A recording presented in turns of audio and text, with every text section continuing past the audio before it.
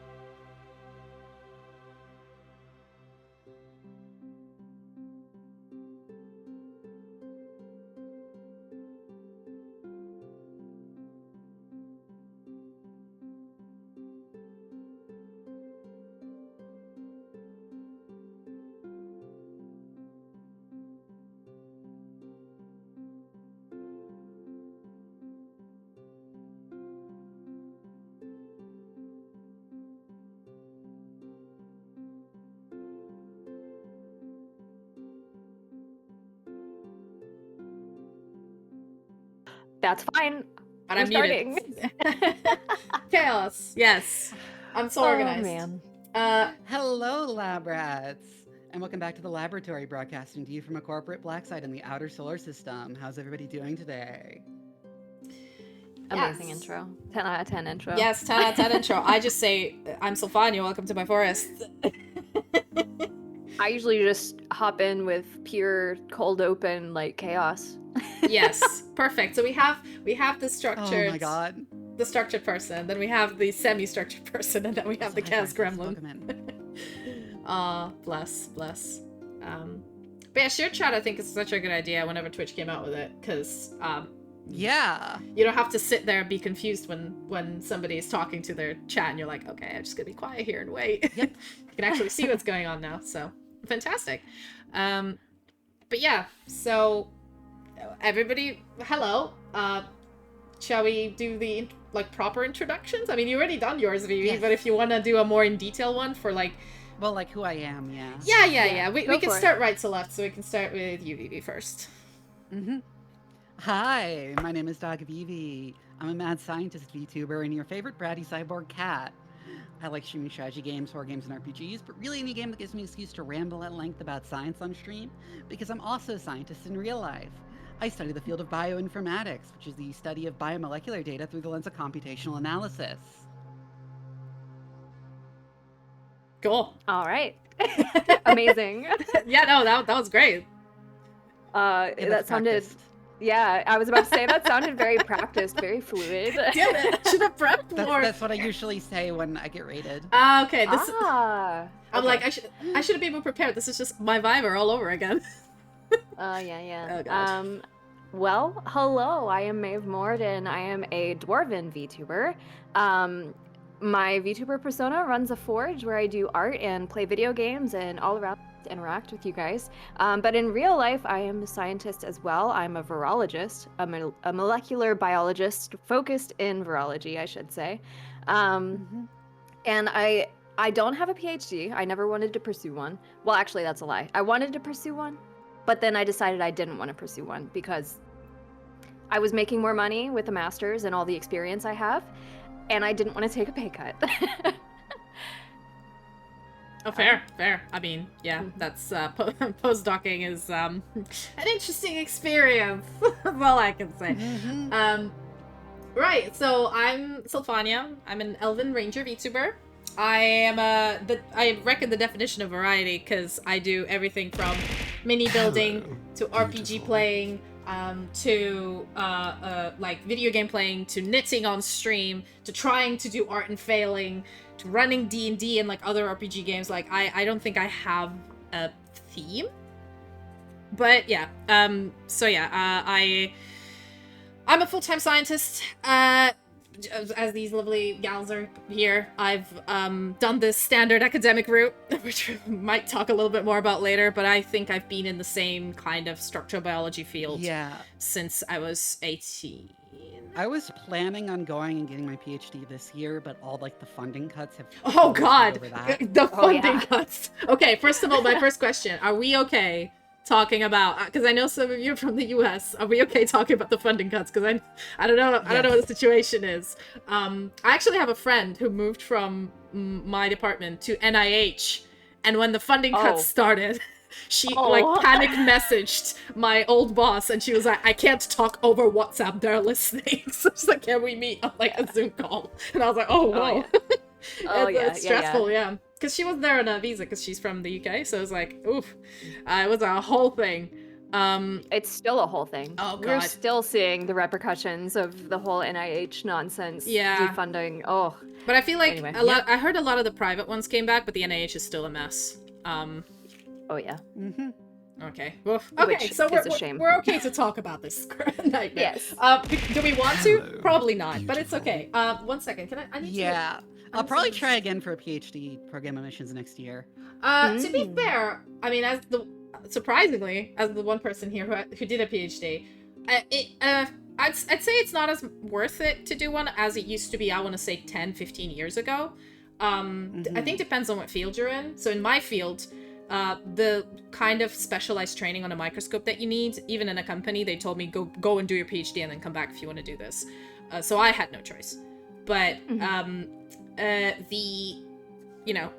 depending on what you do, it may not be as valuable anymore. Yep. But I'd say it's a good experience because it is a very different kind of existence that you have for 4 years. I don't know how it is in the US, but in the UK, it's like 4 years of your life where you're kind of a student, but you're really not a student, and you're working, but you're also kind of not. So, but it was good years, I'd say. I have a question. In the UK, do they require that you get your master's degree before you get your PhD? Nope. I've known a girl who literally went straight from 3-year bachelor into a PhD. Okay. So, this is a question we can actually talk about. It's the same in the US, where the master's degree stuff is part of the PhD program. So it usually lengthens your PhD to 5 or 6 years. It's very rare that you see someone getting their PhD in 4.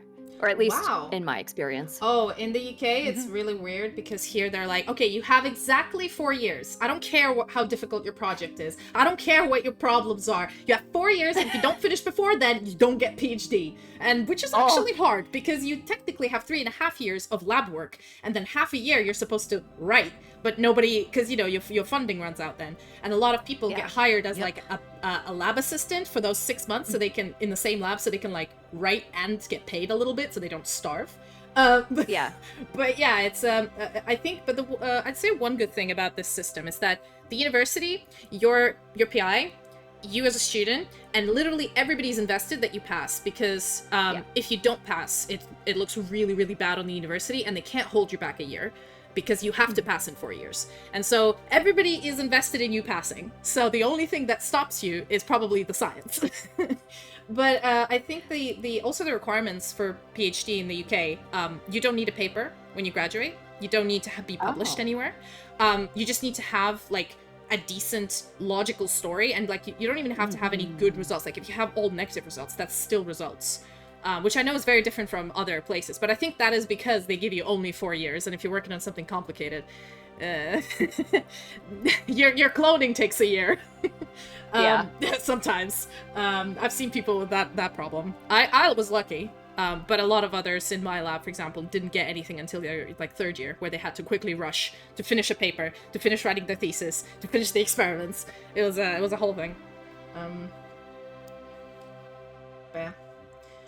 We can actually talk more about that in a second. I keep saying where is that? Is that Sandalwood? I'm sorry. I'm being a little bit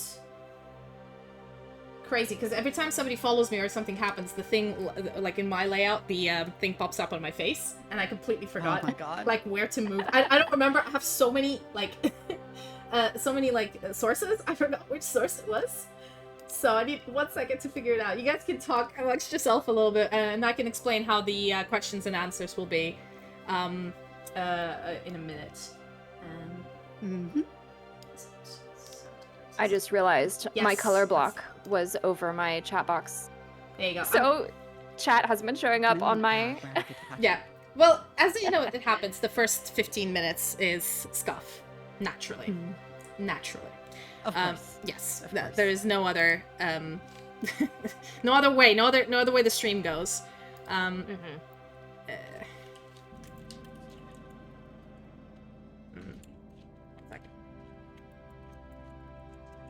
Also, if you hear the clicky clacky, that's just my giant long nails on a very clacky keyboard. You're welcome. People who gosh. don't. I couldn't have long nails in my lab. The yeah, way I would like, be... Go ahead. I could, but I have like really thin nails that break really easily. So I have a hack for that. There's a bio builder, which is like gel nail, but it like they don't actually take it off every time you go. They just add it on like top. And actually, I've realized the nails are so strong. I can open like cans with it. And damn. I think I never have stuff break through my gloves because it depends on the shape of the nail. They don't have to be too sharp, but they can't be square. You have to have them rounded, and they can be as long as you like. And then you'd never, when I had square nails, even short, they used to always cut through the gloves. And then I changed the shape. Never had a problem. There you go. I'm in the lab every day. So, but I mean, it does take like typing and like learning to open Eppendorfs is a skill. To be fair, I use the side of my thumb for Eppendorf. Yeah. So you should be okay with the long nail anyway. Although it is not fun when you're washing stuff and then you drop it and it's in your gloves and then your nail like breaks. Yeah, that is not fun. That is not fun. Oh yes, I actually had chat completely turned off on mine. There we go. See it now. There we go. Scuff over. Okay. True start to the stream. Hello, everybody. But yes, gonna explain. Yes, so this is gonna be an English-only stream, even though I stream in English and Russian. I do have one Russian viewer in chat, but I will Beautiful. speak English to him because he does understand. He just refuses to use the language. But which is the case with a lot of my Russian viewers. They're like, no, I get English. I just don't want to speak it. And I'm like, come on, don't be so French about it. I'm also English only because it's the only language I actually speak. There's like a couple of languages I understand in writing, but like, yeah, it's only English I speak. Yeah. But yeah, so the way it's gonna work, we have a few starting questions. We already broke the ice with some of our random discussions, but this is just gonna be like a yapping session. If you, yeah, pretty much. Yeah, if the chat has any questions, I would like to please request them to write like question or Q or something in front of your actual question, and then I will add it to I have a spinny wheel that can come up on my stream, but I'm not sure if it can come up on your stream, guys. That's the wrong wheel. I have two different wheels.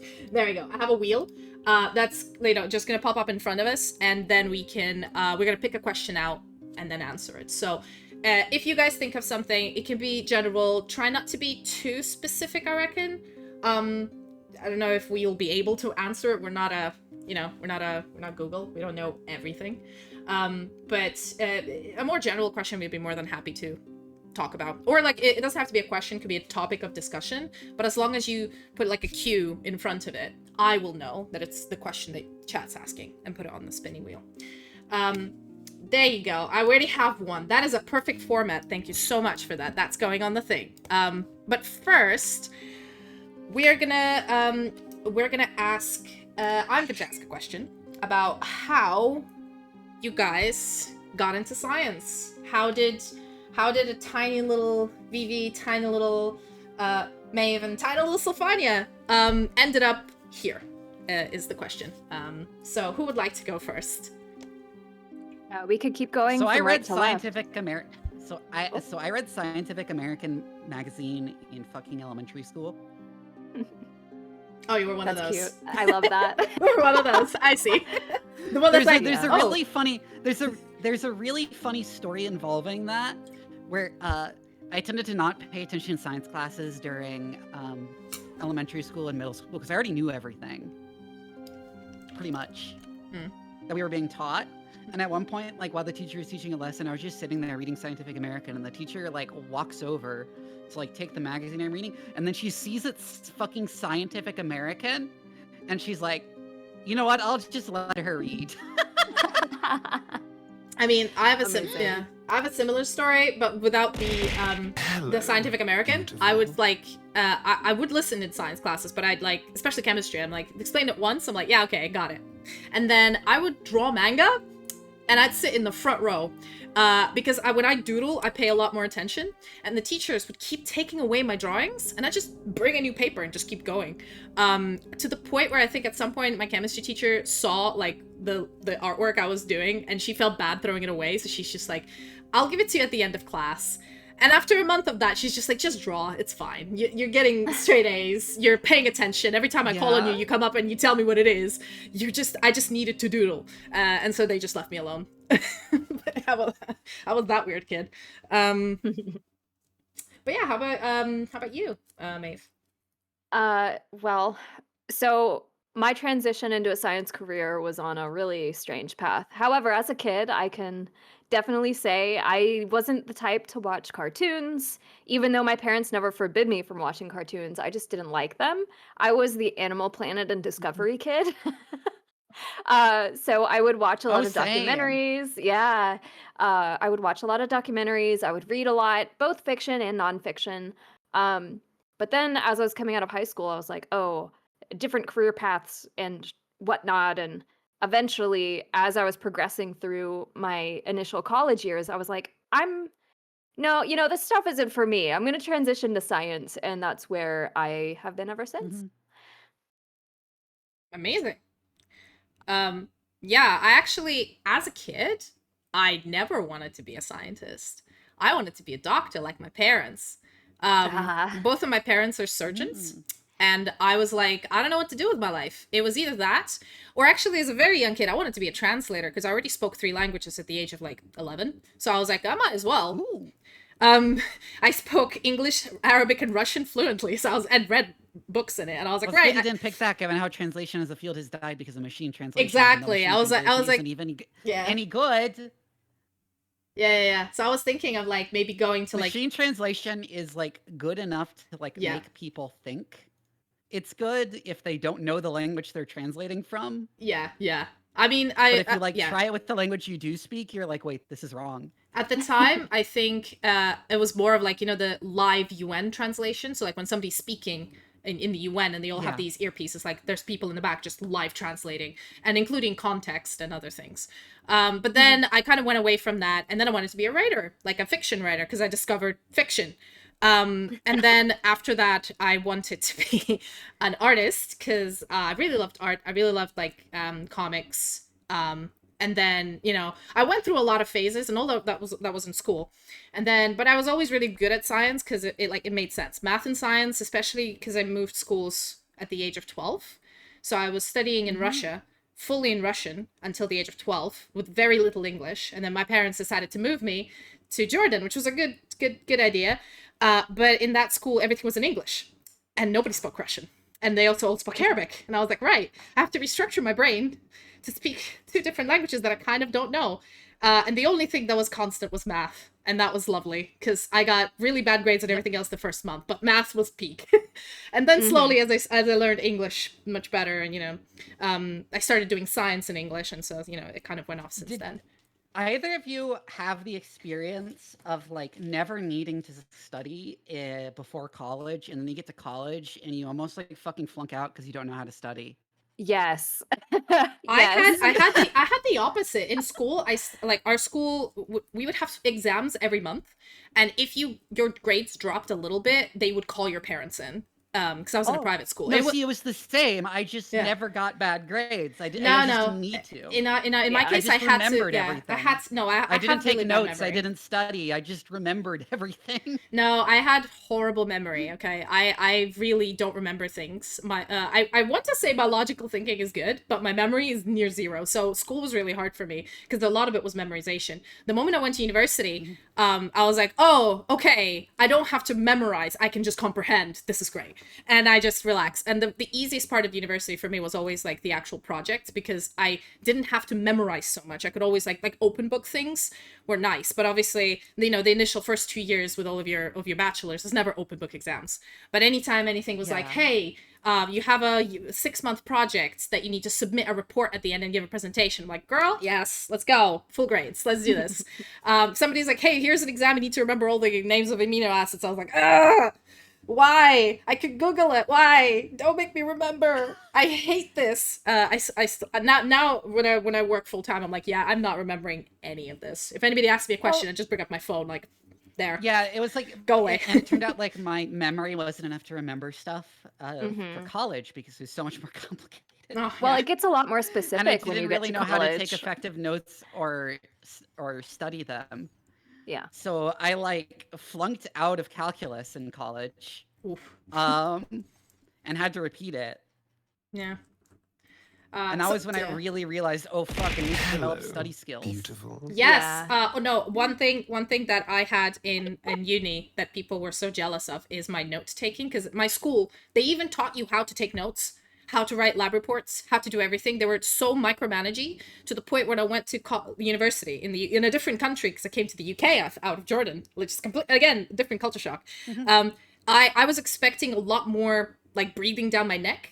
And so when I realized like, oh, you have like 2 hours of lectures today and then the rest of the time is free time, do whatever you want. As long show up to an exam, come to the labs, that's it.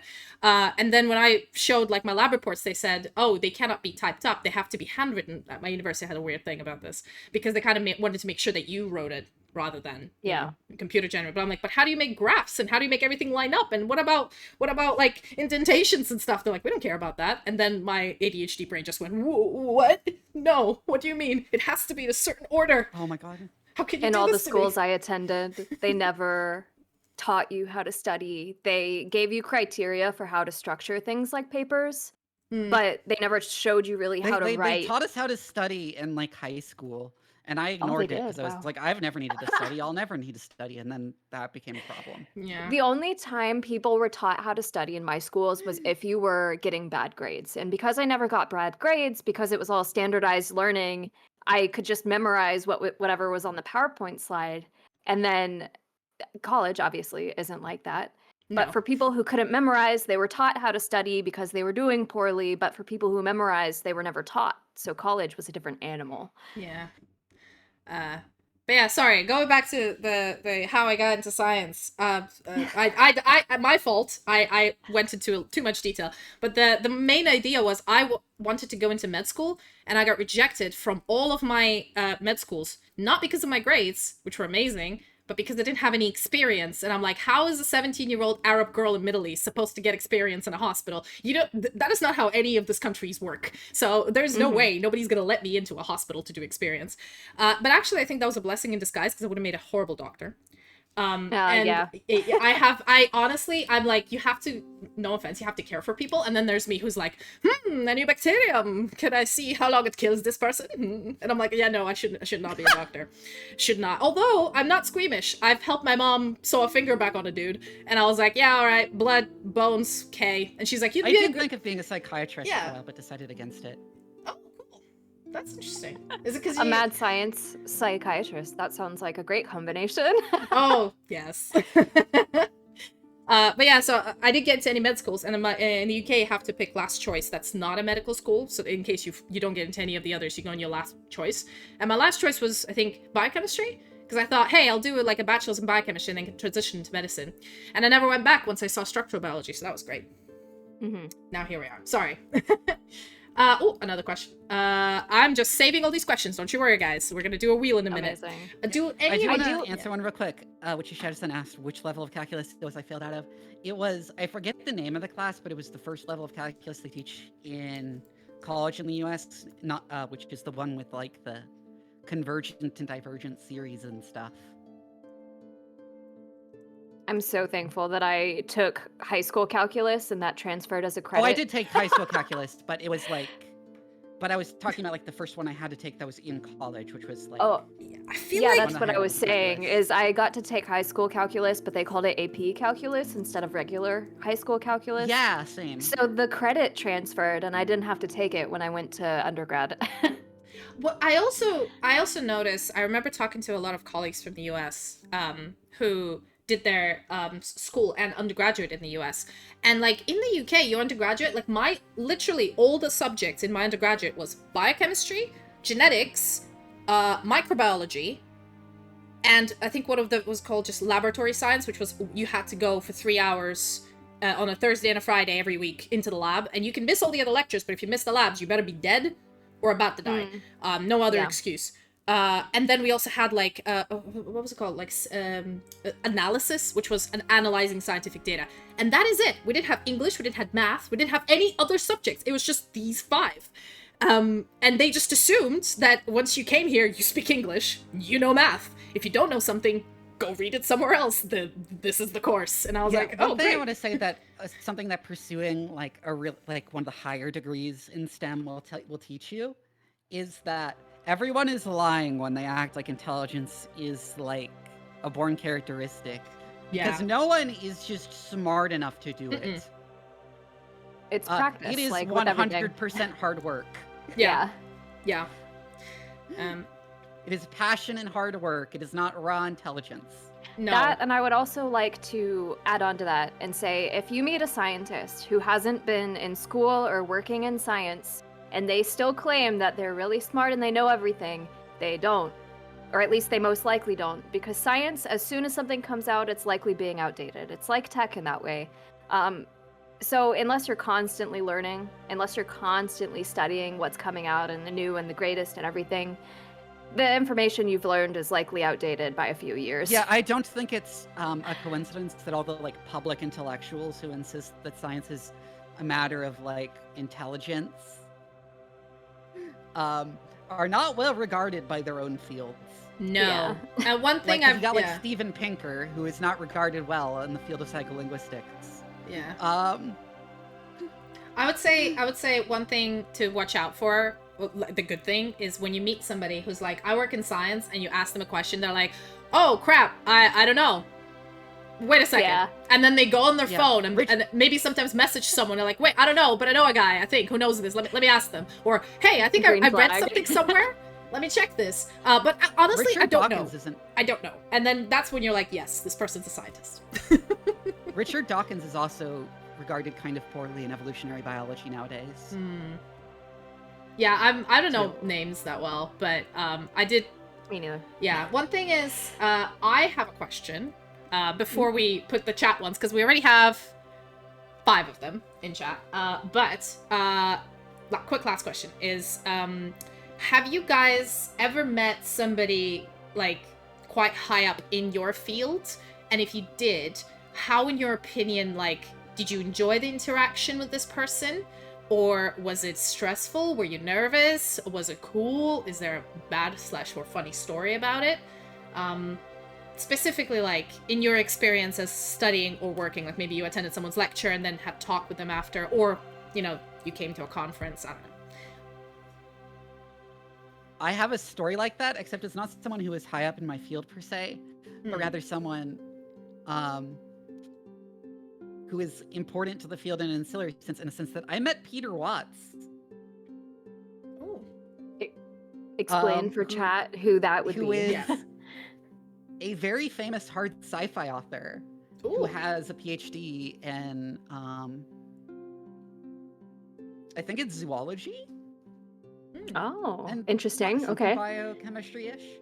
Yeah, and it was specifically because we both ended up consulting for this same project and disagreed about something. You're gonna have My to tell argument us was what the more convincing. disagreement was. What was the disagreement about? Oh, fuck, it was about encoding of amino acids in potential alien life and how Okay. much you might expect it to be similar to how Earth life encodes it. Tangential to this. I really wanted to go into astrobiology, but astrobiology as a field right now is very small and very few schools actually teach it. So I would have had to move across the United States in order to get an Usually astrobiology degree. astrobiology is like, you're just a biochemist who does a lot of talking to astronomers.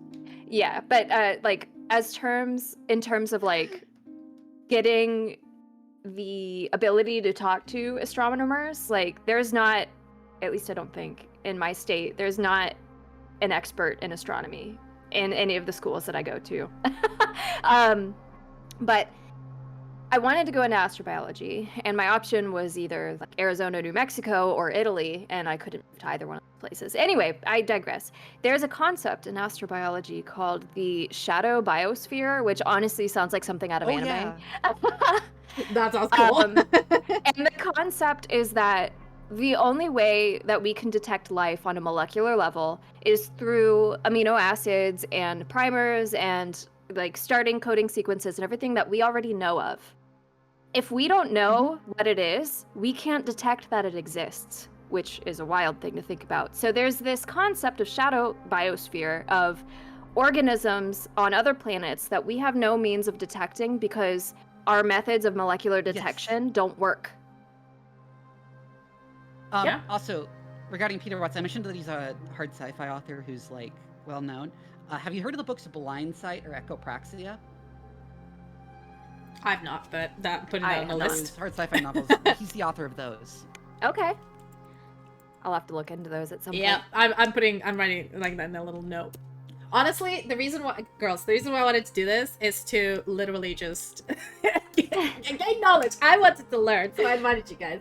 I feel like you know what? I feel like that arts kid that goes into a science class and it's just like, oh boy, I'm scared. By the way, I I'm in should mention that the danger. project we were both consulting for was Subnautica 3.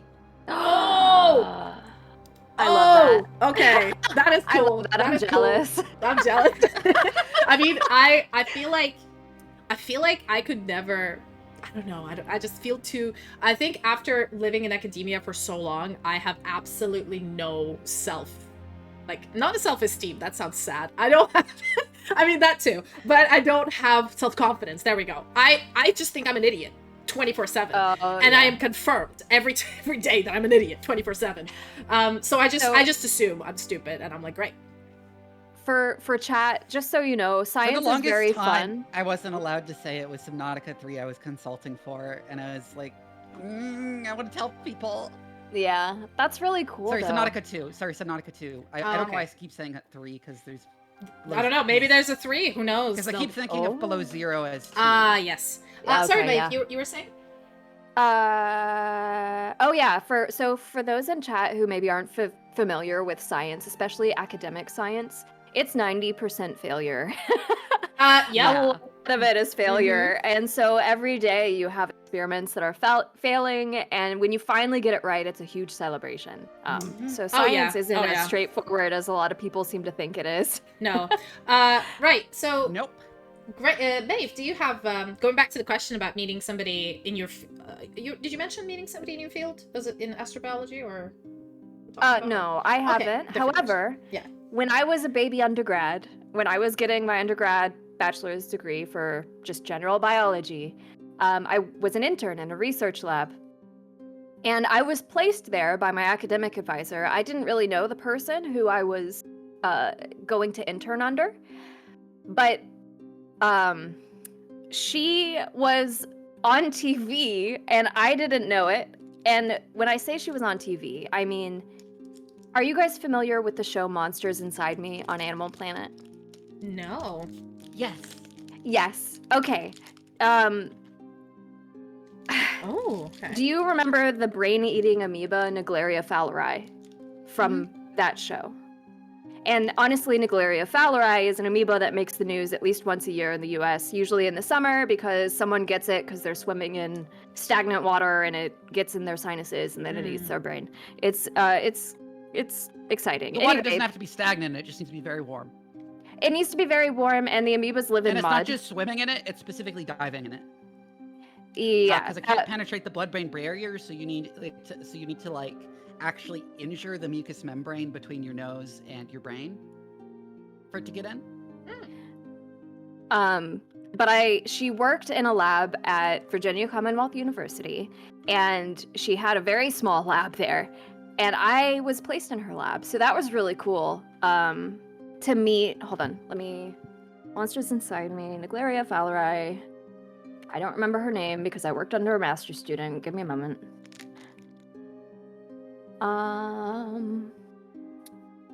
Also, while Maeve is searching up, one more thing to people who've just joined and new people in chat. If you wish to ask a question, please pose it with question or Q in front of it, and then I will add it to the wheel, because there's a lot of stuff going in chat, and I will not see your question, because I don't have time to read all of it, unless you put question in front of it, like literal word. But yeah, question.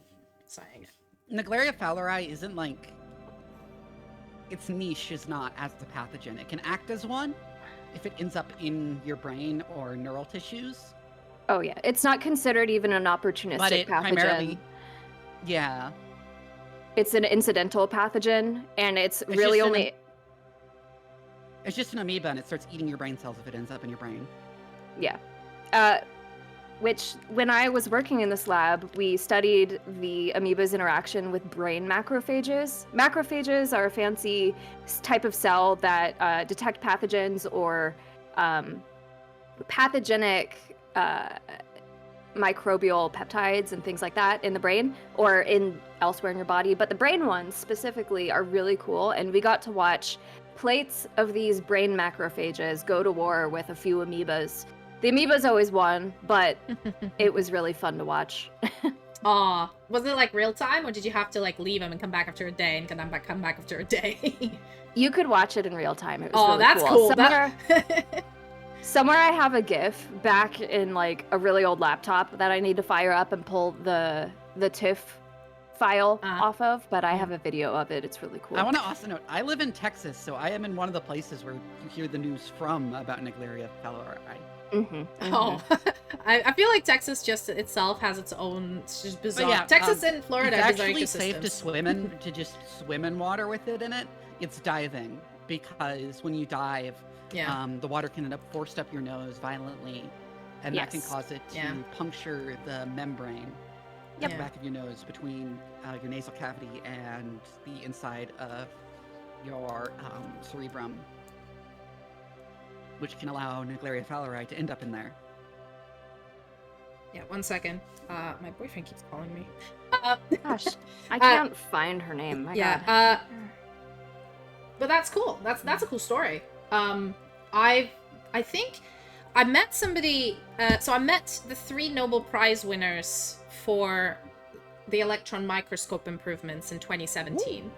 Wow. Because one of them was actually a PhD supervisor of a professor, not who was my supervisor, but who was friends with my supervisor. So he basically they all know each other. So he was like, hey, I'm going to call him to give a talk. In 2017, when I started my PhD, and they got the Nobel Prize for the technique I was doing in. It's like, oh, and you get to hang out with him. And then there was me, tiny little first-year PhD student, with this Nobel Prize winner who just keeps pouring me beer. And he's like, so what is your project about? And I'm like, flagella. She's like, oh, what about flagella? I'm like, I don't know, I've been doing it a month. And he's like, oh, this must be so exciting. Do you know much about cryo-EM? I'm like, no. He's like, well, you'll learn it. It's great. Let me tell you about it. And I was like, oh boy. So it was a fun evening. But I was like pleasantly surprised by how extremely approachable he was. He was like, he did not care.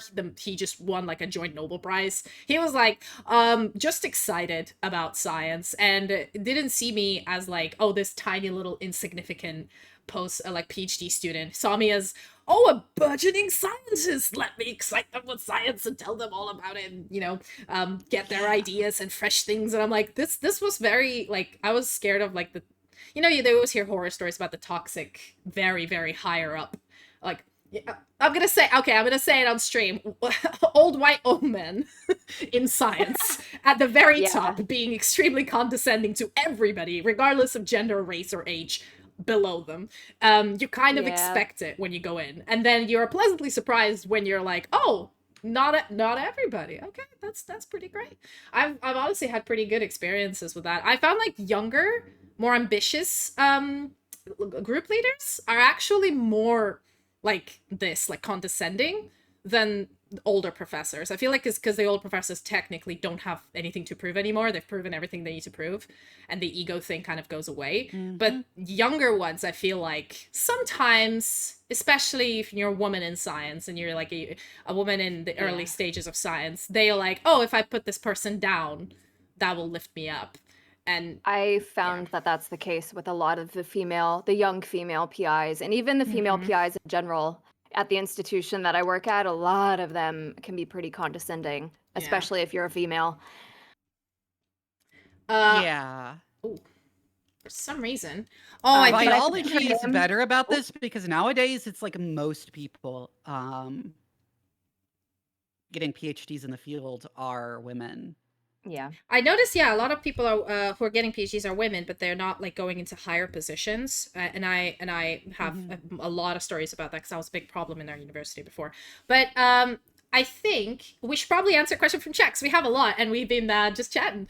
I'm not going to spin the wheel on stream. I'm just going to spin it off stream and then read out the question if you guys don't mind. And then also, I found the doctor's name. Her name is Dr. Francine Cabral, but she's retired now. She retired a couple years after I got out of the lab. Cool.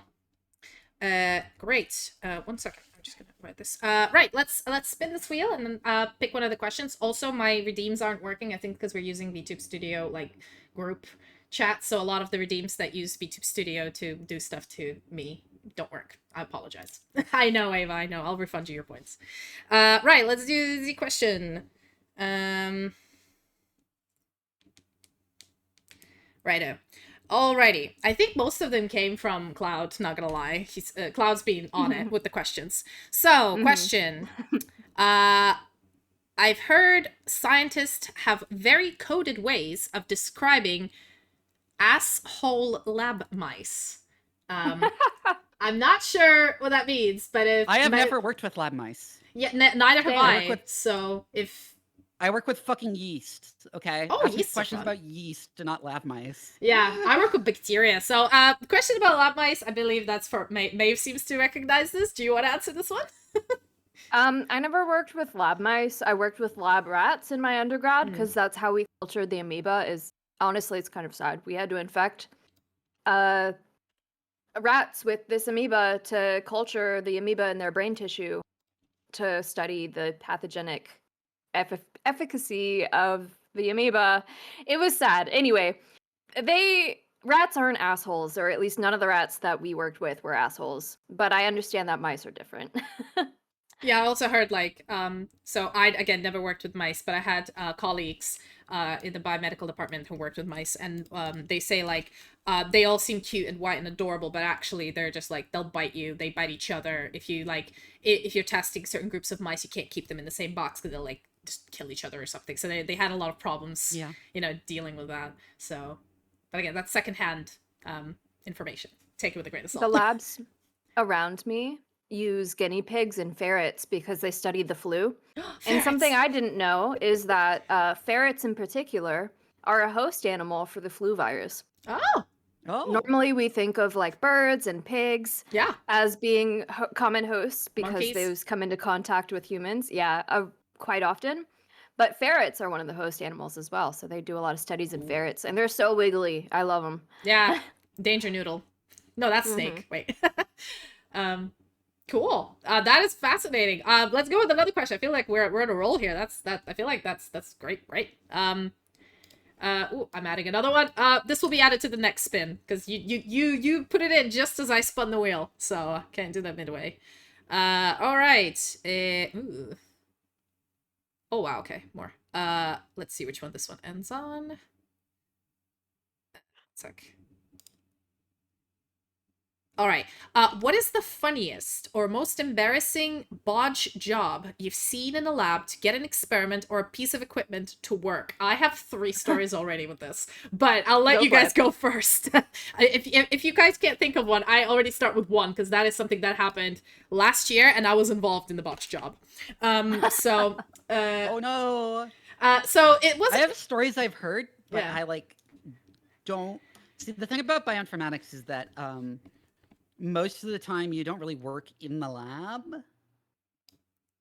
Yeah. You're sitting in front of a computer doing algorithms and stuff Yeah. But so with if you guys other want to, people's yeah. data most of the time. If you guys want to ask some questions, not about the like wet lab is what we call it, but more about like science in general, and then we can direct those to Vivi as well, so she doesn't feel left out about this. So one of the botch jobs was basically, okay, it's a little convoluted. So we're trying to do this light-based cross-linking. So that means, for those of you who don't know, is we basically attach a synthetic amino acid to a particular like part of a protein that we care about, and we kind of want to superglue it to another protein in proximity. And to do this in bacteria while the protein is in its natural state. So we just grow these bacteria, we add this synthetic thing, and then we put them in a little like light microwave, UV microwave. And then by shooting UV light on it, it will cross-link to stuff that's really, really close. And then we can pull it out and like, you know, basically superglue it while it's in bacteria, and then we break bacteria open and pull it out and deal with it. So what we needed to do is we needed to figure out how to keep it cool because we didn't want bacteria to cook with this crazy amount of UV light, and we needed to be shaking. But the actual machine is like a microwave, so we're like, okay, how do we make this microwave cool and shake? So we just shoved a bunch of like okay, to be fair, it's smart because it worked and we still use it. So we bought a shaker that was big enough to like fit the mic, like the UV illuminator on top of it, right? And without securing it, that's fine. And then we put open plates of E. coli into an electric thing. Don't do this, kids. And then we had a bowl of ice, but obviously ice would melt during the experiment. So what we did, we used, you know, those heat blocks that you do for Eppendorfs to like heat things in. We used those as heat sinks, and we just put them in ice before and then put ice around them to keep them cool so that the tray where bacteria was on was cool. That was the craziest like unsafe crazy botch job I have ever seen, but we use it to this day because it works, and you know we don't have time to get a better equipment. We literally scoured the internet for something that does what we want, and we couldn't find it, so we're like, right, let's DIY this shit. Amazing. It sounds like you guys could like further refine that, hire a machinist or something, and actually patent a machine like that. I mean, I've done 3 experiments. I've done many experiments, but three times same mutant, you know, same protein, at 3 different times with 3 different volumes, and it's worked all the time. And I'm like, Amazing. hey, that's a triplicate. Yeah. Oh fuck. Oh fuck. I just remembered something. This was not something I saw or I knew the person involved. However, it is something that disrupted my research because the lab had to be fucking shut down. Go on. Tell us the story. I'm done with this one. This was it. Someone, one of their research assistants, Oh no. didn't know how to balance the centrifuge. Oh no. Oh no. Oh no. Was it an Was it ultra? an ultra? Oh my god, yeah. Was it an ultra centrifuge? One of the big boys? Oh! Oh no. I know where this is going. It tore itself apart and went flying through several walls. It would, yeah. Meaning the lab was shut down for renovations for a while. Jesus Christ. Yeah. I've seen pictures online. Every time, like, we are taught to balance the centrifuge to 0.01 gram, if not more, if you can. And then I remember, and then you're like, if you want to know how important it is, I've had a lab, I guess lab techs are not lab techs, they're like lab managers, but they showed me a variety of pictures that they saved from their colleagues who had people who didn't follow this as horror evidence, and they're just like, if any of this happens, I'm making you pay this out of your salary. And we're like, yes ma'am. And then I now have paranoia with ultra centrifuges because of that, but Jesus Christ. All right, I think for those hold on. I have ads in about 6 minutes. Okay, yeah. We could take a Um, quick break for that if you guys want.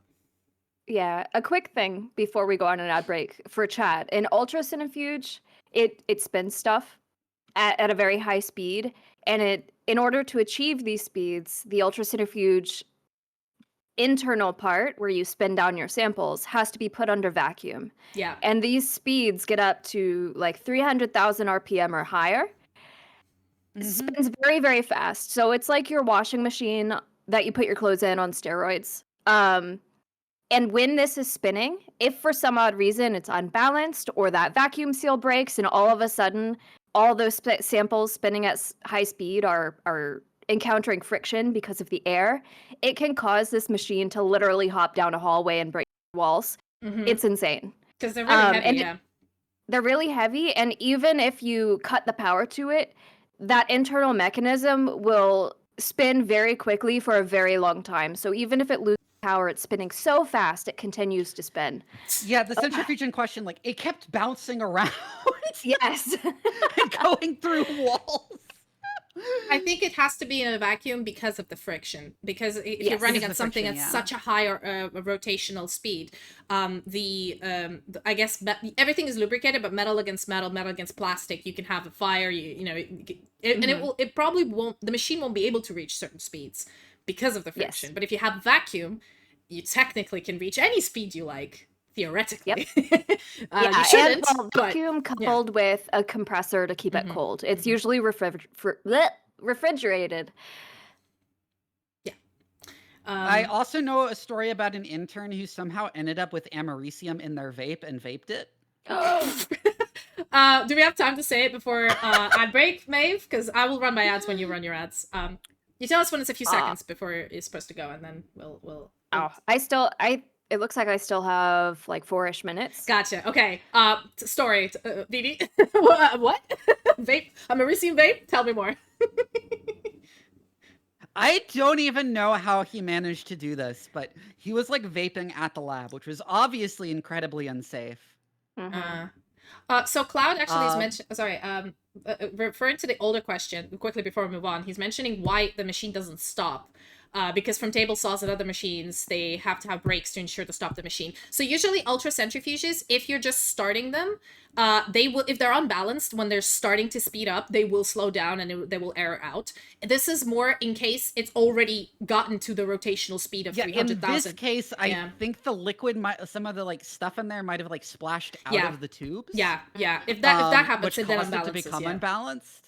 And when it's at that high speed, I don't think it's possible there is in no vacuum. mechanism to stop it at that high speed. Because it's in vacuum, so you can't really do much. Answering your question. Sorry, carry on about the americium. I just thought before we moved on. For the same reason, it flew through several walls and then kept bouncing around, punching holes in walls. It has so much fucking momentum at that point. You cannot stop it. Yes. Yeah. And Fern, to answer your question, there is probably videos or pictures of the aftermath that you can see online. Oh yeah, there is. Just look ultracentrifuge accident. There you go. But explain. I only learned about that because the lab had to do renovations because of it. Vape. Vivi, can you explain to chat what americium is? Oh yeah. Why it's important that it was in this man's vape? Americium is an extremely radioactive element. It is used in smoke detectors to provide a neutron source to detect smoke. And a very tiny amount of it. And he like vaped a very tiny amount of it. And he only got like mild radiation sickness, but like he fucking vaped americium. Well, that's a funny story to tell his grandchildren. Oh wait. Oh wait. But mayhaps no grandchildren. On that note about poisoning a department, that didn't happen to me, but I worked in a category 2. The entire building was category 2 because we're all working on like Clostridium difficile, which is a bacterium in your gut that causes rot gut. I think we worked with Salmonella. We worked with Campylobacter, which causes, when you eat bad chicken, you either get Salmonella or Campylobacter. Campylobacter I also is know a nastier. guy. Yeah. And I forget how this happened, but he was exposed to 5 grays of radiation and somehow didn't even get sick. I mean, sometimes you dodge a bullet. I don't know, man. Like it's weird. But yeah, so the whole department was working on like very weird pathogens, and there was one group that was trying to like create, like make certain bacteria produce like some sort of a protein, but the byproduct of that was like sulfuric gas. I don't remember which one exactly, like sulfur oxide or something. But obviously it's produced in such small amounts. You work at a fume hood and you're fine. So they did some cloning, right? And they cloned it to make more of that product. But they also made more byproduct. And they ran it over the weekend. And so we came back on Monday and they closed the entire building down because they said the entire building is covered in toxic gas. We're like, how?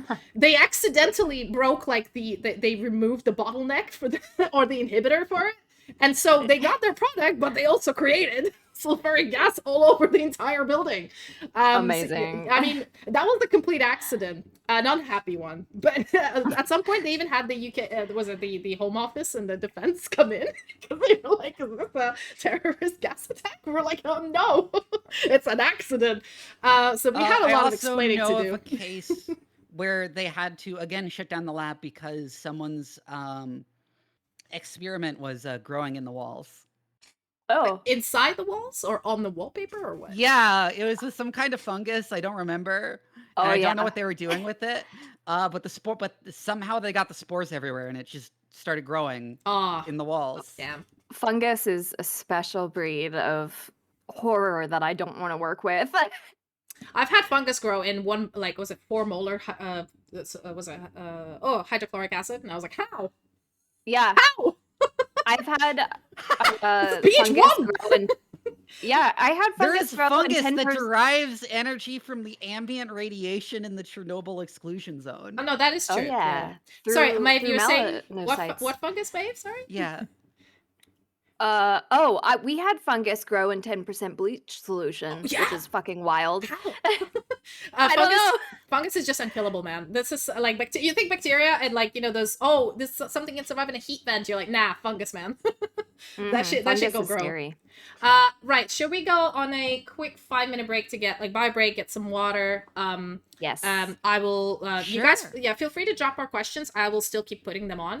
And then Maeve, you have time to think about your scary lab story because me and Vivi I'll just go run some ads and go same. to the We have spat out like 3 or 4, so it's your turn. You need to give at least one before we move on, okay? Okay. All right. See you guys in a minute.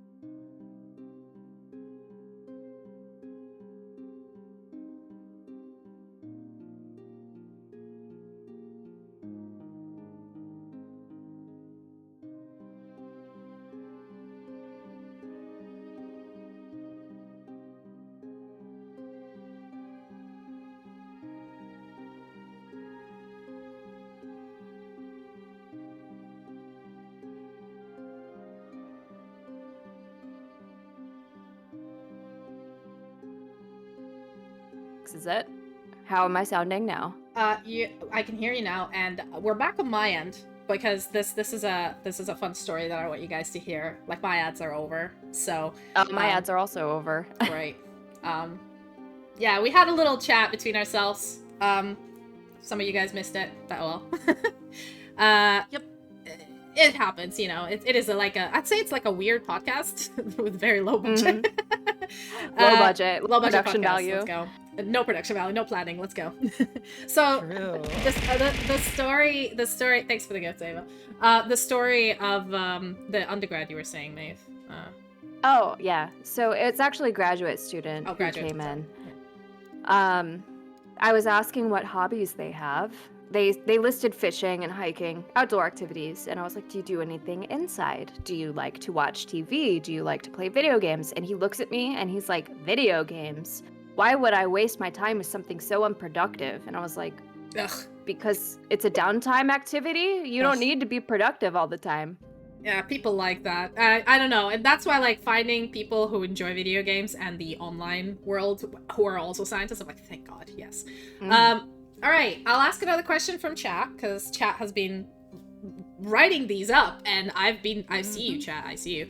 Question: what is the one thing you would rename if you could, and what would you call it? I'll give you guys a minute to percolate on that one while I remove it from the list of questions. I have an answer. There you go. Go ahead. So this might not mean much to most people who don't study science, but when you talk about DNA translation and replication, there are these things called RNA polymerase 1, 2, and 3. Mm-hmm. They are not named in the order in which they're used. They were named in the order in which they were discovered. Yep. And the first one that is used is like RNA polymerase 2. Pretty much every numbering system in science is the order they were discovered because it's a big deal not to change names in science. Yeah. Yeah. And it makes it very hard to Because learn once we fully understand the cycle or process, because it's not in an order that makes sense. I have a literal personal story about this because when I joined this postdoc that I'm in, so I work on a type 4 secretion system, which is it's literally a bunch of proteins. It's like 30 proteins that form a bunch of rings and a piston and then makes a pilus to transfer DNA from one bacterium to another. So it's a huge machine. And there's at least 30 different genes and stuff that are involved. And the problem is, in different bacteria, different like plasmids that encode these systems have different nomenclature. So, for example, the ATPase that is the same, you know, the one that generates the energy, the motor for the whole thing, across different bacteria would be called like VIR-B4, and then it would be called like INC7, and the same thing, just in a different bacterium. And to the point where the entire field got so annoyed when we went to a conference, we literally all of us sat down and we said, okay, we're gonna agree that the VIR, like the VIR nomenclature, is gonna be canon. Everything else, you can do whatever the fuck you want with it. But when we're talking about like, so people know when you're talking about an ATPase or about the outer ring protein, we're just gonna stick to this one. And I think the entire field literally just agreed on that day. So now, and all the older papers now have like not an amendment, but from now on, like most papers have like the VIR nomenclature and then whatever it is already called. But it's so hard to change like naming, especially of genes and of proteins, because when you first find them, you don't actually know what they are most of the time, so you name them as you go along. But then when you realize like these three make up a complex, they should be named similarly and not be like VIR-1 and VIR-8 and VIR-10. They should be VIR-1, 2, 3, right? But those are, you know, so yeah, it's been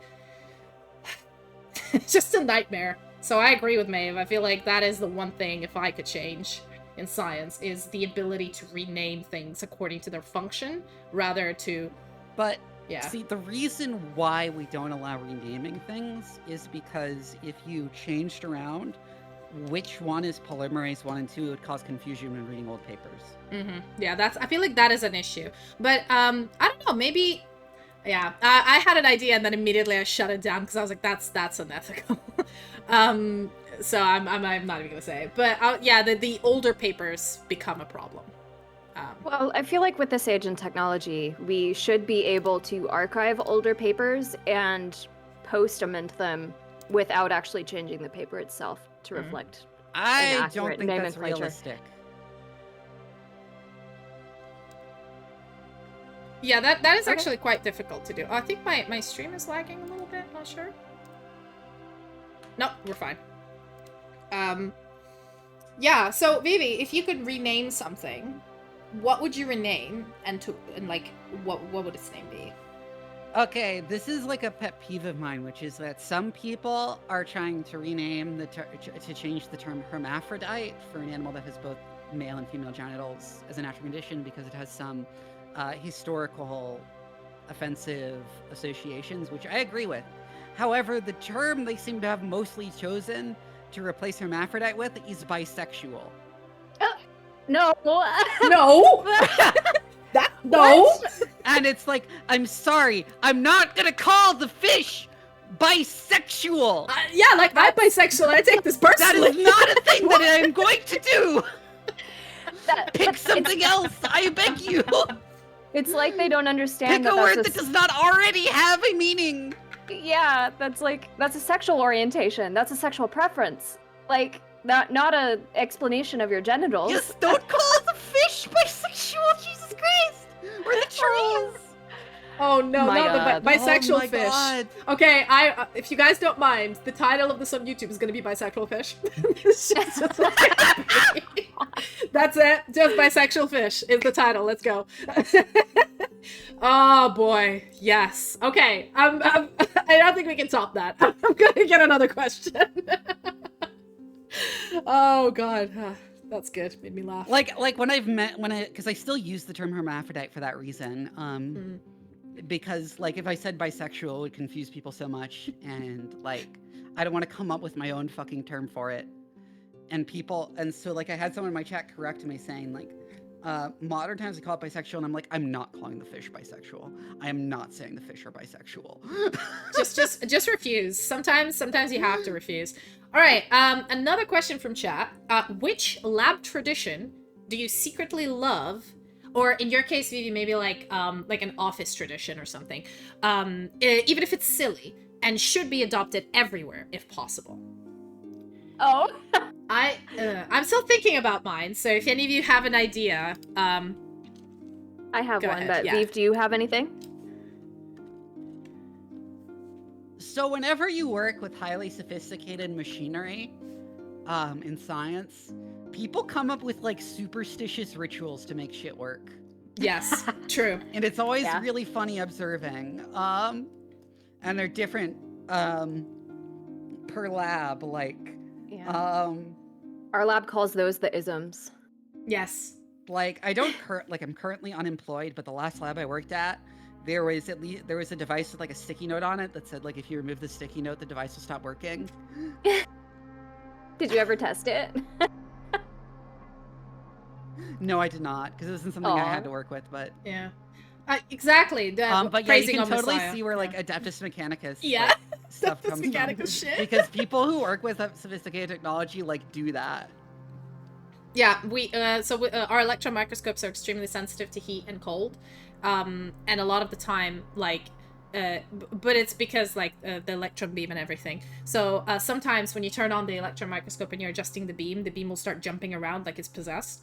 And most of the time, the electron microscopes are in the basements of old buildings where the morgues used to be. So we always joke that every time we see the beam jump for no particular reason, which is probably just fluctuation in air and temperature, or like the vacuum is not perfect. We just say, "Oh, there's a ghost in the microscope. It's fiddling with the beam again. All right, ghosts, you gotta chill, ghosts. I gotta burn some incense. Oh, I can't burn anything in this Amazing. room, but yeah, no, we do that. It's not like tradition-wise though.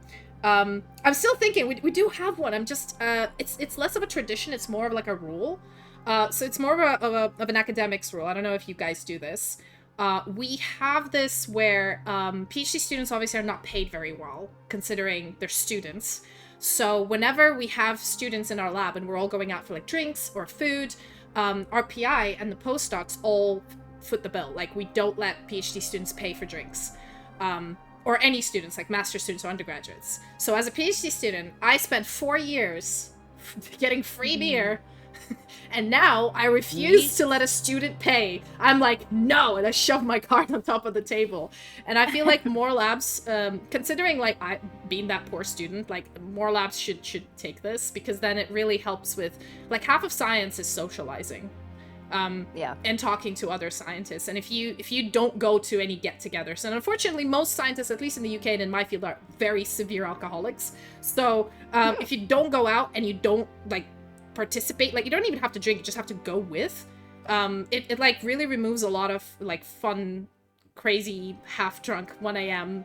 oh my god, this would be so cool to try this scientific thing, which, you know, is interesting and is useful. So I feel like more people should, you know, subsidize students if they can.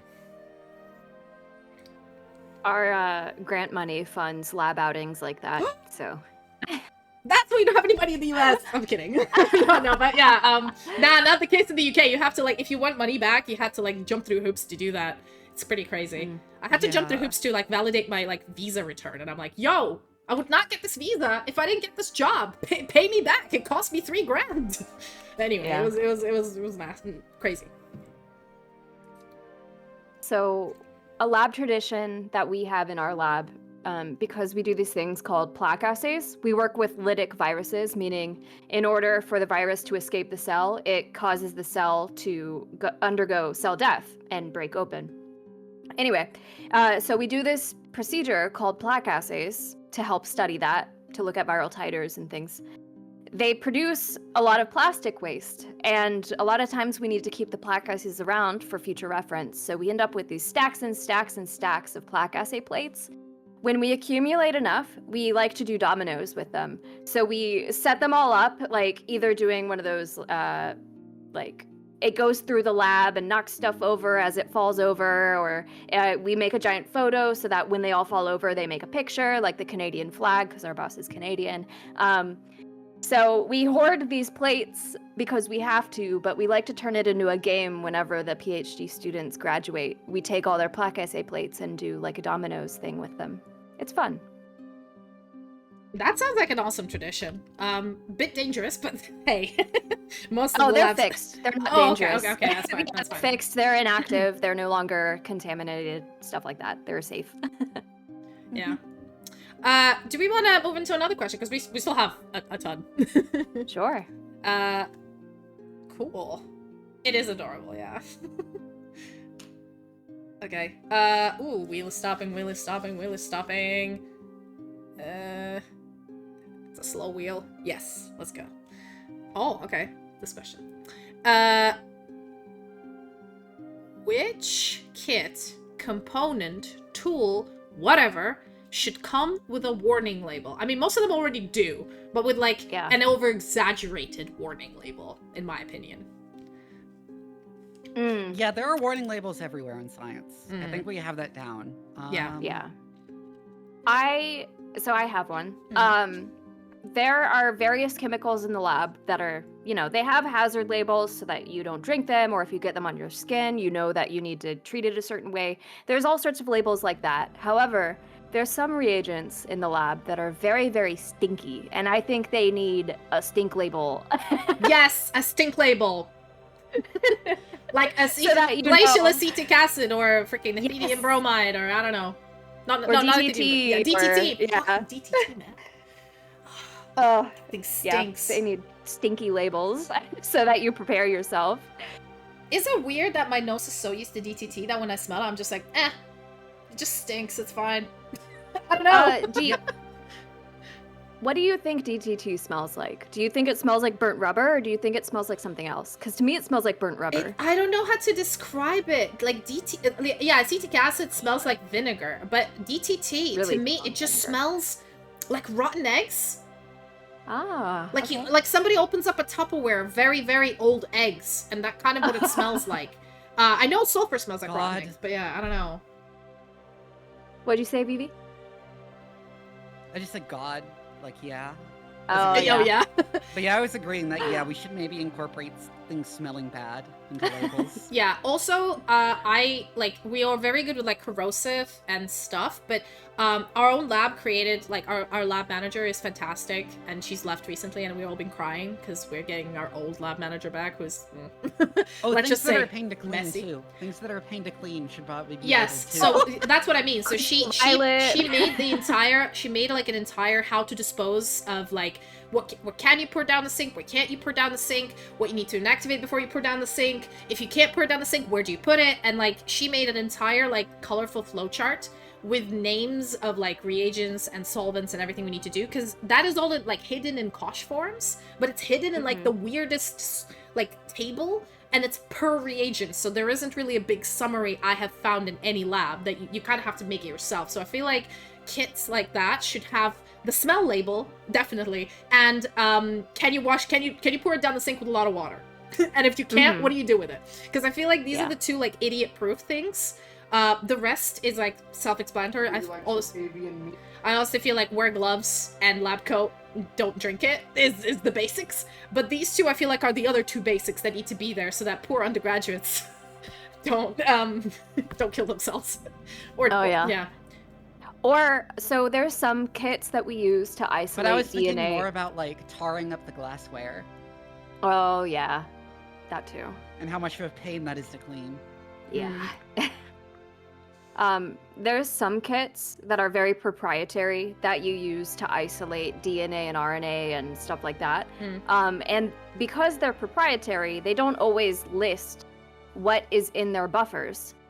And I learned the hard way after bleaching a container that I had emptied this buffer waste into, that it creates mustard gas.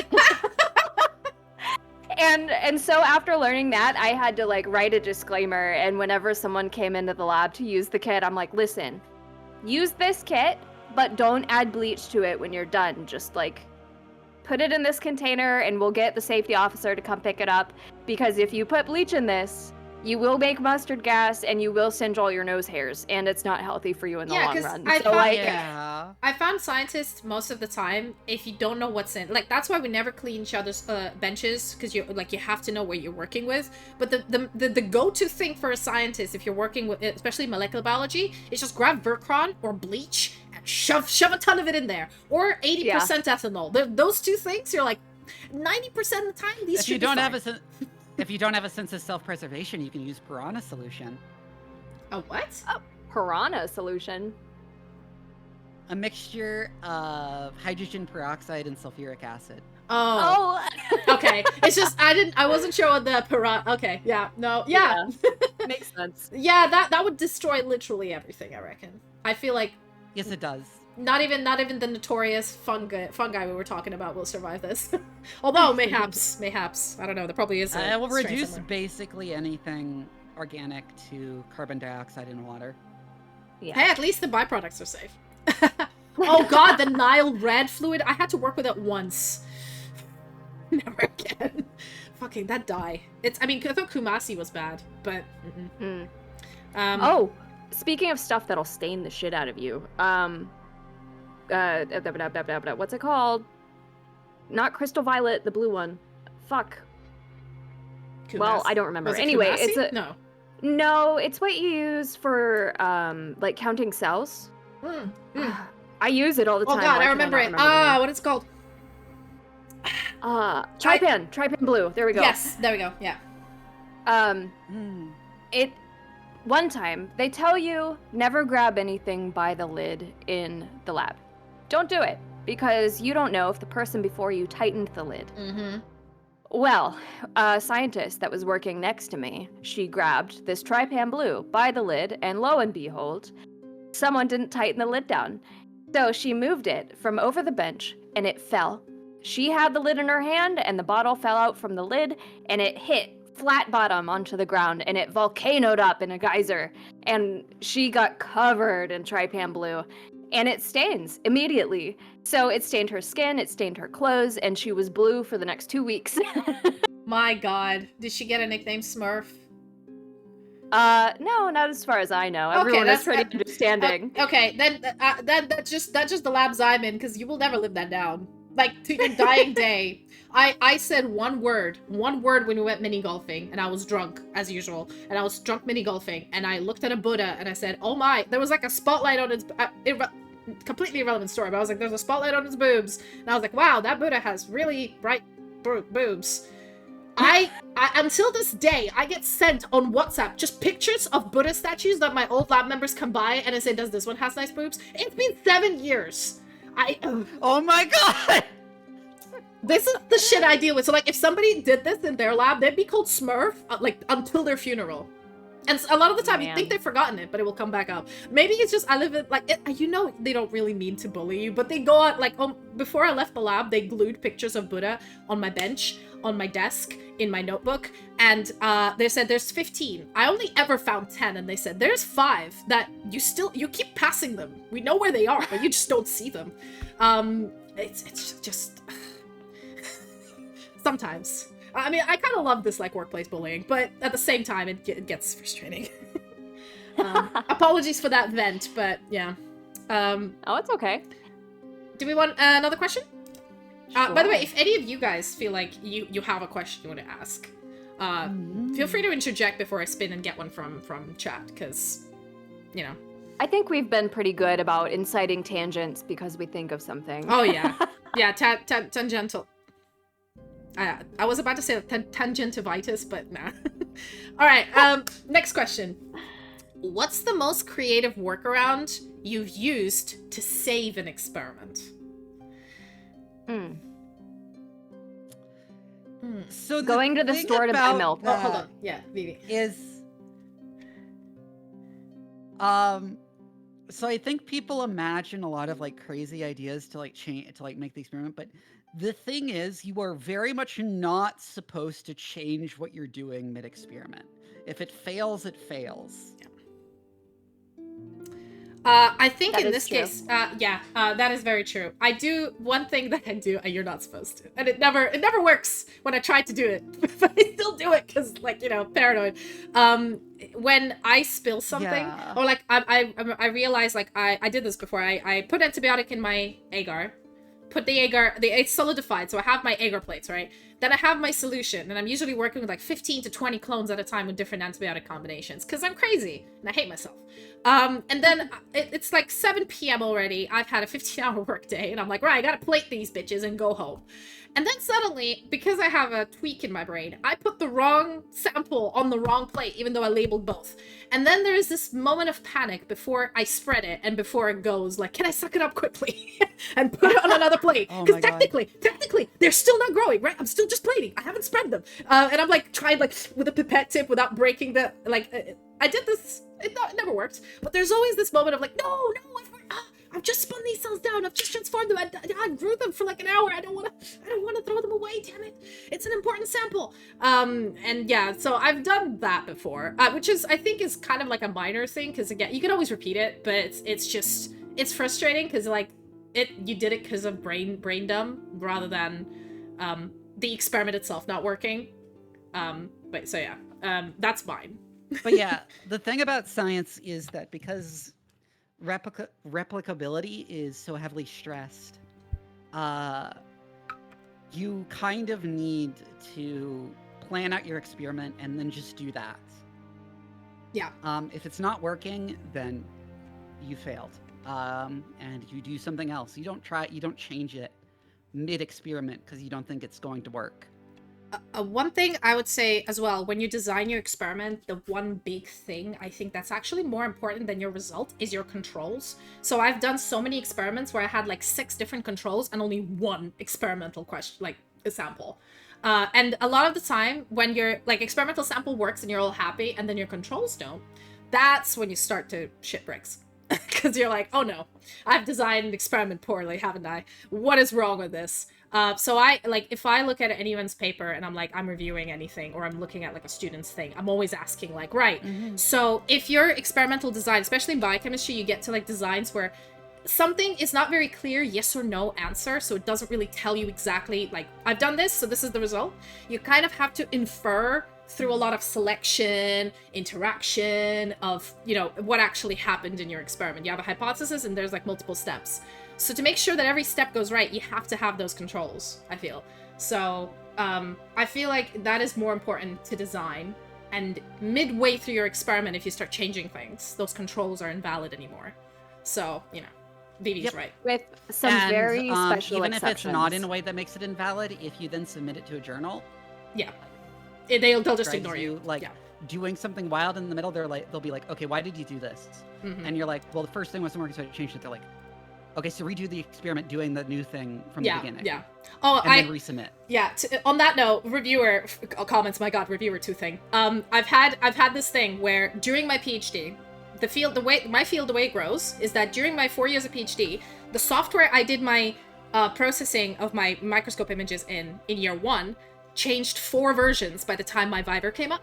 And so during my Viver and like during my review for my papers revisions, they were like, oh, by the way, the new software can improve this thing that you're doing. So reprocess all of your data using this new software. And I'm like, no. Oh my God. Please don't make me do that. Because again, like the data collection takes two days. The processing takes about a month. Because how long everything takes. And I'm like, can I not? And I still had to, for the paper, I had to do it. And I had to show proof that because it was taken on an older camera, it didn't help. No matter how good the software is, if the camera's shit. So I was like, I don't have to tell you this. You're also a structural biologist, but okay. You can't just tell the reviewer to fuck off. So I had to do it. So I've been there of like, literally just one new version came out and they were like, oh, it does what the thing that you were, you're struggling with, blah, blah, blah. My God. I have one story about a time where we had to impromptu do something in order to make sure our experiment continue. And this is the very rare exception in which you can change something and it's okay. So how familiar are you all with Western blots? Oh, pretty familiar. So a little. Okay, so sometimes the blocking buffer that you're using, instead of using BSA or bovine serum albumin, which is very expensive, you use milk. Oh yeah. I've never used BSA, I've always used milk. Yeah, I now always use milk. Well, we ran out of BSA because no one told me that they had used the last of it. And I was in the middle of a Western blot and I was at the blocking steps. And I was like, I really need to continue this Western blot. I can't just stop here. And so normally you could order milk powder if you're going to use milk, but we didn't have that luxury. We didn't know we were out of serum albumin. So we literally had to run down to the corner store and pick up milk. Okay, so quick mention about Western blots for chat. So in a nutshell, a lot of the time when you have a bunch of proteins in your buffer, right, that you're purifying, and you want to make sure that the protein you want is in there because you can't see it this way, you sometimes put it on this gel where it separates according to weight. So if your protein is pretty heavy, it's pretty big, it will, digest it, and it will run higher than something that's smaller because it will run quicker, right? So Western blot is when you take that gel and then you add a particular antibody that is sensitive to, like, for example, if your protein has a tag or your protein has a lot of histidines, or it is very specific to your particular protein, depends on what antibody you use, and then you basically use that to mark where your protein is, and then depends on what you use to visualize it. You can we use luminescent HRP substrate, or something, and then you put it in a particular machine where if you take a picture in a certain mode, it will show you exactly where the antibody's stuck. So you can be double sure that that's your protein. In a nutshell, I think that's what Western blot is. You have to use milk or BSA to block all the other non-interesting proteins so that the antibodies only bind where they have to bind rather than everywhere. Right. Yes. And for blocking, because you're not as worried about the non-specific proteins, you can get away with using something less expensive like milk compared to something more expensive like what we were using, which is albumin, which is a very expensive product. sorry to go on about Western blots, but I've honestly, through the entire career, right up until last year, I never run a single Western blot because I was lucky with my SDS gels.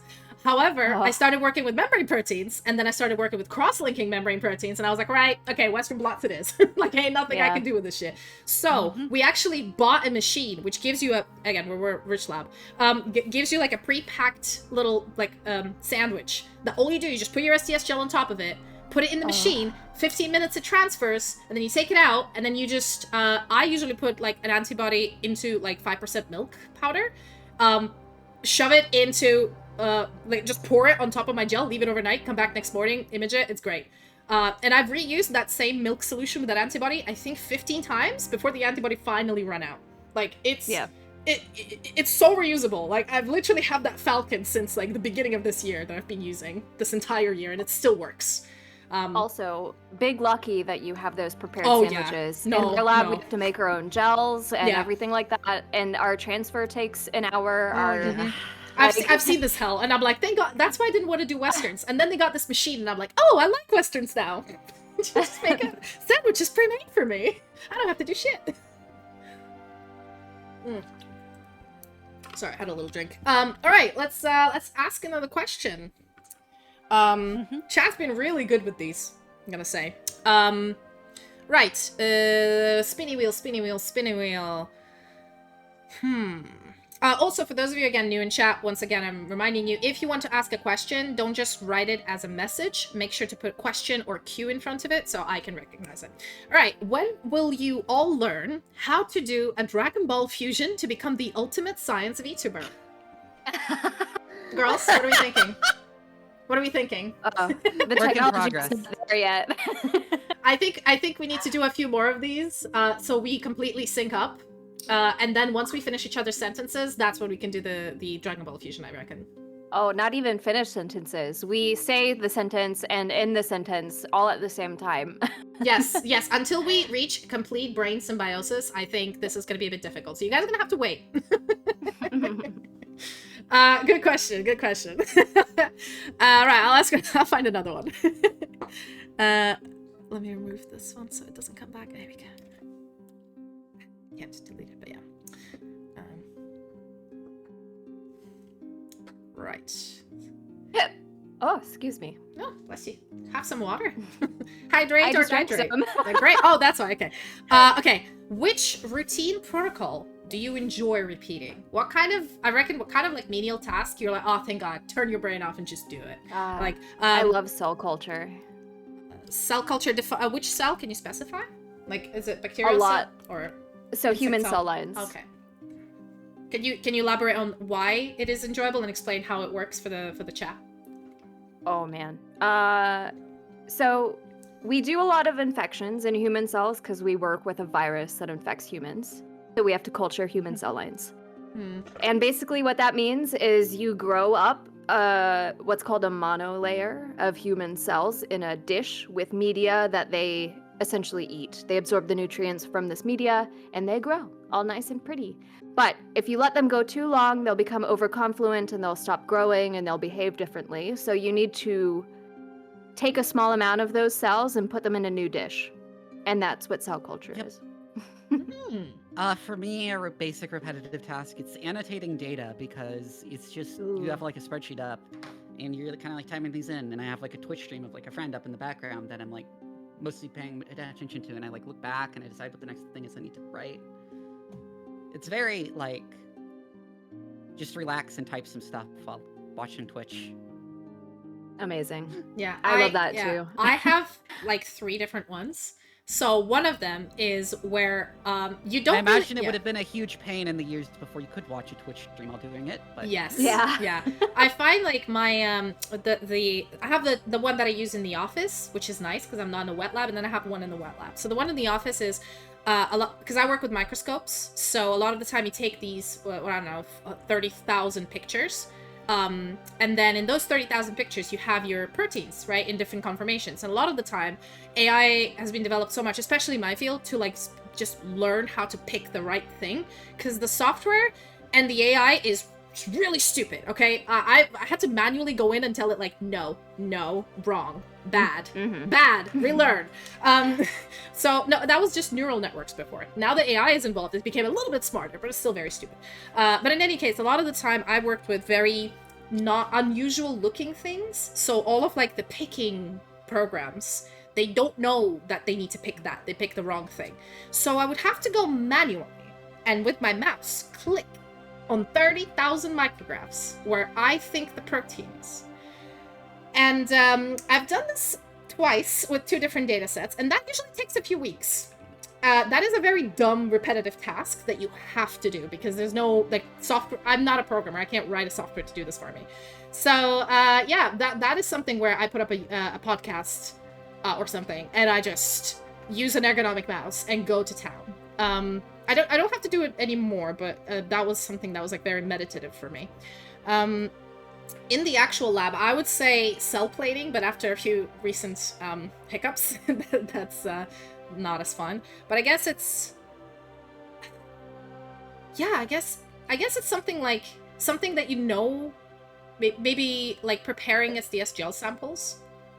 To me, that's kind of relaxing, because all you have to do is just add 2 things into an Eppendorf. And that's it.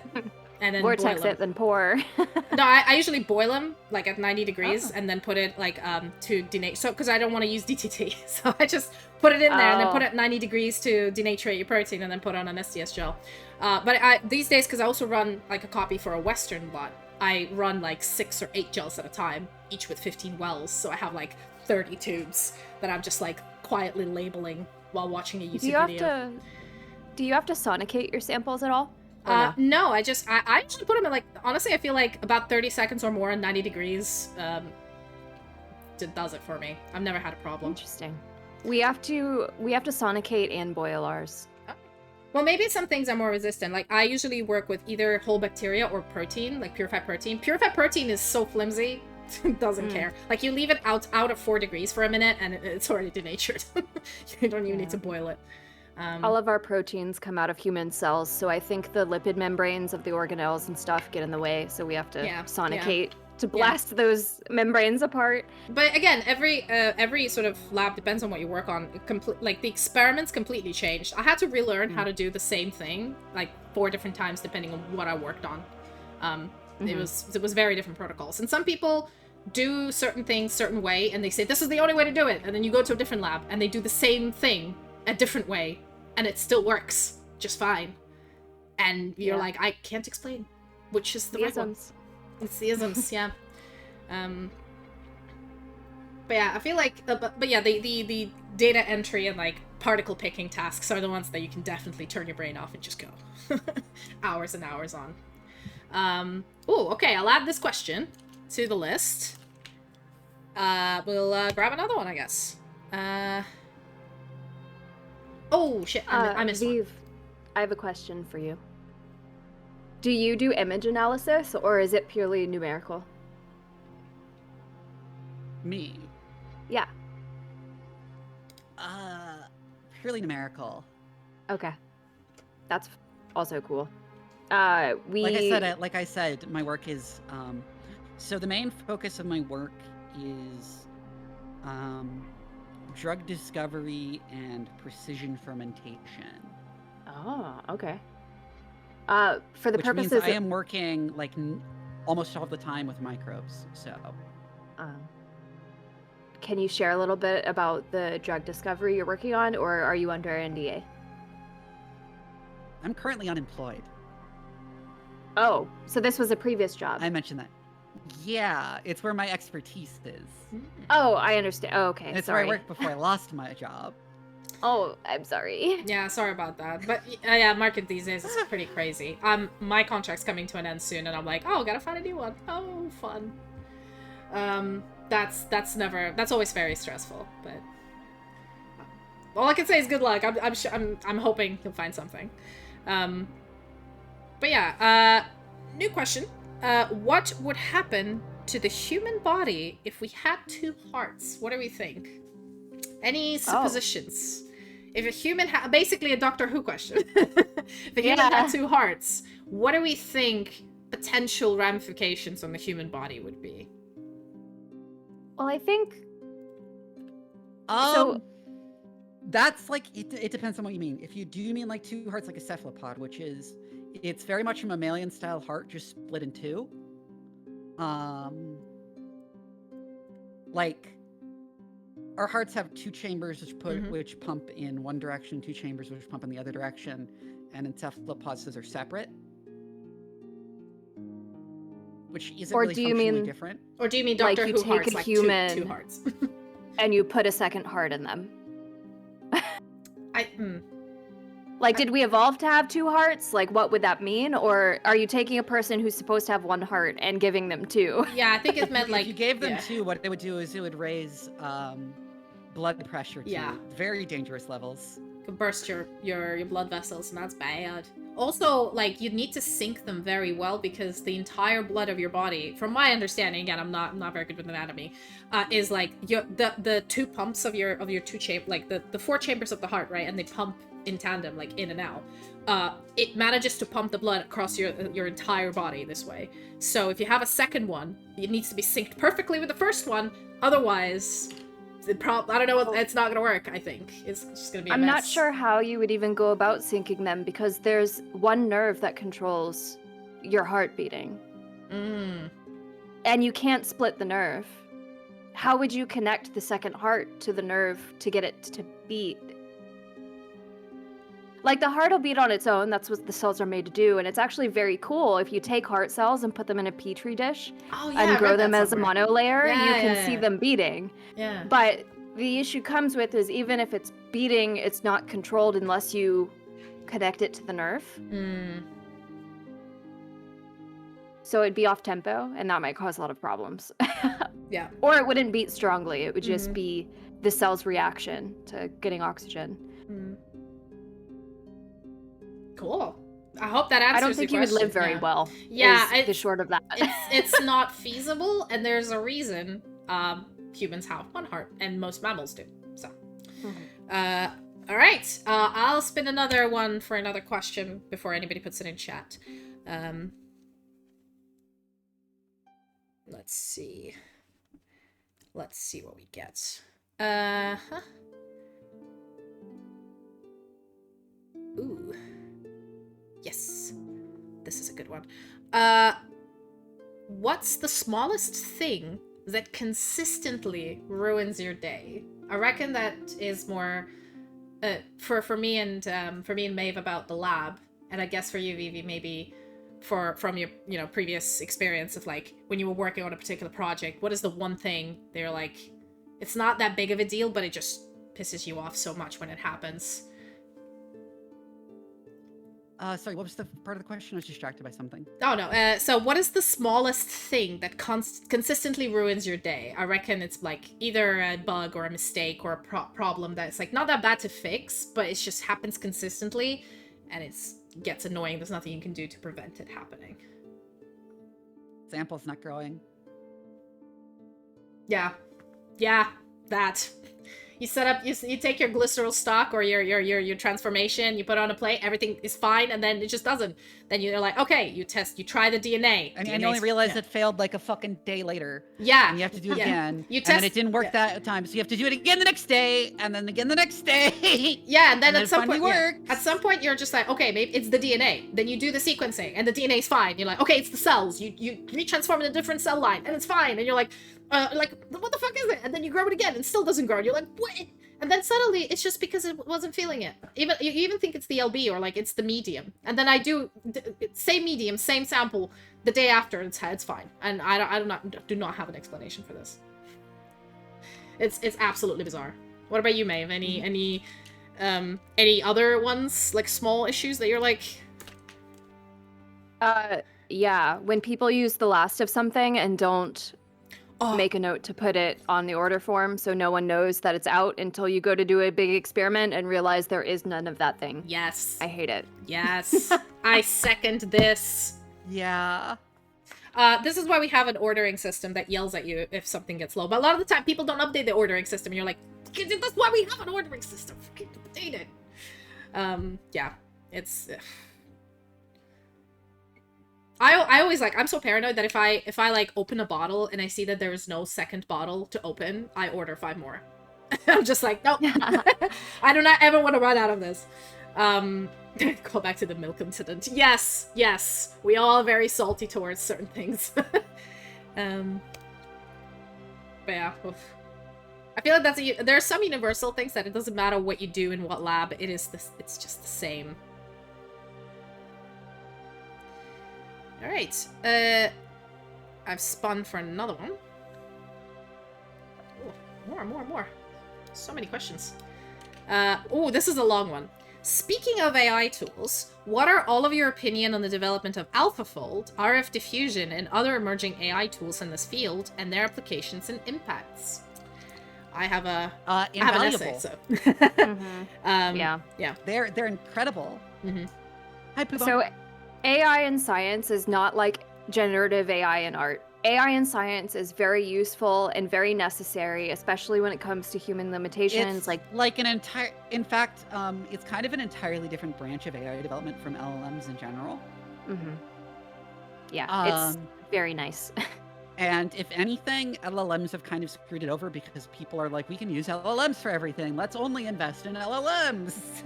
No. Can you to me, who's a noob to programming, could you please explain the difference between LLM, like what you're mentioning, the 2 types of AI?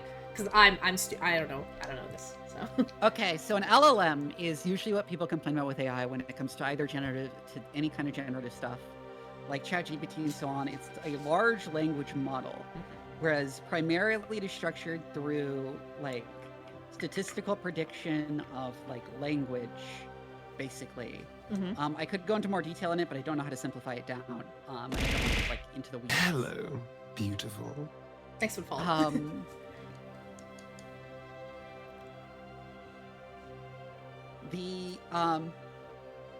But in essence, LLMs are focused first on language and simulating language and predicting language, and the push is to try and like treat this as if because it can hold a conversation by just predicting what the next appropriate response is, to like treat it as if it's like generally intelligent, which it absolutely is not. It's still just predicting linguistic responses.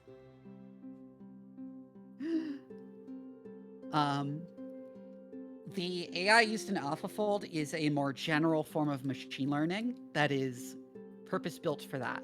Yeah. And it isn't really focused on language. No. Well. Anyways, regarding the things we talked about, I stream Silent Hill on Fridays. Yeah. Well, technically, what do you think about it? I think from what I read, because I think I've read like one, not the original AlphaFold paper, but the new updated one.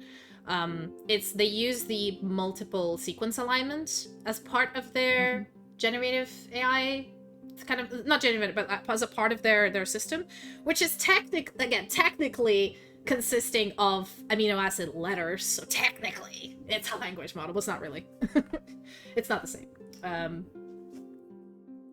But yeah, I found AlphaFold for a second when it came out. I was like, oh no, is it going to replace my job? Because my job is literally solving protein structures. And I was like, oh shit, AlphaFold does my job for me. We all shot bricks a little bit. And then we realized that actually all of this predictive structures do need to be validated, at least validated by experimental means anyway. So our job will never be gone. But it did really help a lot, especially when we're trying the thing is, especially in drug discovery, a lot of it is basically bulk trial and error testing. Yeah. Right. We can't accurately predict. There is no like mathematical way to accurately predict how something works, even without AI or with AI. So most of the time, it's narrowing down things that might work and then testing them in bulk. Yeah. Like a lot of times what you'll do is you'll make a bunch of slightly different variations on a chemical and test those. Yeah. I mean, I have a personal... and all of these AI tools help us narrow down which to try first.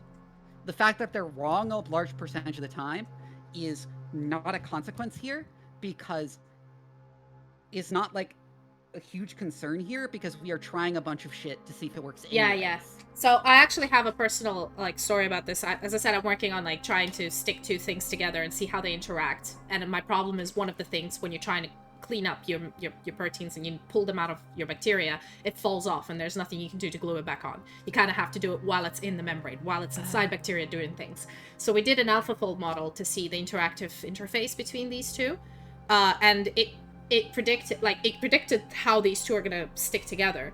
And I looked at the amino acids on the interface between the two, picked a few that weren't co-evolved. So co-evolved residues are the ones that through evolutionary tree, they basically change together. So if one of them changes to a positive, the other one will change into a negative. If one of them changes to a negative, the same one, the second one will change to a positive. So they're like co-evolving through the tree, just explaining to the chat.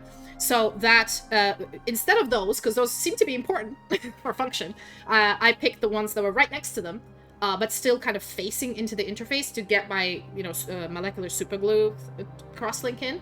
And out of 17 candidates, I've tested all of them, only one worked. But one worked! So, AlphaFold really saved me freaking time, because there's no structure of this monster that we're working on that is complete at the moment. That is my job to do.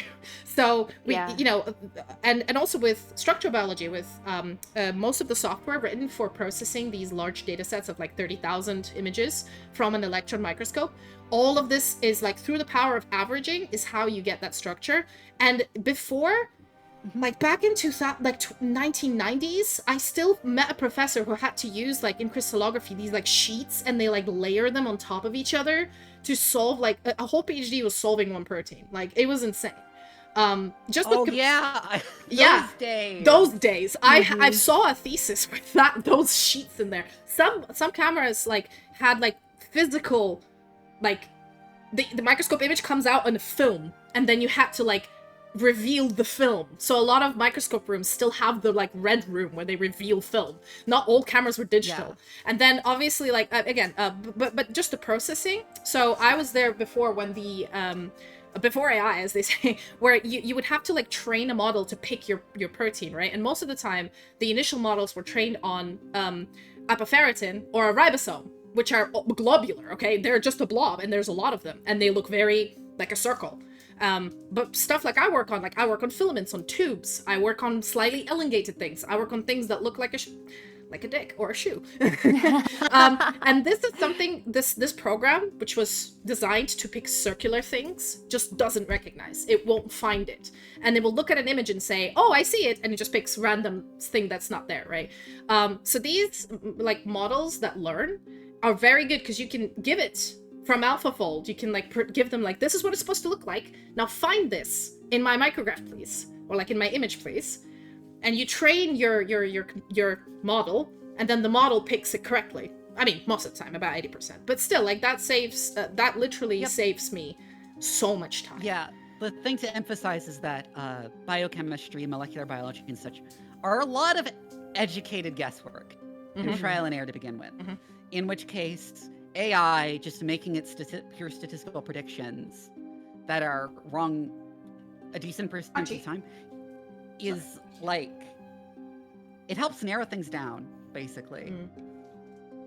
Sorry, my because again, we're just guessing anyways, and this way we can make our guesses a little bit more accurate.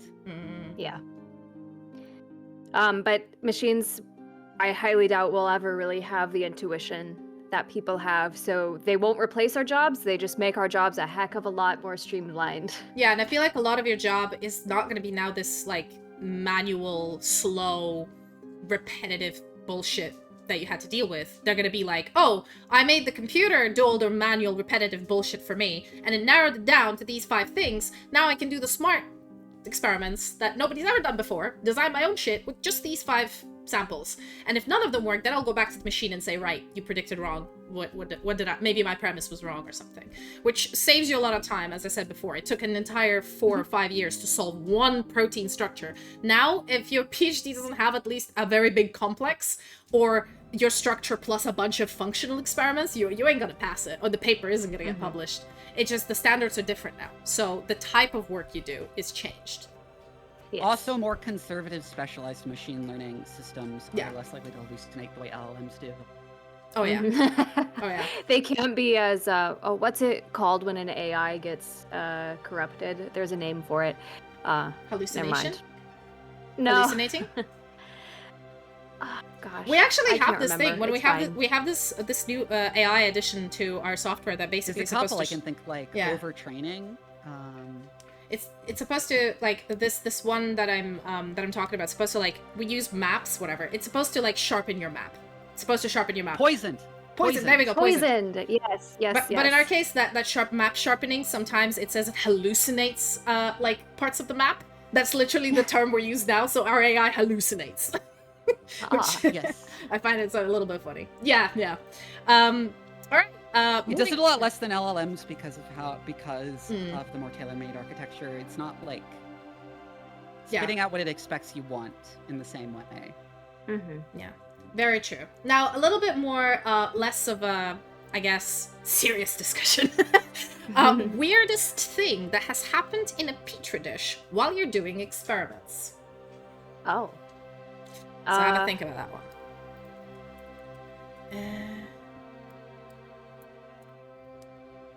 So I have one. We had a master student who finished his project and left, and we told him to clean his bench, and of course he didn't. And he basically had this cardboard box that just said "Do not open" on his bench for I don't know a few months. It said "Do not open." Okay, we follow Oh instructions. no. And then our boss Did is he like, have a pet? yeah, our boss is Yeah, like, what is in there? that's the thing. Is usually when someone leaves instructions on their shit, like leave this on, don't. Yeah, don't you open don't this. touch it, right? You, And that- you follow the instructions because you don't want to ruin someone's Experiment, yeah. $100,000 experiment. Yeah, but actually, but he's been like gone for like at least a month at this point, and we're just like, this is on his bench, and we're sure it's none of ours, so it must be his.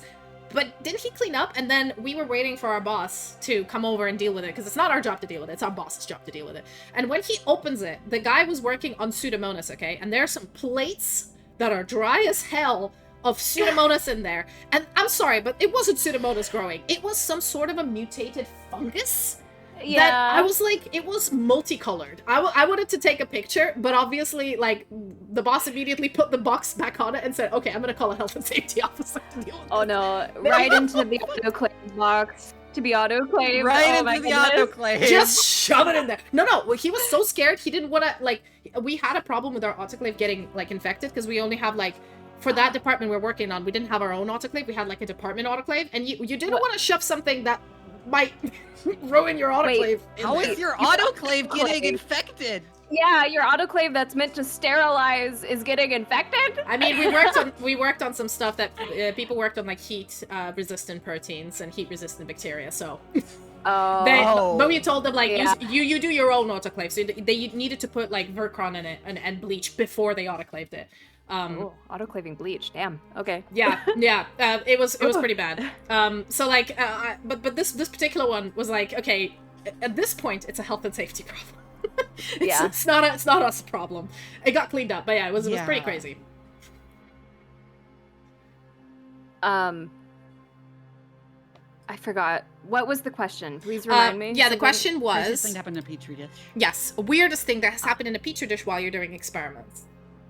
Hmm. Sorry, I'm gonna step away real quick to feed the dog. But I'm still here. Yeah, go on. Okay. Keep talking. Let me see.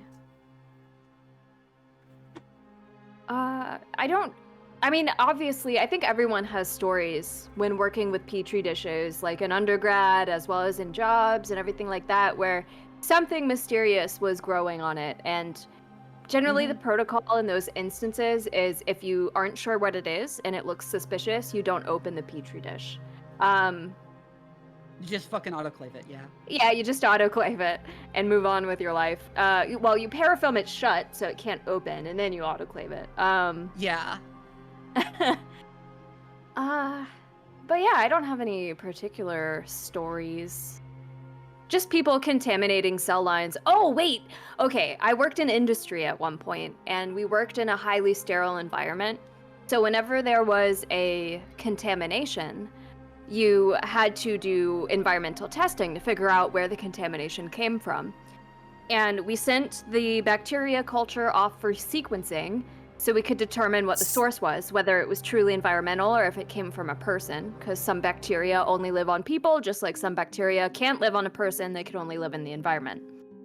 It came back as a human-specific bacterium, so it lives on your skin. And when I did research into what this bacterium was, so we could figure out how to avoid contaminating our stuff with it, it came back as a bacterium that is only present when someone has an infection of certain areas of their body that you should be washing your hands after you touch. Oh no! So we had to explain, because you also, in industry, you initial everything so they know that whose it was and everything like that. Well, you should do So- it anywhere anyway, you know. Not Yeah, just industry, but yeah. we had to go as the environmental testing team to this individual and be like, hey, you need to wash your hands after you go to the bathroom. That must be so embarrassing, God. Oh. Oh my god. Oh no, I've heard a bunch of stories like that.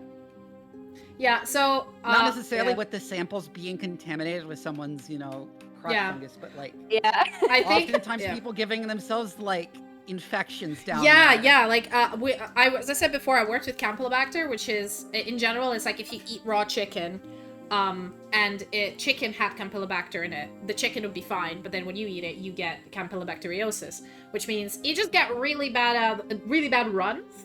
They're not going to kill you most of the time, but the problem with the Campylobacter infection is that the stuff that doesn't kill you, it creates these little pockets inside your intestine, and it sits there for 40 years, 30 years, and then slowly, by producing certain toxic proteins, causes neurodegenerative disease later. So you get the runs, and then 30 years later, you become immobile. Fun times. Or your nervous system shuts down. Yeah, Campylobacter is a nasty little shit. So again, it's not deadly yet, but it's a time bomb. And so we worked with Campylobacter, and we worked with a really infectious strain for reasons. It was very isolated. It was still category 2, because again, it's not cat 3. And I remember every time I'd get the runs, my brain would go, uh-oh. Uh-oh. I gotta get tested. Just in case. Thankfully, never had to deal with it since then. I'm like, E. coli, just E. coli. Ye old K12, please. None of this crazy time bomb bacteria anymore. But yeah, no, never again. It was like a whole big panic for every person who worked with it. Like, oh no. And then you realize, I just ate bad curry. That's it. As someone who gets anxiety poops, I couldn't imagine. Like, anytime I'd get stressed, I'd be like, no, this is it. This is the time. And then that would just make it worse. Yeah, oh yeah. Okay, moving on from questions about poop. There is, but yeah, again, sorry, to go back about poop again. We had, in our department, we worked with C. diff as well. And one of my colleagues worked with C. difficile spores, which is the type, I think C. diff, I don't know if it's the only bacterium, but it has this, like, sporulation phase where it, like, goes dormant in this very hard, sort of weird shell. And she was testing it by putting it in an electron microscope and shooting an electron beam that can technically not melt, but like damage metals, and it still germinated afterwards. Wow. So yeah, nasty thing that. All right, question: have any of you ever made s'mores with a Bunsen burner? No. Yes. However, literally just the other day, we had someone come into our lab to light a cigarette with our Bunsen burner and then leave. Oh my god. That is, I'm sorry, but that is main character behavior. Right there. You That is definitely like never bring food into the lab, but like cigarettes technically ain't food, but yeah. No, but that's someone might grab the Bunsen burner and use it outside the lab for like some kind of gathering or something. yeah. So our Bunsen burners have to be connected to a gas line in the lab, so they don't have their own butane tanks or anything. Yeah. So this person literally had to come into the lab, turn the Bunsen burner on that's attached to the hose system, and then light their cigarette and then leave. Yeah. That's main character behavior. No, I've never had s'mores on a Bunsen burner. I think, have I ever had s'mores? I might have. I might not. But no, yeah, we adhere, considering, like, you know, considering what I worked with in the lab, you don't you don't want any of that in your digestive system at any point. It's quite nasty. And you shouldn't, but yeah. Yeah, that does sound like more work. Like, lighters are fine. Just use a lighter. There's a reason Well, they exist. according to the people who were in the lab when this happened, the person came in and said they didn't have a lighter and asked if they knew what they could use to light something on fire. And the people were like, oh yeah, Bunsen burners light things on fire. And they didn't know this man was going to light a cigarette. And I was just like, wow. You didn't think to stop him when he pulled out the cigarette after you lit the Bunsen burner to tell him, hey, no, don't do that. But I mean, it could be, I don't know, how many of you watched the BBC TV show Sherlock? There was a season where, there is basically this guy who just walks into Sherlock and Watson's living room, talks shit to them, pisses in their fireplace, and just leaves. And at this point, Watson just sits there and like, did he just piss in the fireplace? So like, this is similar, I feel like, of the audacity just freezes you for a second. And while usually you would stop them, you were just so unexpected and so Is quick this really and nonchalant. happening? Yeah, your brain is having a bit of a, is this happening? Am I just hallucinating? No, okay. Right, another question, which I think we can start with Phoebe answering, because I'm very curious, is what is one thing from your respective fields you think everyone else, I want to say in this discussion room, would be surprised by? I think we've talked a little bit more about what each of us works in, so let's see if you can think of something in your respective sort of expertise that people will be really surprised, like, we will be surprised by.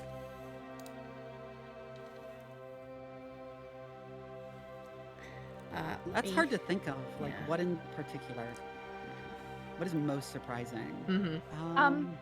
I have one. So, I work with viruses that can cause hemorrhagic fevers, which is a fancy way of saying you'll bleed out of your orifices if you get these. Yeah. And yet, even though they cause these horrendous diseases, we only work with them in a BSL-2 level environment, or a BSL-2 plus in some cases, because they're vector-borne through arthropods, or mosquitoes or ticks. So even though I work with these viruses, we don't have to have all these special safety precautions because they can't aerosolize and cause problems. Well, they can aerosolize, but if you inhale them, they're not going to infect you. They need to be injected into your bloodstream. So, yeah. Oh, fascinating. The moment when you said viruses and then BSL-2, I went, huh?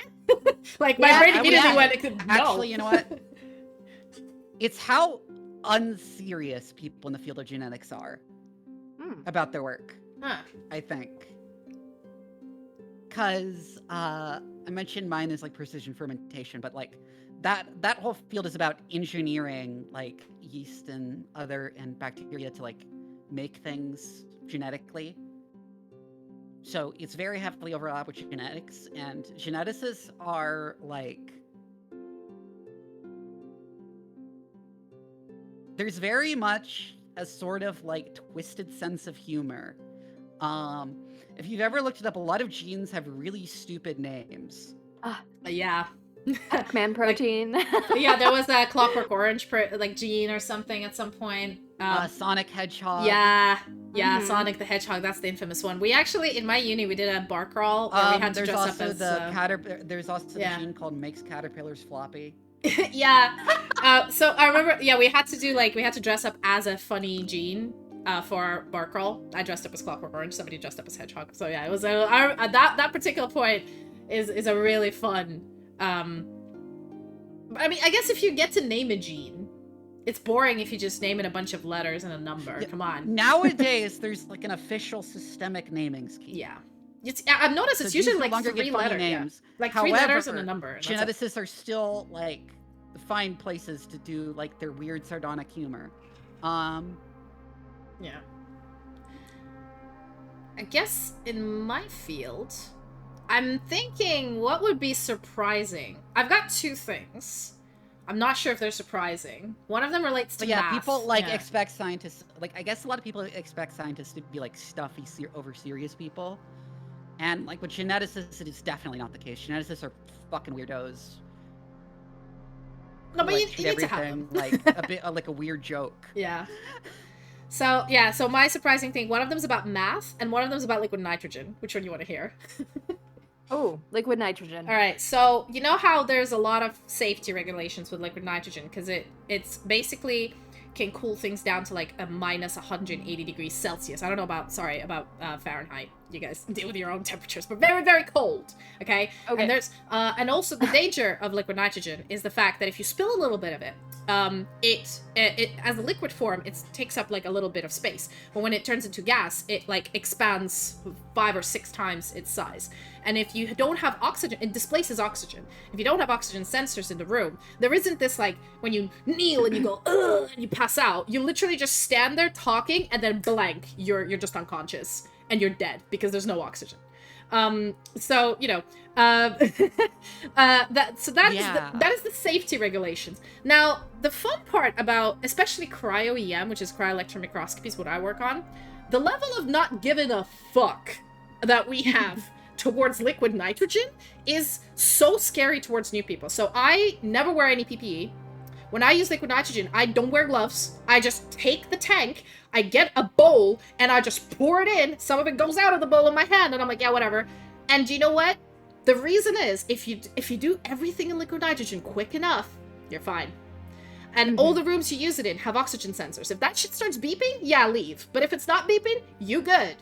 And the most important thing, if you spend too much time with liquid nitrogen, it ices over, and that creates water crystals. And that's bad for structural biology. You don't want any water crystals anywhere in your cryo-EM. So the whole point is, it's the faster you work, you can even fully put your arm in a vat of liquid nitrogen. If you pull it out quick enough, no damage. Because the inherent heat of your body will create a sort of a fake glove for The Loudenfrost effect. Yeah, for a few seconds and you'll be fine. So, another fun fact about it, most cryo-EMists especially, we use tweezers in liquid nitrogen. We have to pre-cool them. And we don't wear gloves for the reason that you don't want, your glove to freeze to your hand. So most of us just don't feel the cold burn in our fingertips. Like, we literally burn off our fingertips while we do this. So I have, like, I don't feel a cold burn anymore, is what I'm about to say. And this is, like, such a common thing that I noticed nobody except cryo-EMists, like, I guess it becomes a superpower. Like, I can literally, like, take out a minus 80 freezer, just metal thing with my bare hands, dig through it, put it back in, and just no bother. While I see other people go, cold, ow, and I'm like, yeah, I don't feel anything anymore. So Read the Celsius, by the way. In America, scientists still use Celsius. We use like metric units in science in America. It's very funny actually that like when you're an American scientist and you're used to like everyday stuff being in Fahrenheit, and then science is in Celsius, you end up with this like really weird cognitive disconnect between what you use Fahrenheit and Celsius for. yeah, Where it's like, I do not know, like I use Celsius all the time for science. And whenever I give numbers regarding science, I'll give them in Celsius. However, I have no idea what a normal room temperature is in Celsius. yeah.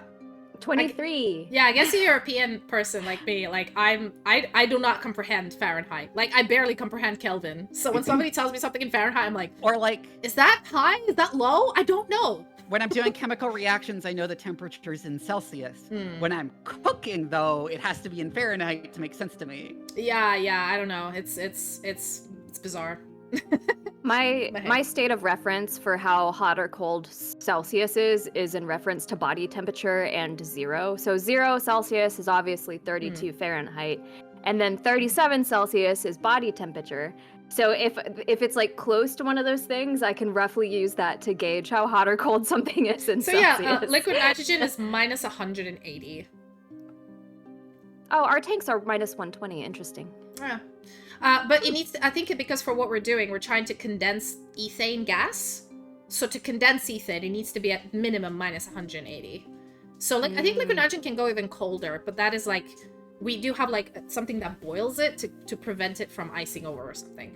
I wonder if it's a density thing. How dense it is determines how cold it gets. I don't know. Yeah. I'm not a physicist. No, same. I work with so much biophysics and I don't know anything about physics. Like, the explanation of how an electron microscope works, I had to learn that from my Viver. And I sat there through the explanation, like, through the YouTube videos, through reading, and I'm like, I still don't get what the hell this, like, the fraction pattern, like, what? Like, how do you back calculate and correct for a contrast transfer function? Why is there so much math? I'm a biologist, stop giving me math! And then, you know, I learn it, and I'm like, okay, I know it for literally 20 minutes, and then when somebody asks me to explain it in 3 days, I'm like, oh, I already forgot it. Okay, let me read it up again. So, I don't know how I do this job. I'm...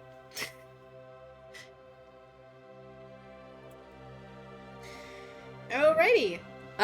We are, yeah, we're less than 10 questions left. That's quite good.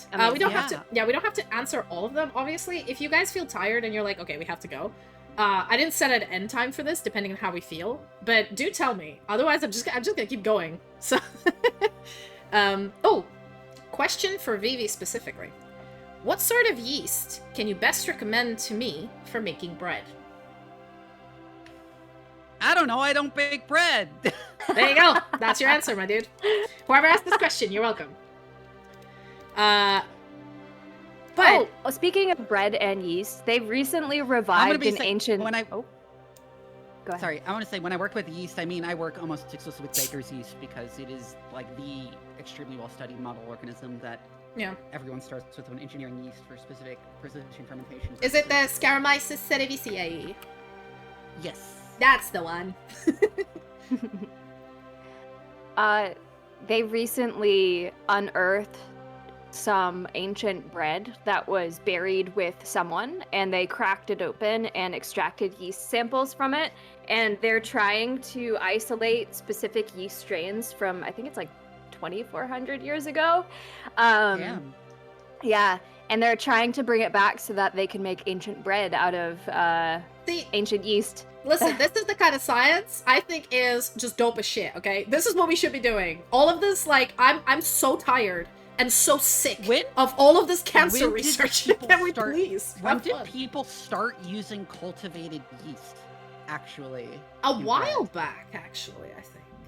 I know, but, like, okay, for most of antiquity, the way you do it is you leave the bread outside. Yeah, you create, like, sourdough. Fucking yeast. No, don't you create, like, sourdough culture? That was the big, that's the oldest. It was, but in, like, the ancient world, they left like, in ancient Egypt and so on, in Sumeria, they left the bread outside to collect yeast naturally. I guess then every bread in every area would have different yeast that would make it, which just made bread different. Yeah, I'm wondering if this would have been by the time they started, actually doing cultivated yeast, which actually started with making beer. Actually, yeah. You take the yeast from beer to make bread. Sorry, you were saying something, Maeve? According to AI Overview, the Egyptians started using yeast for bread and beverages around 1300 to 1500 BCE. And then you have records from Sumeria and Babylonia from around 6,000 BCE. Okay, so that's the AI Overview getting confused because that is records of them doing it via collecting natural yeast by leaving the dough outside. Yeah, this is more of like cultivated yeast. Yes. Well, that's homework. If somebody finds that out, okay, chat. If you find that out, put it in chat. That's your that's something that the exact date the three of us don't know, but if you find it, kudos to you. The 1860s. Really? According to a Anchor Yeast Knowledge Center. Okay. It was not until Louis Pasteur's pioneering scientific work in the late 1860s that yeast was identified as a living organism and the agent responsible for alcoholic fermentation and dough leavening. Shortly following these discoveries, it became possible to isolate yeast in a pure culture form. Yeah, because because what they were doing, they weren't isolating it. They would just have a yeast culture that they would transfer between breads and from beer cultures. Yeah, you would do like what we do for mammalian cells these days. You would like subculture bread. I remember. I'm wondering when they started doing that, transferring the yeast.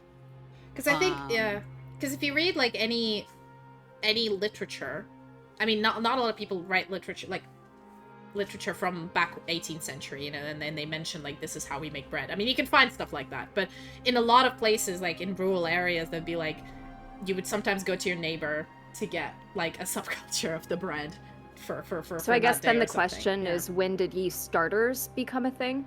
Yeah, that's that it. what That's the starter. Yes. That's the word I was looking for. Yeast starter. Fascinating.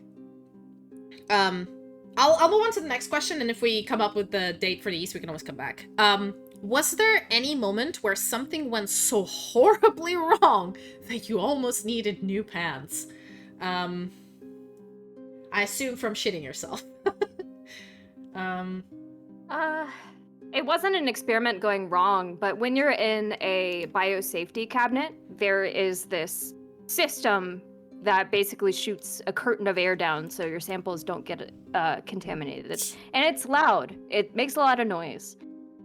And our cell culture room is like in this corner, and people can very easily startle you. And the amount of times I've been working with samples and someone flies around the corner and like says something really quickly and loudly and I jump, the amount of times I've spilled things because someone scares the shit out of me, it's not fun. Anything from you, Vivi? Or are you still thinking? I work with computers. I mean, have you ever spilled a large amount of liquid on a computer that started smoking? You're like, oh shit. Oh shit. Or didn't have I'm autosave careful and about lose that. hours of work. Yeah, these I'm are all... careful about that. Yeah. I'm notoriously super clumsy in the lab. So I have one incident that wasn't my fault, and I will ride or die with it, and one incident that totally was my fault. So the one that was my fault is when we used reusable spreaders for bacteria, you dip them in like 70% ethanol, and then you flame them to get rid of the ethanol and to disinfect your spreader, like your glass spreader, and then you spread your stuff on it. And you keep repeating it, and if you do it too quickly, sometimes what happens is you might dip your spreader while it's on fire into the ethanol and set fire to the ethanol. And the whole entire box, it was literally like dip, flame, spread, flame, dip, flame, spread, flame, and then I did something and literally went and I went, oh fuck, and I was running around because it kept burning. I was like, what do I do? And then my friend just takes a book, like a notebook, puts it on top, and like it snuffs out the fire, and then she looks at me like, what is wrong with you? And just walks away. I'm standing there like, oh, I panicked for nothing. I just needed to prevent the oxygen from coming. But I was like, oh, no, I can't use a fire extinguisher because it's ethanol. Oh my god, what do I do? So yeah, that was a bit of a pants shitting moment. Bunsen burner ethanol fire.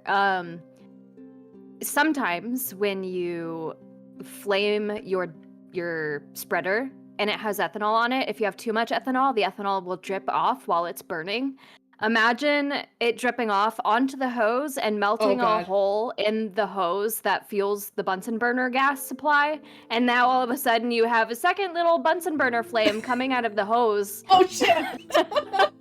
Oh god. That's where there's always a gas cutoff button in any lab that has gas tubing. So like we work with canisters because we're not like equipped for that. But I worked in the other lab, and they always tell you where that big red button is that you're supposed to click if something's wrong with the gas supply for the Bunsen burners, because it just cuts it off for the entire lab for like a few minutes until you can fix it. Yep. So at least there's a safety thing for this. They first saw this. But it's still scary when it happens to you the first time. Yeah, I think because all of a sudden there's a second fire spout shooting at you. Yeah. One of the other ones that kind of I shat myself, but I was an undergrad when this happened. So I was bringing I was bringing my E. coli like in big flasks to I had to go upstairs to a 37-degree room to like let it grow. And I filled this flask, covered the flask, hold it in my hands, I go up, and then as I'm in that room and I'm about to put it in like the shaker, suddenly out of nowhere I hear a big splash, and I look down, and these are like genetically modified E. coli. They're not like, thankfully it's just E. coli, but it was genetically modified. It was like 2 liters of it, and it's all over my boots, it's all over the floor, there's broken glass, and in my hand I'm just holding the lip of the triangular flask, and there's a clean, almost like samurai sword cut through it, and I'm just looking at it like, I have no idea how it happened. I didn't bump it or anything. I think it was just an old flask that just fractured at the right angle, and at the right moment where I'm standing, like thankfully in a lab coat, but covered in like E. coli. And I stood there for a minute like, And I went to find the health and safety officer, like, how do I clean this up again? I'm sorry. She's like, what'd you do? And I'm still holding the lid. And she's like, the lip of the thing. She's like, wow, that is a very clean cut. I'm like, It just broke. It just broke. But yeah, that was another like sudden out of nowhere pants shitting moment. Otherwise, it's pretty fine. I'm pretty chill in the lab. All right. We are, I think, down to like 8 questions. That's good. Amazing. Yeah, going through these. I mean, most of these are from Cloud. I need so... to take a bio break. So I'll be oh back no, in of course. just a Yeah, sec. no problem, no problem. Me and May can just like girl to Yep. Yeah, my dog's been. I fed him, but he's been crying because he's bored. Funny story, poor again, baby. irrelevant to science. My dog jumped out of a 3rd-story window, and he twisted his like ankle. He could have died, but he was fine. And now he limps, but he has to be like on rest because it's a soft tissue damage. And so he's been housebound for the last 4 months, and we take him out only to pee and poo, so he's not being on a proper walk, so he's just bored. And he starts poor crying baby. when he's bored. Yeah, he might need surgery, but like it's not none of this is life-threatening. It's all about like quality of life. He's not in pain, he's just bored. Yeah. So and again, it could have been much worse. He could have like had a concussion, perforated something, internal bleeding. Oh yeah. All he Ruptured had organs. is literally, honestly, we would rather he had a broken bone because that would have healed easier. Like he literally just pulled like an Achilles tendon or something, and now he's struggling. And even the swelling went down. So, but yeah, so it's more of an inconvenience to everybody, including him. But otherwise, yeah, he's fine. I'm glad he's okay. Yeah, he's fine. And I mean, worst comes to worst, like he'll just be a little limpy golden retriever, which is he's cute anyway. Heyo! Welcome back. Welcome back. Oh, I've returned, and I apparently need to do some squats. Oh yeah, go As ahead. a routine. Yes, I understand. I also have a squat. Well, not squat. I have a fitness test, which is like the I do like, what's it? 20 squats, 10 squats, 10 push-ups, 10 crunches, and 10 jumping jacks. Amazing. Or something. And I made it like, I think was it 1,000 points? Because I'm like, I don't want to do this all the time. Like in the middle of a game, I'm like, oh my god, I have no upper body strength. I can't do push-ups. I can do like 100 like squats, easy. Yeah. But push-ups, ugh. Crunches okay. Jumping jacks, I don't know. Yep. You good? Welcome back. Awesome. Welcome Aren't back. crunches bad for you, actually? Aren't you supposed to plank instead? I don't know. I've always done crunches since I was a kid, so I guess they're fine. Yeah, but as I recall, in recent years, they discovered that crunches were an effective exercise, and also you're more likely to injure yourself during them. Yeah. And the recommendation is to do other core exercises instead. I can't do, the one thing I can never do is push-ups. I can't. I have my arms weak. Weak arms. Thick ass. It's only leg day. Only leg day is my life. But no, when I used to do martial arts, I did Aikido, which is very much about like keeping your core and your center of mass as low as possible so you don't get toppled. So it is a lot of workout on the thighs, but almost no workout on the upper body. We don't do any like locks or anything. So I was like, work that ass out, but then hands are weak and limpy. Right. Do you have a favorite science movie? Or is there a movie scene you have watched where the science was really bad? Like, really bad. I mean, apart from Jurassic Park. Whatever that was. It's my There are a favorite. lot of movies where the science is really, really bad. Yeah. Go I ahead. do talk about spaceships a lot. It's not my area of expertise, but I do know people who are like actual aerospace engineers who I talk with about them. And it's just like a huge passion of mine. But like almost every spaceship in a movie is wrong. Yeah. Completely unrealistic. Has like nothing in common with realism. I've heard Even that when the movie is like portraying itself as realistic. The like one exception is the ISV Venture Star from the Avatar movies. Oh. I've heard that, I think... Which is very realistic. Yeah, The Expanse has realistic... apart from the warp engine, whatever the hell that was. No, it doesn't. Doesn't? Okay. The Expanse is like more realistic than almost all sci-fi media, but it's still not very realistic. Okay. Good The stuff. Epstein Drive has comically unrealistic performance. The ships lack radiators. are the two main things. I don't know. I'm not very much into sci-fi. I only started getting into it quite because my boyfriend is getting into it, so he's very much a big sci-fi nerd. So he's like, "Oh, come on, let's watch this with me." And I think we started watching For All Mankind. I don't know if you guys know that TV show. Oh, I For do All not. Mankind has so many. Yeah. Yeah, we started watching it. It's not, well, I don't know. It's sci-fi, but it, like, the premise is really interesting to me because it was like, instead of being like in the distant future, It's whatever, interesting, but as it galaxy. goes on, the Yeah, the science spacecraft gets get like weird. less and less realistic. No, because I get it, but like when it first started, season 1, it's literally like, what if in the 60s, not the Americans landed on the moon, but the Soviets did? And I was like, oh, that's an interesting concept. As a person who has relatives who lived in the Soviet Union during the 60s and have friends who lived in during in America in that time, I'm like, oh, fascinating. And also the funny part about that show, again, I digress, but every season they always do like news clippings about like every season is like 10 years have passed since the previous one. And they do news clippings as to how the history has like alternatively changed from our world, and a lot of them are in Russian. So my boyfriend would pause and be like, "Read," and I'm like, that's gonna take me 20 minutes. He's like, "Just do it. I need to know." I'm like, okay. But one thing about that show, I'll also say, every actor that speaks Russian speaks without an accent, and they actually, all of the conversations and writing is correct, which I have found is really, really not the case in older TV shows and movies. Another thing is, almost any time movies and stuff talk about genetics, they're wrong. Yeah. I mean, the worst ones are Anytime the they forensics use lab ones. equipment, it's wrong. Oh yeah, the forensics ones always just you sit there and you're like, I read this STS challenge. Oh, what? Forensics isn't a real science, though. No, I meant like, the CSI films, and they have like, oh, I'm a forensics expert, whatever. I'm gonna do this. I'm gonna test this shoe sample, and I'm like, I know. They all do like absurdly unrealistic things, but the thing I'm making a remark about is that forensics isn't even a real science, anyways. Yeah. Bullshit. Yeah. So I think one thing that my mom really liked this show. What was it? I don't even remember what it's called. Either X or something. It's about this virus that gets thawed from the Arctic, and it causes like zombie things to happen. I don't remember what that TV show was about, but I remember viruses being released from the permafrost is actually a real concern. But yeah, zombies are no, like that's the thing. It turns people into zombies. Like that was a real. I was like, oh, that sounds an interesting concept. And I think like literally 20 minutes into a movie, I don't know what triggered me, what scene. Like 20 minutes into the first episode, I'm not very good at it. I need to specify what show and what scene. But this has happened over 15 years ago, and when I watched it, I was like, no. And turn the show off. I've attempted to write like a sci-fi story of with zombies, but like a realistic, where it's like how parasites really modify behavior of hosts. Yeah.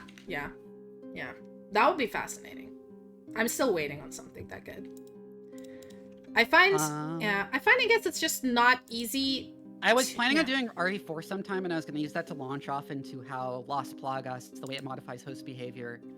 Although, like, a lot of the things it does, like making monsters, is like silly. The way it modifies host behavior normally is actually much more realistic than your standard zombies, because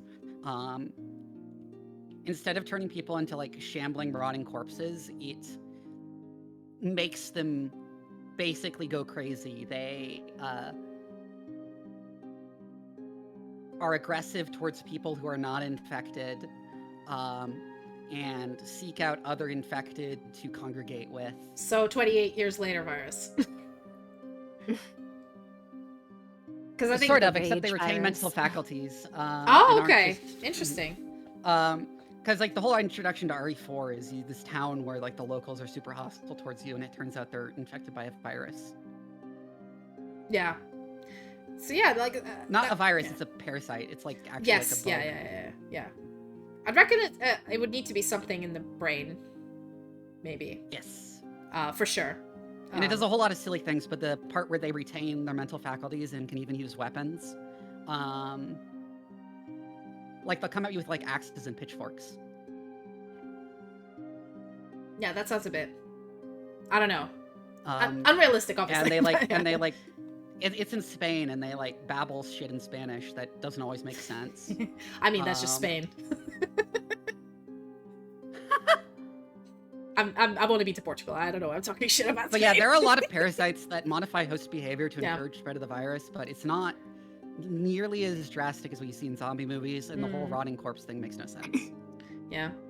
I mean, the very famous one is the fungus that grows, or like not the fungus, but like the one that Cordyceps. grows, yeah, from the brain of ants. Like that one, that was the inspiration behind The Last of Us.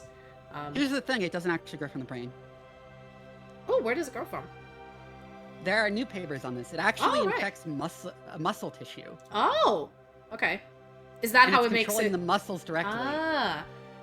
So does It's not modifying host behavior in the normal way by messing with the okay. brain. It's actually just directly puppeting the muscles. Oh, so it's just puppeting. So technically, if like, let's just say hypothetically, something living gets infected, the muscles can move on their own, but the brain will still be working fine, or does it have to be deceased? Sort of, yeah. Yeah, that is even more nightmarish. nightmarish. It doesn't actually grow in the brain at all. That's Yeah. not even more nightmarish. Yes, it is. Yeah, it is. It is. But most parasites do it by modifying things like hormones and neurotransmitter levels. Yeah. Because if they can, like, most of the time, if they can secrete something that can attach to, It's like subtle alterations to Yeah. behavior, like how toxoplasmosis makes infected mice and rats no longer be afraid of cats. Really? Oh, Yes. is it like preventing self-preservation instincts or something? It's not that, it specifically makes them like the smell of cat urine. That's just and bizarre. no longer have an instinctual fear response to cats. Wow. I don't know. That sounds just as bizarre to me. I've never, like, that's crazy. That's crazy. Because like a lot of parasites, over the course of their life cycle, have 2 or more distinct hosts they need to infect to complete their life cycle. And for toxoplasmosis, it's rodents and cats.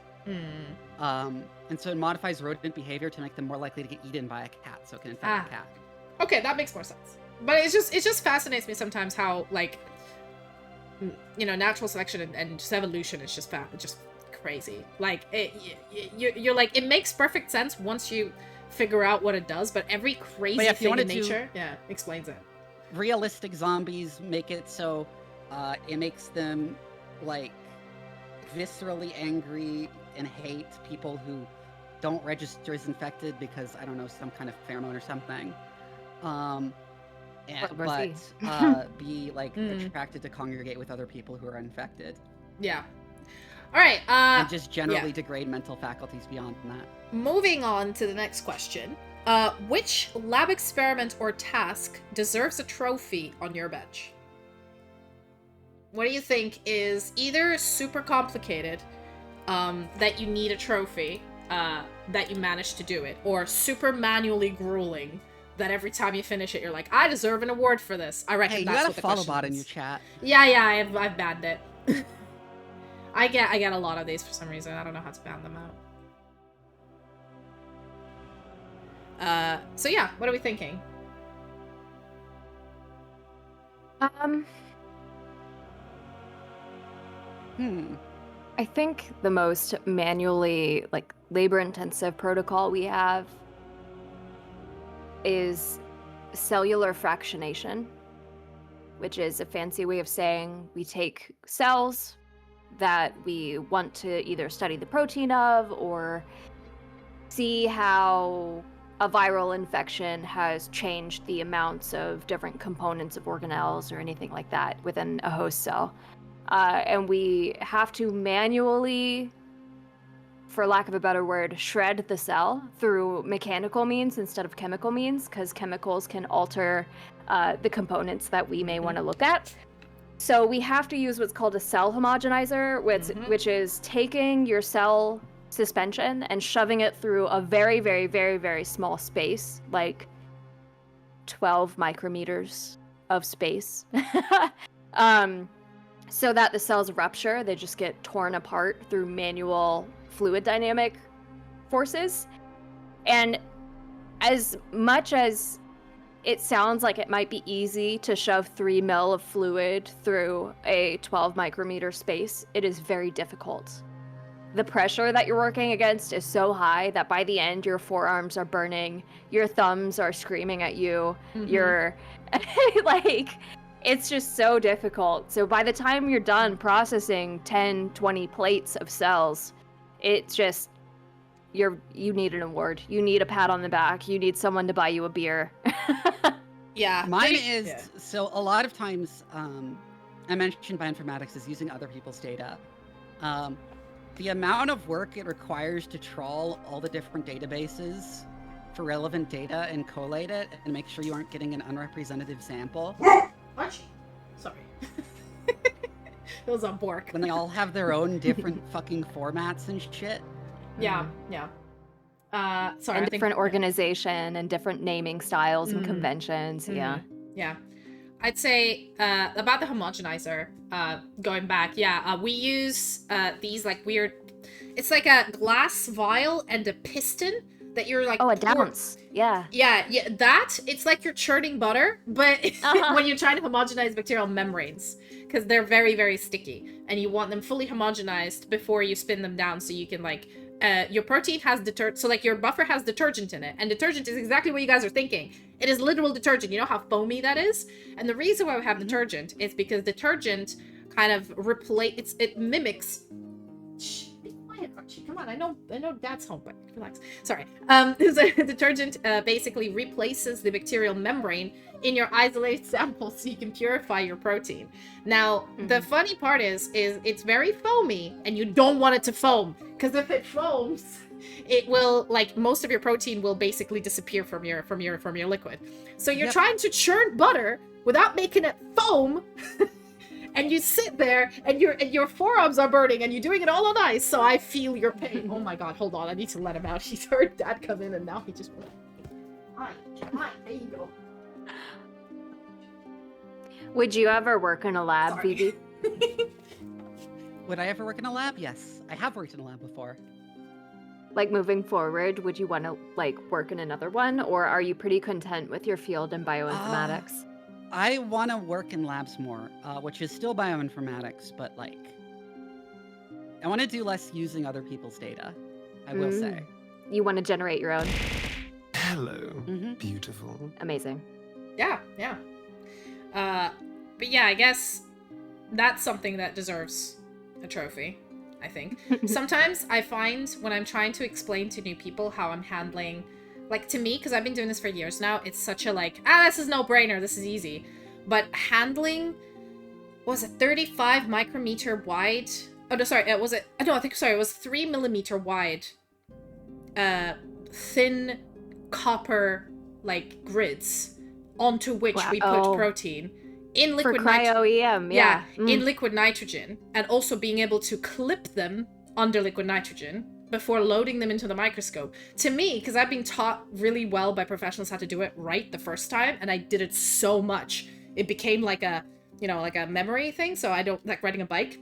But every time I show it to new people, they just stand there and they're like, whoa, that is so quick. How did you not bend it? And then they try to do it and they bend it every time, or they break the tweezers every time. And they're like, oh no, my hands are too cold because I'm holding it in liquid nitrogen too much. And I'm like, yeah, well, you should have done this quickly. Now you have freezer burn. So I find, like, I guess that is technically so complicated that you need, I reckon, I don't feel like I need a trophy, but it's something that I've been told apparently is impressive. By people who've never done it before. But once you learn how to do it, you're like, oh, it's actually pretty easy. So, Yep. What's going on? Dog is acting weird, sorry. Alright, we are down to 7 questions. What's the next one? 1 second, let me spin. Don't know what's going on with my dog. He just suddenly started getting really restless.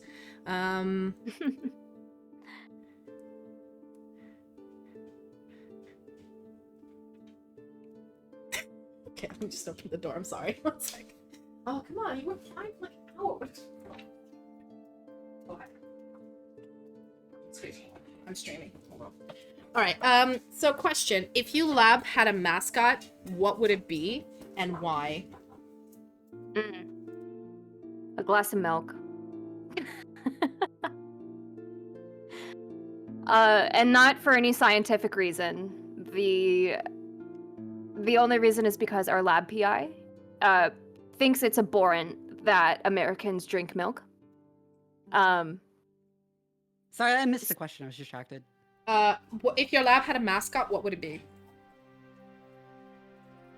Once again, milk incident callback. Yes. Not quite, not the same milk incident. Our lab PI just hates milk. He thinks it's abhorrent that adults drink milk. What? He thinks that once you're beyond 10 years of age, you shouldn't drink milk. What is wrong? So- No, milk is great. What? Milk is amazing. Yeah. So as like a meme, Where is we he have from? Canada.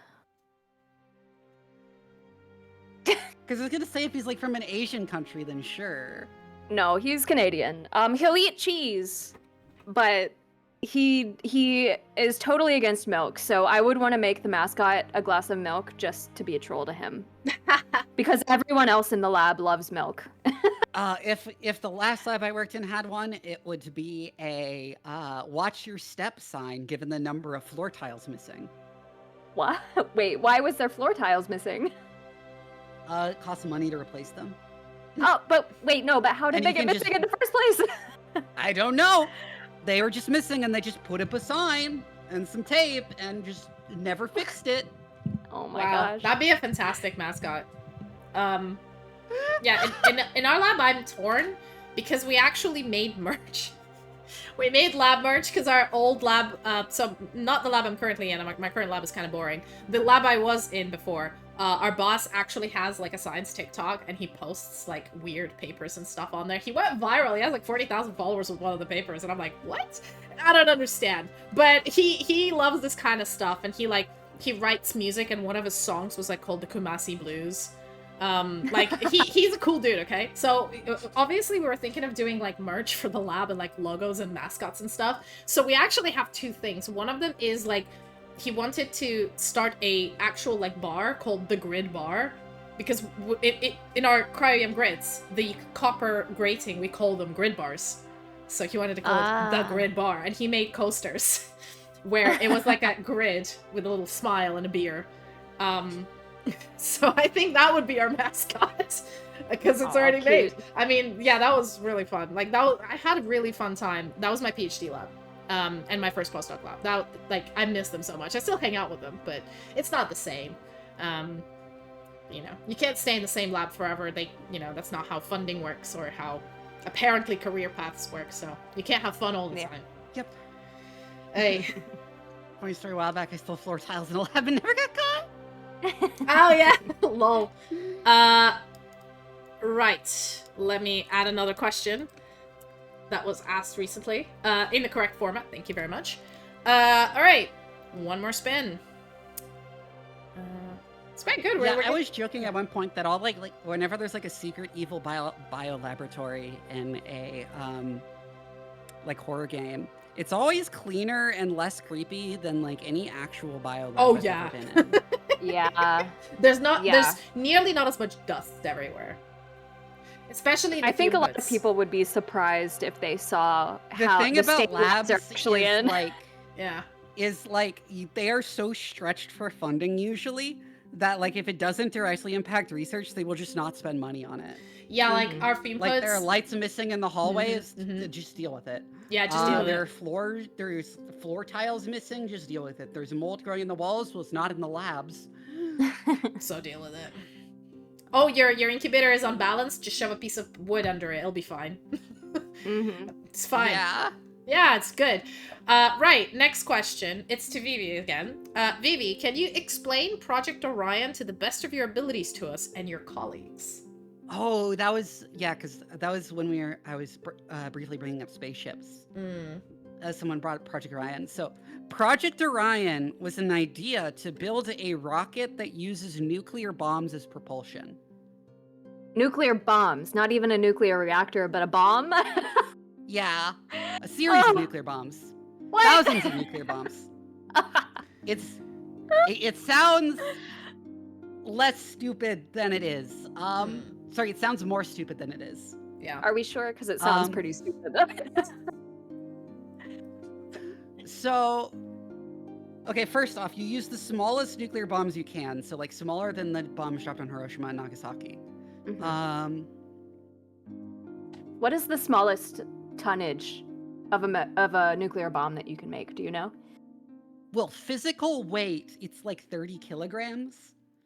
In terms of explosive force, it's about a kiloton. Okay. Thank you.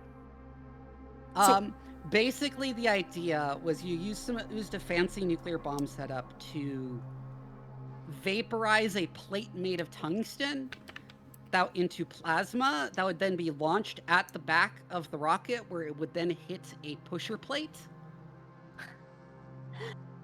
that would push the rocket forward. However, the pusher plate is on like a 2-stage, really fancy shock absorber to smooth out the impulse. So that's like the very fancy science equivalent of using your butt to scoot your chair forward. I always compare it to rocket jumping in video games. Ah! Oh, yeah, Okay, yeah. that works too. But I guess I assume it was canned, this project? Yes. Kennedy took one look at it and was like, "Are you insane?" Yeah. Well, yeah. are we one to talk about him and his opinions on science? No. I'm talking about JFK. Oh, it was old project. Yeah. Old project Old then. project. Okay. Yeah. But I mean, yeah. Yeah, this was like the 60s. It's like, hey, remember Okay. all of those bombs we got because of the Cold War? Let's use them. It's like, no. In fact, the original idea was to use it to lift heavy loads into space, which would involve detonating hundreds of nuclear bombs in Earth's atmosphere. Well, I'm glad they decided not to do that.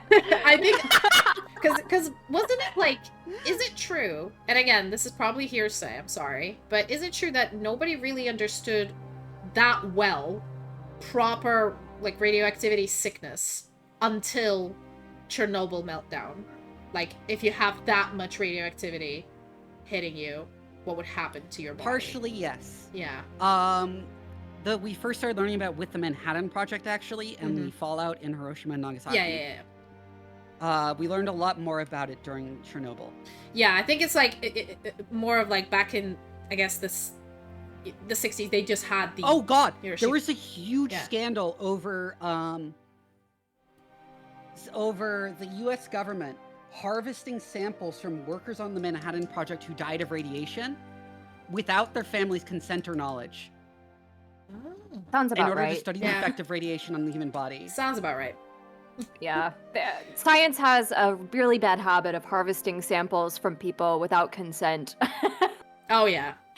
A lot of the human cell lines that we use in research today were taken from someone who was sick, usually with some form of cancer, and that cancer was harvested for use in cell culture so that we can grow cells indefinitely and do research on them without having to worry about the cell line dying off. No, the ethical ramifications. Yeah. Yeah. But a lot of this thing is like, even if now we want to fix it, it's more of, it's the tracing back of how far back do you need have to go. a couple incidents of like both scientific and public understanding of nuclear weapons and their effects, where you get the Manhattan Project, which is where we first start learning about radiation sickness in detail, like really big momentary radiation exposures, because multiple workers on the project died, including a couple scientists, including the famous Demon Core incidents. Cool. Which was largely not public knowledge. The public doesn't really learn anything about radiation sickness until the fallout from Hiroshima and Nagasaki starts killing people. And people start hearing about that. And then public knowledge of the destructive potential and how far the fallout can go comes with the Castle Bravo test, which is a really infamous thermonuclear weapon test where the bomb turned out to have a much higher yield than they were expecting. And it contaminated a decent portion of, like, the Pacific Ocean with nuclear fallout and made a bunch of fishermen really sick. It's wild to me that up until, I believe, the 90s, they were still actively testing bombs in the ocean. And France was a really big source of that. And we recently, like in the early 2000s, I believe, passed laws that said that that couldn't be done. So, once again, I don't know why this happens. We always have a serious question, then we have a really jokey one. But moving on to the next one is, what's your personal biggest pet peeve about something in popular science, science fiction, etc.? Like some trope or a particular mistake that is done almost in every single like show, and you're just so annoyed with it. I have mine. Sorry. No, go ahead. Okay, mine maybe it's quite, like, it's a common one, but it's one where I always watch, like, either a horror film, something to do, or, like, a disease or something, or, like, there's an epidemic, and then they're like, right, we need to develop a vaccine, and then within a week, it's done, and I'm like, bro! No! Oh, yeah, where they're like, we have also the emphasis on cures. Yes! diseases. My god. Yeah. It's like, but I find like instead of like preventative measures, because almost all medicine is about prevention. Yeah, and technically, vaccine is a prevention. Not cures. Yeah, the vaccine. There's almost no disease where you're sick already, and they give you an injection, and then you're fine. Yeah, and I feel like that is not how it fucking works. Especially with vaccines, what really annoys me is like the whole point of a vaccine is that you like get like an attenuated strain of something to get your immune system to get used to it, so that if you get sick with it, the effects aren't going to be as difficult. That's the whole point. But in every single like virus or some sort of epidemic movie, they call it a vaccine, and they always like they're on an hour clock to do it, and I'm like, bro, nah. Or someone's actively sick with something and they give them a vaccine. Cartoonish. Yeah. And then they're really fine. Cartoonish oversimplification of genetics, where you can just like take a gene from something and put it in something else. Yeah. I'd reckon that would piss you off. Park. I reckon that would piss you off, maybe. Gene for X. Yeah. And it's like, yeah, it's that is very common, I'd reckon. How about you, Maeve? Have you got one that's different from the time it takes to make a vaccine? Well, hypotheticals or genetics? That one was very close to home because of our work in virology. But I guess I'll go with the lab work that they show being done in movies always bothers me, because they're using the wrong techniques for pipetting, or you see them like wearing the not correct gear when working with certain things, and it just, that's annoying. If you're gonna at least portray basic lab work in a movie, you should at least do the research to portray the basic lab work well. What really bugs me as well, it's the like I find the lab coats, because they always wear medical lab coats and they never close them, and I'm like, bro. Oh yeah. You're supposed to wear lab coats that cover like all the way to your now our whole department has changed to lab coats that, you know, the cover to your wrist, and they snip right next to your neck, like, and they're lower than like they're halfway through your I guess it's a lower leg. No, Shadow-san, I think it's going to get worse. Yeah. It's pretty crazy. So it's like, when I see any of those, like, especially the worst offenders I find are medical shows, like anybody in the medical lab trying to find the cure or something, they always have like perfect, okay, you can have perfect hair in the lab, that's fine. Yeah, you can find perfect hair in the lab, that's fine. You can wear makeup in the lab, that's okay, that's forgivable. But whatever nice dress or shirt or skirt you're wearing underneath, you gotta put the lab coat on and fucking close it, okay? And most importantly... Yeah, when you're working in the lab, you have to close the lab coat. Yeah, especially what really bugs me, it's sometimes they don't wear gloves. And you're like, this is the basic, put gloves on. Quote-unquote cures in pop media, it's not only just stupid, but it like... But it has like unironically created this like popular myth about how medicine works, because like RFK is up there like, instead of having a vaccine for measles, we should research a cure for measles, and that's not how it fucking works. You cure measles by making sure everybody is vaccinated, and just that's how you eradicate it. It's still out there, it's just, you know, not affecting people anymore. I am not working in the lab. I can have the lab coat open. Yes, true, yes. When you're not working in the lab, you can. I think one of the worst things I've seen in media also when it comes to lab work in general, just regarding the fact that it's always about the cure and never the prevention. But anyway, someone was using a pipette without a pipette tip. Oh, yeah! And I'm like, God. Wow. What a way to ruin your pipette.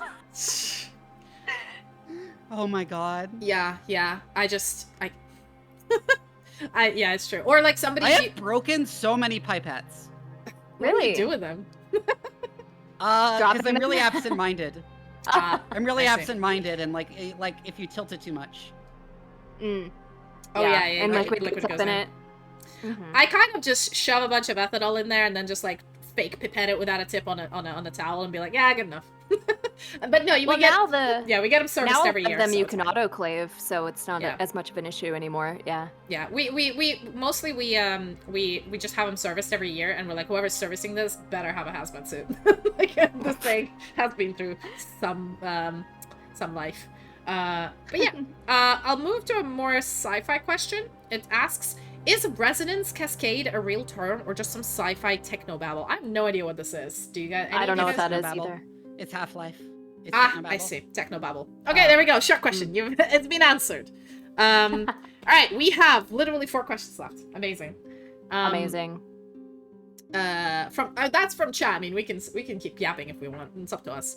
Up to what you guys are up to the rest of the day. Yep. Just waiting for the wheel to finish. I don't know why it has such a slow, like, slow rotation. All right. Question that was asked quite recently. Are any of you able to lobotomize me? I reckon that is from somebody in chat. No. No. No. No. None of us have the... First of all, this procedure is illegal. Second, Highly controversial. highly because it's controversial, not- highly legal. Yeah. None of us are It's not trained. controversial. It's illegal. Yeah. Well, I mean, even when it was introduced, it was controversial, and until this day, it's like Yes. that's just mangling someone's brain. You shouldn't do that. Yeah. Yes. That's bad. Which is not good. No. So we will not do that.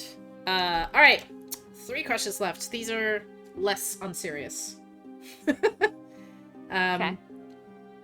Alrighty. It's okay. It's okay, Shadows.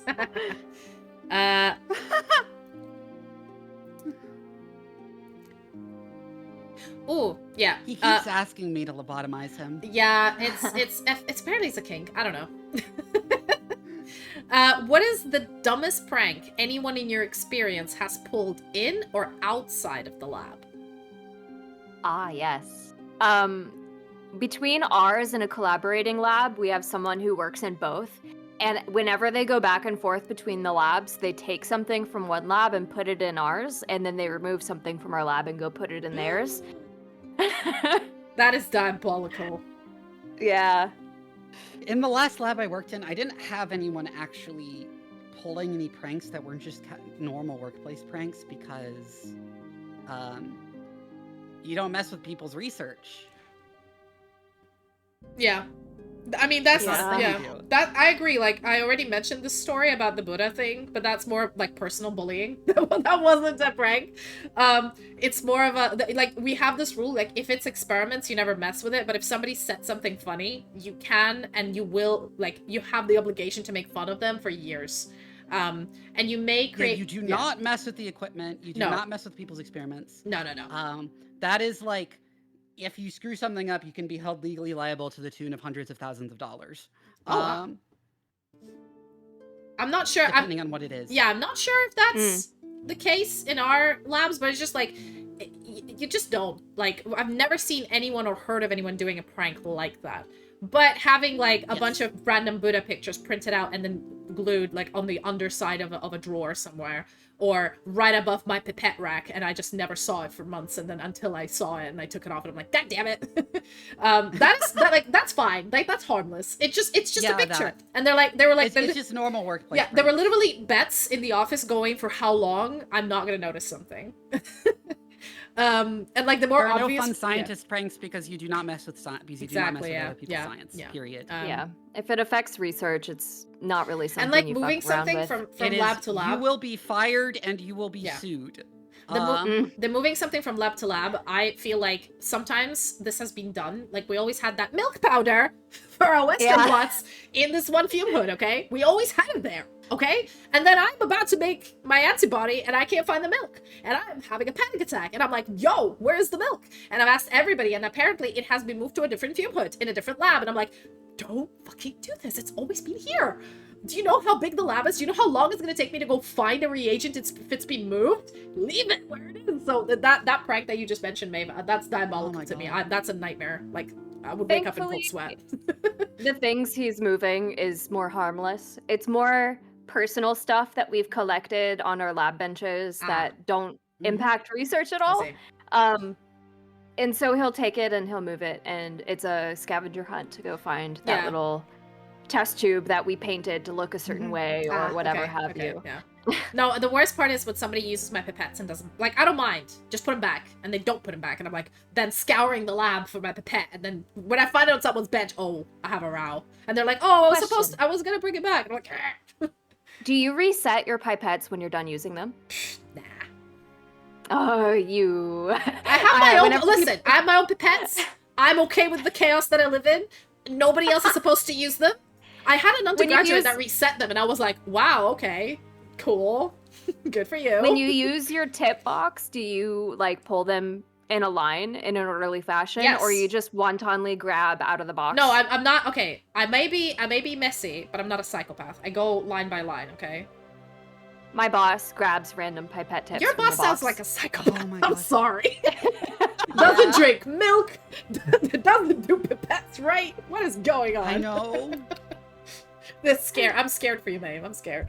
All right, we got two questions. The embodiment of mischief. If he knows it annoys you, he will do it just to annoy you. All right, we got 2 questions left.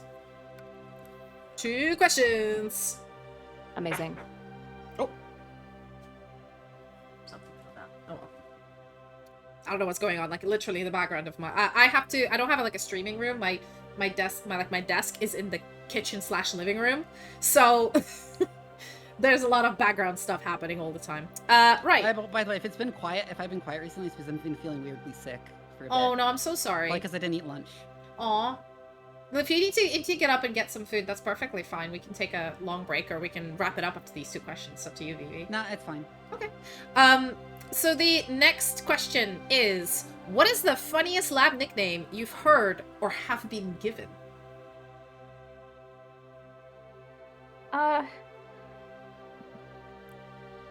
I don't know about the funniest one I've heard, but I have one. It's not funny. It's really more annoying than anything. But they call me Lab Mom. Aw. Is it My because lab didn't have nicknames. Mm. That wasn't a thing at the last lab I worked at. Is it Lab Mom because you keep nagging people to put things back where they came from?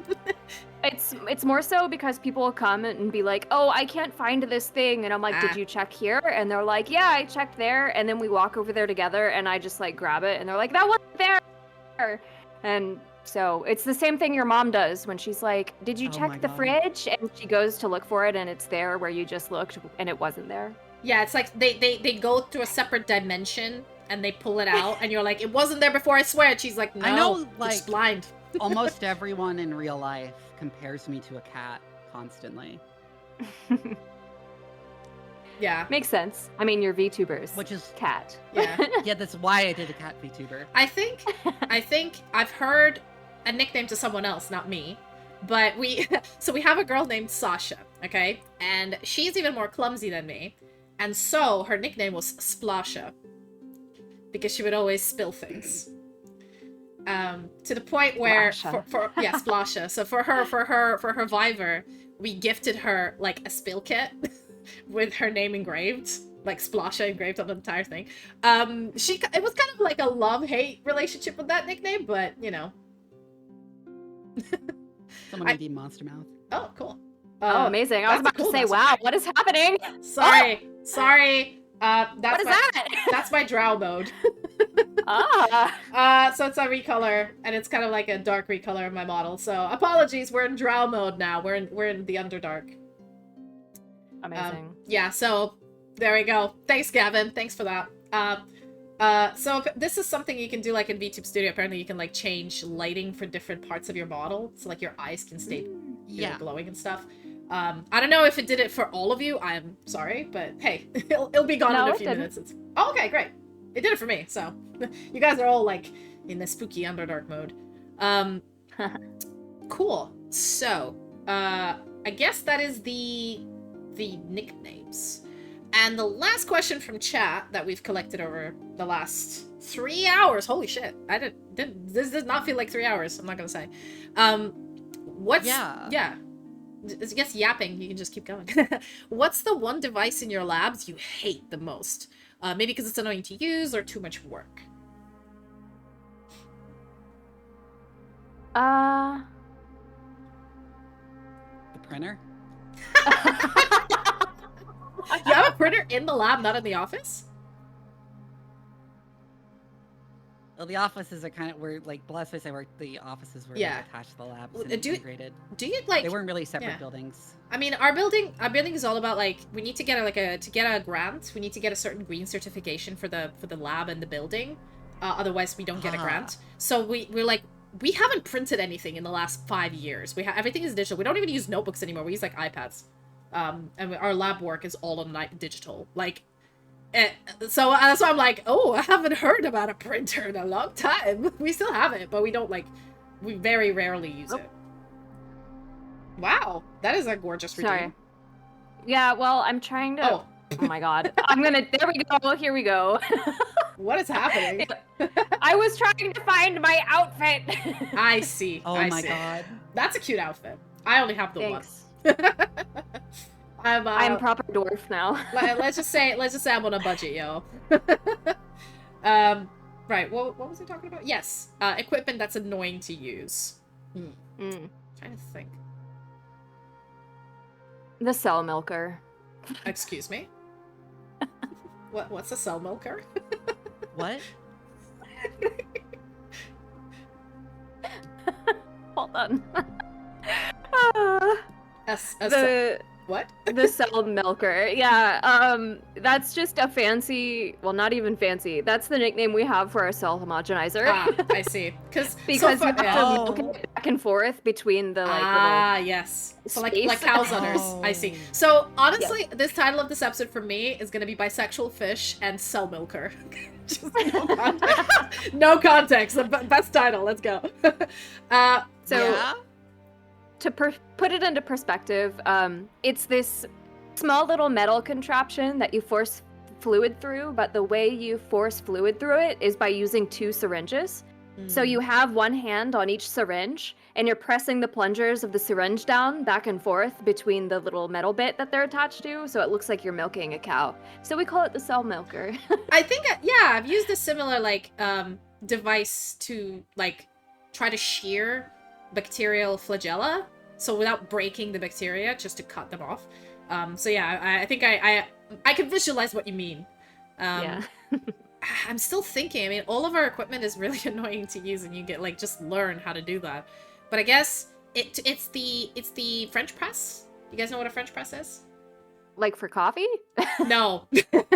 So it's a really old way of bursting your cells. So instead of using a sonicator, sometimes when you work with not a manual homogenizer, because we only do this for membranes, but we have this, sometimes it's called a multiplex. It's like this big pressure machine where you pour your cells on top, and then you set the pressure with a little valve, and then it kind of squeezes them like a French press, and it bursts the cells, and it's apparently gentler than sonication, but it's a lot more faff. So our machine is, I believe, built in 1970s, right? And you have to you put cells through it. So incomparable amounts of bacteria have gone through it. And you always are supposed to clean it with ethanol and everything, but it's very old and very grimy. It still works, so we use it. And it's too much hassle to clean because it's so heavy you can't move it. The problem is obviously the pump and the manual pressure gauge. So you're supposed to keep an eye on it, and if you introduce any bubbles into it, you have to start again. You have to take your cells out, put them back in, and it takes for anywhere from 2 to 3 hours to do 500, less than 100 ml of cells or something, 120 ml of cells, because you have to put it through multiple times and control the pressure. And then if something gets logged inside there, you have to use an actual metal wire to poke a little bit and keep the lid open. That is one of the most, in my opinion, frustrating machines to use, unless you really learn and know how to use it, and then you can these problems and you just get around them. But yeah, first time use was always it broke on me 3 times. That was not fun. Speaking of very old and crusty lab equipment, when you worked in labs, what was the oldest equipment that you had in your department?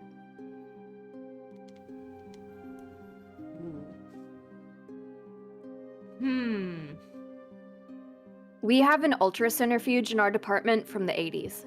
Oh, okay. We not in this department that I work in now, but in my old one, we had a electron microscope, a Philips electron microscope from the 1960s. No, sorry, from the 1970s. Ooh. One of the first ones. Because the screen that we were using to use the camera was still black and green like cathode, and all of the buttons, and it was all in this like pastel coloring, and all of the buttons were physical like dials. None of it was like it just felt like something out of Star Trek, for real. Yeah. Like I haven't checked exactly when it was made. I think it was like 1970 something, but that was I think the oldest one that I've used. The vaguest thing I remember is one machine. I don't remember which one. Was literally so old it was real that the like terminal you used to control it was using DOS. Oof. Oh. Yeah, no, not that old. I mean, we have a reagent from 1950 that we didn't know how to dispose of at the back of our solvent cabinet. It was growing things. I found a bucket of rat poison. That literally, it didn't say arsenic, just said rat poison on it. And I was like, what? Oh and it God. had no date or label. And I was like, oh boy. Yeah, Oh, man. that was God. fun. We found, in one of the freezers, we found something from, like in the minus 70 or the minus 80, we found a cell pellet from 1983. We're just like, what? How? Like, they changed freezers. This just kept moving with all the shit that was in this freezer. Many times. And again, the lab I'm in right now is quite old. It started in the 1980s and it's like, has been in the same place since then. So yeah. It's fascinating. But no. I think the equipment gets updated a lot more frequently. But yeah. So these are the last questions that I had from chat. I have a few just from chatting. Yep. Generally. But yeah, I mean, we all come up with these. Wow. Thank you for the follow. I always get if you're confused why I always get surprised, I set up like a tits, like they throw flowers and fruits at me every time somebody follows, and it always surprises me, and I always jump. So, but this is how I know they follow me, because I always go, thank you for the follow. So yeah, if my model goes a bit tweaky, that is one of the reasons it's happening. I guess, one of my questions would have been, if you could summarize, I know we probably worked on different projects over our time, but if you could summarize one project in a sentence, like dumb it down to its like very, very generalized core, doesn't have to be too accurate, how would you say it? Like if it had a tagline, what would it be?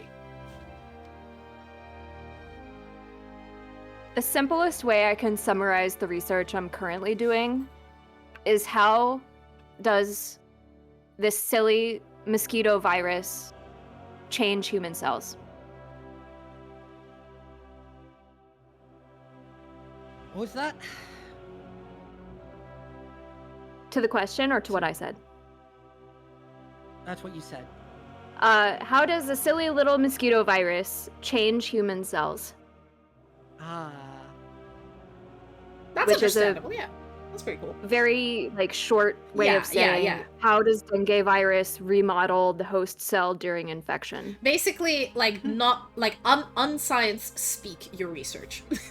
Mm-hmm. Oh yeah, there are a lot of viruses that do very strange things to the cells they infect.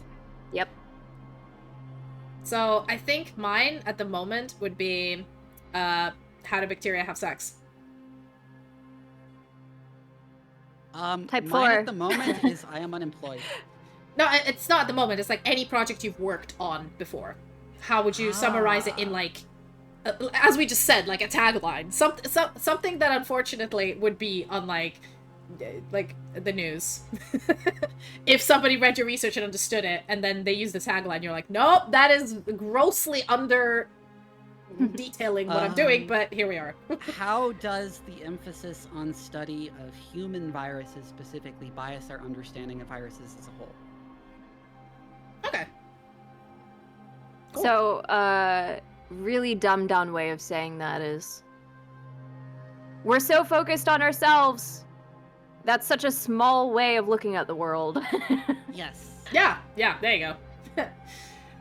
Yeah, I've been getting into like a lot of people who are not scientists been asking me what I do, and then after so many iterations, I just say I study how bacteria have sex, because technically, it is literally called conjugation, and what you do, you transfer DNA from one to another. So it is. Not that's really what it is. sex, but No, the closest to bacteria can get to sex. Yeah, it's more like when you get after like 50 people you have explained this, and you're like, I do not want to go through this again, to the mental gymnastics. You just go. My go-to sentence is that, and then they're like, oh, elaborate, and I'm like, okay, you have asked for it. Do you have 2 hours? But yeah.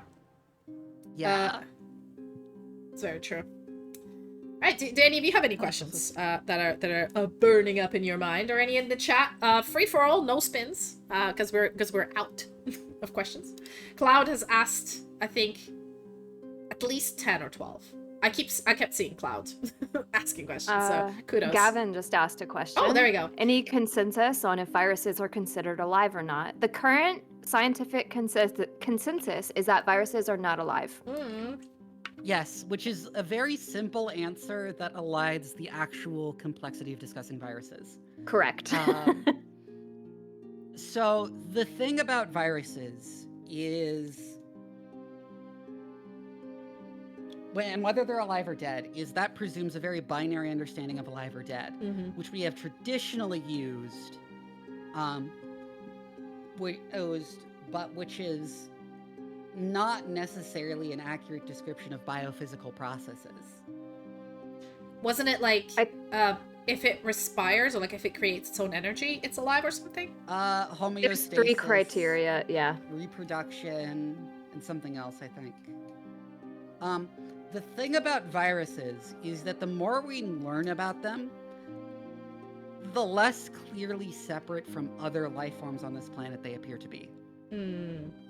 It gets even more fun when there's a current working theory that a lot of life as we know it, so this is the virus first theory, which basically states that viruses came before all other living life, and the recombination and interactions of those viruses, creating strings of DNA, leading to genes, leading to organisms, is what life is, and that's why we share a certain percentage of our DNA with viruses. And is it that? So that's another way of looking at it. Is that why they can hijack? There's also another theory that the nucleus of eukaryotic cells is derived from genes injected by one of the giant viruses that form cellular factories in cells that are very similar to eukaryotic nuclei.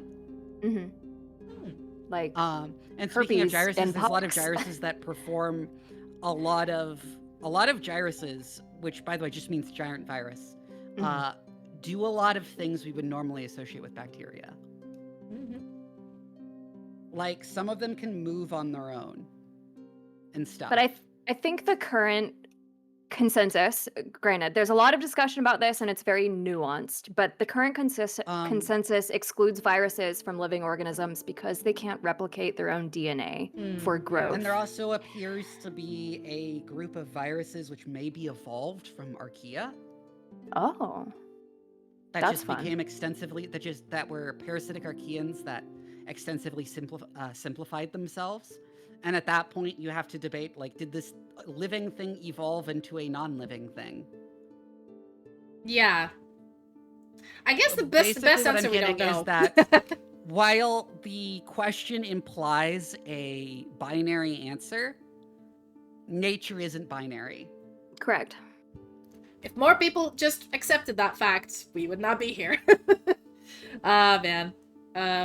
If viruses came first, how did they reproduce?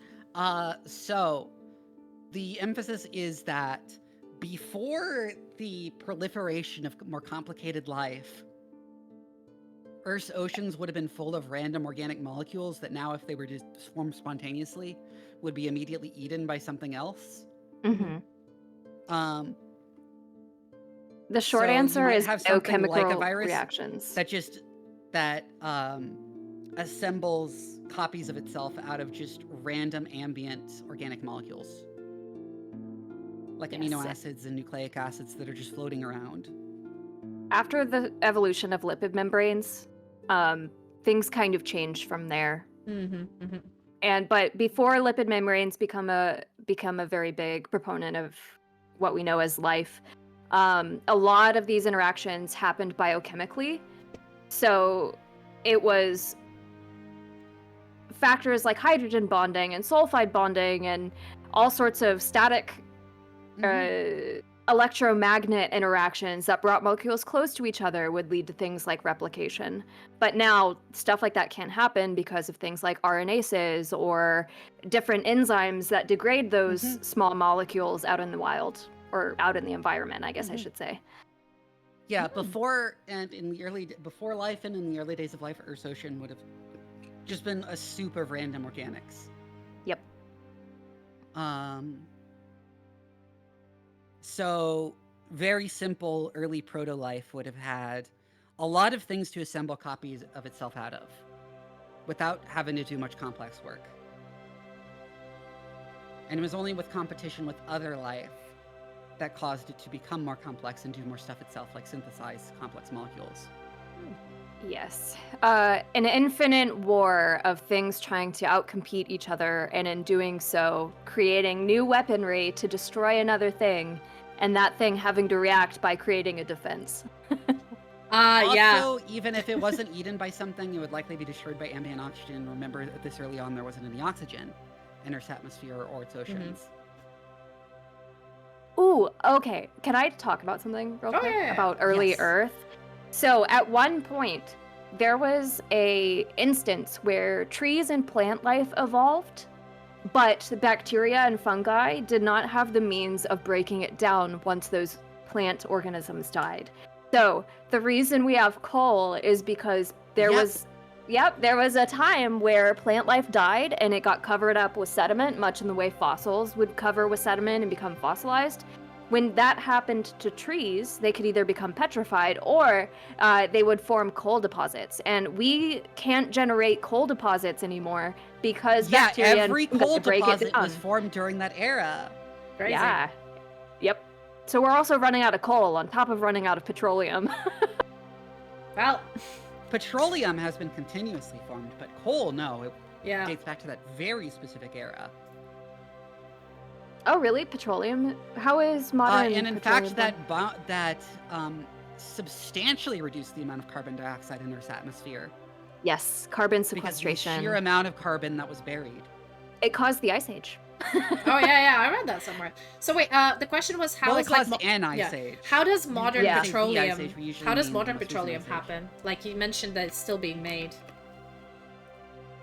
What? A variety of processes, yeah. but again, it's still organic material being buried. Okay. It's just decomposed further, so it forms into petroleum instead. Ah, okay. Interesting. But obviously, it's much slower than what we're using. Cool, fascinating. I feel like so far, like my thing is so niche that I'm like, okay, I've learned how to use this microscope and take pictures. I'd say I'm like a glorified photographer. That's it. that's my job. I just take pictures, man. I don't know what I'm taking pictures of, nor do I have any idea how it works. So I just take pictures. That's my job. I make it look pretty. I make all those pretty figures for all the nature papers and all of that stuff. Like, I feel like it's also why burning coal will be so bad to like it'll be so hard to unfuck the earth after, because like the process we can't that sequester the sequestered all that carbon anymore. Yeah.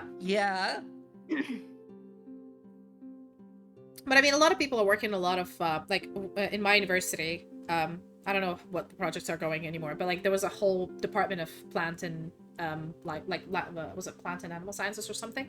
And one of their big projects was they were trying to use a particular bacterium, I don't remember what it was, or an algae that was like trapping carbon dioxide, and like using that as like a biofuel eventually. I don't know, there was some sort of a project going on to try to trap I will tell you, biofuels suck ass. Yeah. Yeah, they're not efficient yet. Some of them will never be efficient. Yeah, because our limitation Burn of what we can literally get more them to fossil do. fuels than they produce biofuel. Yeah. Yeah. No, but it's more of like there was some sort of a bacterium that can trap, like maybe not atmospheric, but like oceanic CO2 or something, because it's a reagent of one of its metabolic processes. Like it's an input material. I don't know much about the detail, but there was some sort of a project that was like, I don't know how well it's going, but it's something that's been studied. So, And that's where synthetic biology comes into play. Yes. I am not a big chemistry person, so I could never do synthetic biology, but I think it's so interesting to hear about. Right. Yeah. Yeah, we had a synthetic biology course in my class, but I don't know. I feel like my problem was... Like I said, one of my areas of expertise is precision fermentation, which is in part synthetic biology. Yeah. I find like I got hooked by the pretty crystals of crystallography so early that I kind of like ignored the rest of my courses. Like I was like, okay, how can I completely tailor it to know the minimal amount of it, everything else? One of the jobs I worked on was actually making X-ray crystallography machines. Oh, cool. Oh. Which ones? The actual X-ray readers or the plungers or what? The readers. Oh, yeah, the one that creates an electron beam. Oh, sorry. X-ray beam. Oh, cool. Because I know they have like smaller ones, but they also have the big synchrotrons. I've never actually done proper crystallography. I've always done like sample prep for crystallography. I grew crystals. I fished crystals. I never collected data on crystals. I tried processing and I always kind of faded through. And then I just went into cryo-EM and I was like, oh wow, this is so much easier. let's just do this then. But yeah, it does have its limitations. But honestly, in recent years, the amount of people who transitioned from crystallography to cryo-EM has been just ridiculous. Like, almost every single crystallographer I know is now doing cryo-EM. So. It's way too hot in here and it's making me sick. I just took off my pants. Hey. I have been pantsless this entire time. This entire time! Understandable. Yeah, my boyfriend came in and he was like, why is it so hot in here? I'm like, because I closed the door and I have a computer running. He's like, computers produce heat. Indeed, yeah. Just nothing you can do. Yep. I'm not even running a game. It's just the VTuber studio. But yeah. I don't know, chat. Any ideas? Any questions? I feel like my brain is being a little bit squeezed. Now that I'm thinking about it, I've kind of talked about.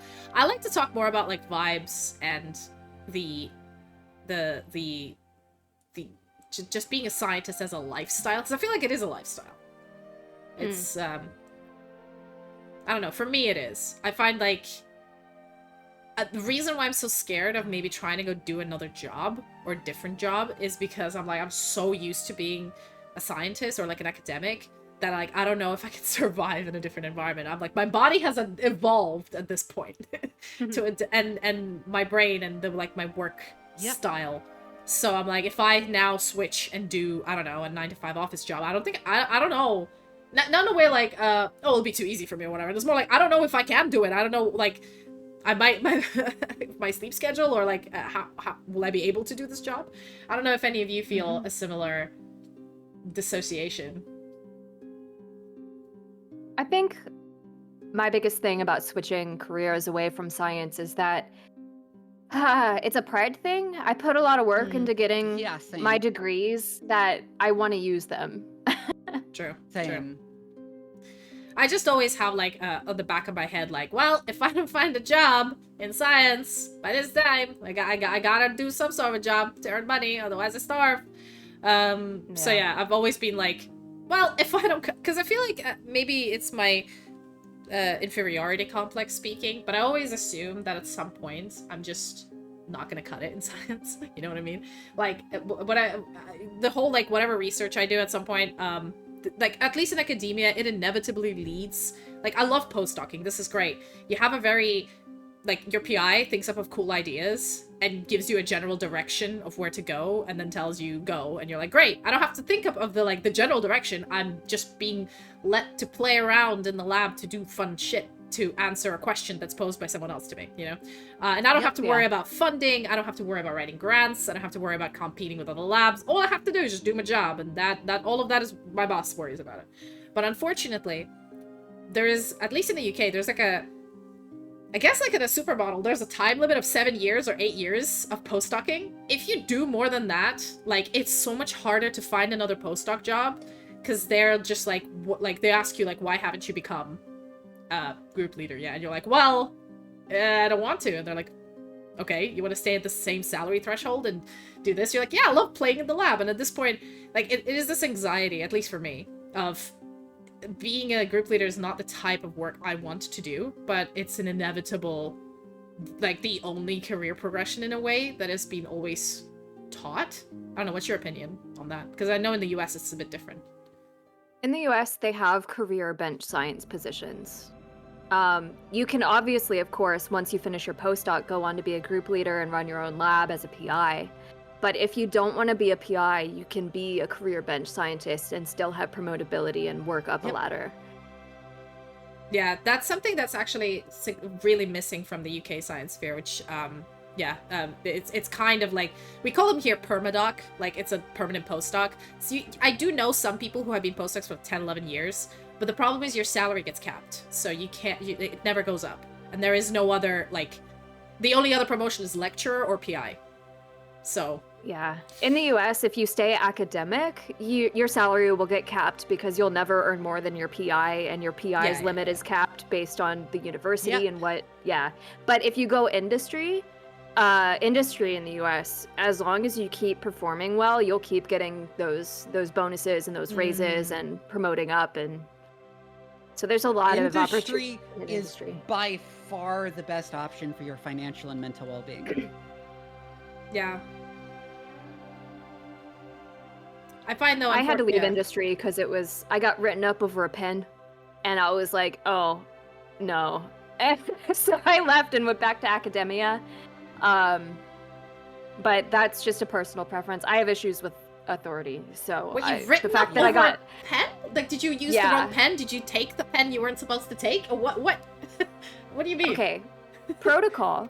Literally, the SOP says that any documentation written in the lab should be done with indelible ink. Okay? I wrote with an ethanol-proof fine tip marker. All right? Mm-hmm. Ethanol-proof, indelible. You can't erase it.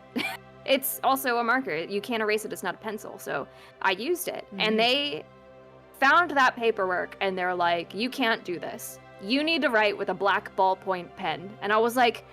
But the protocol, and I showed them, I was like, here, right here, in our handbook, for what we're supposed to do in this lab, it says indelible ink. It doesn't say a black ballpoint pen. And they're like, yeah, but it needs to be a black ballpoint pen. And I was like, then why does the protocol say a black ballpoint pen? Oh my god. And they written me up for it. They passed me over a promotion because of it. Oh. And they never changed the protocol.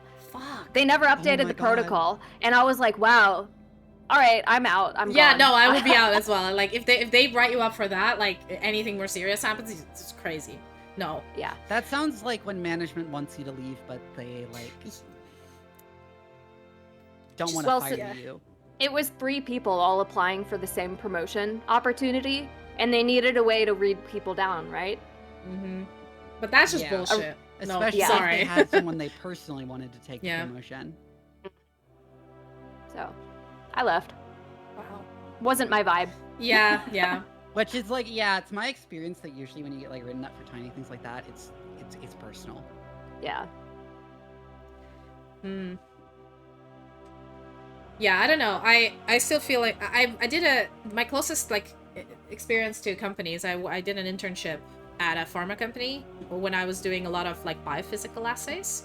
So most of my work I was kind of testing this unimportant enzyme because, you know, they're not going to give an undergraduate something important. But I was doing like big screens of small molecules to see which bind in the pocket, and I was doing like SPR, like the surface plasmon resonance, to see if it binds, it changes like molecular weight, and so it gives like a little graph for those of you in chat. But basically, like it was a lot of biophysics because I wanted to get into structural biology, but once again, they don't let you in unless you got a PhD in it. at least when I asked. So I find like when I was working on my project, maybe it's because I was an undergrad or something, but they spent a lot of money to teach me a particular technique, and even like flew in a person who designed this particular software to teach me how to use the software. But the problem was, once I was taught, I was sent very different projects from very different parts of the company to just do this one thing. And if I asked, like, so what does this protein do? They're like, we don't have time to explain it to you. Just do it. And by 2 days later, I need the math, like the output from the software.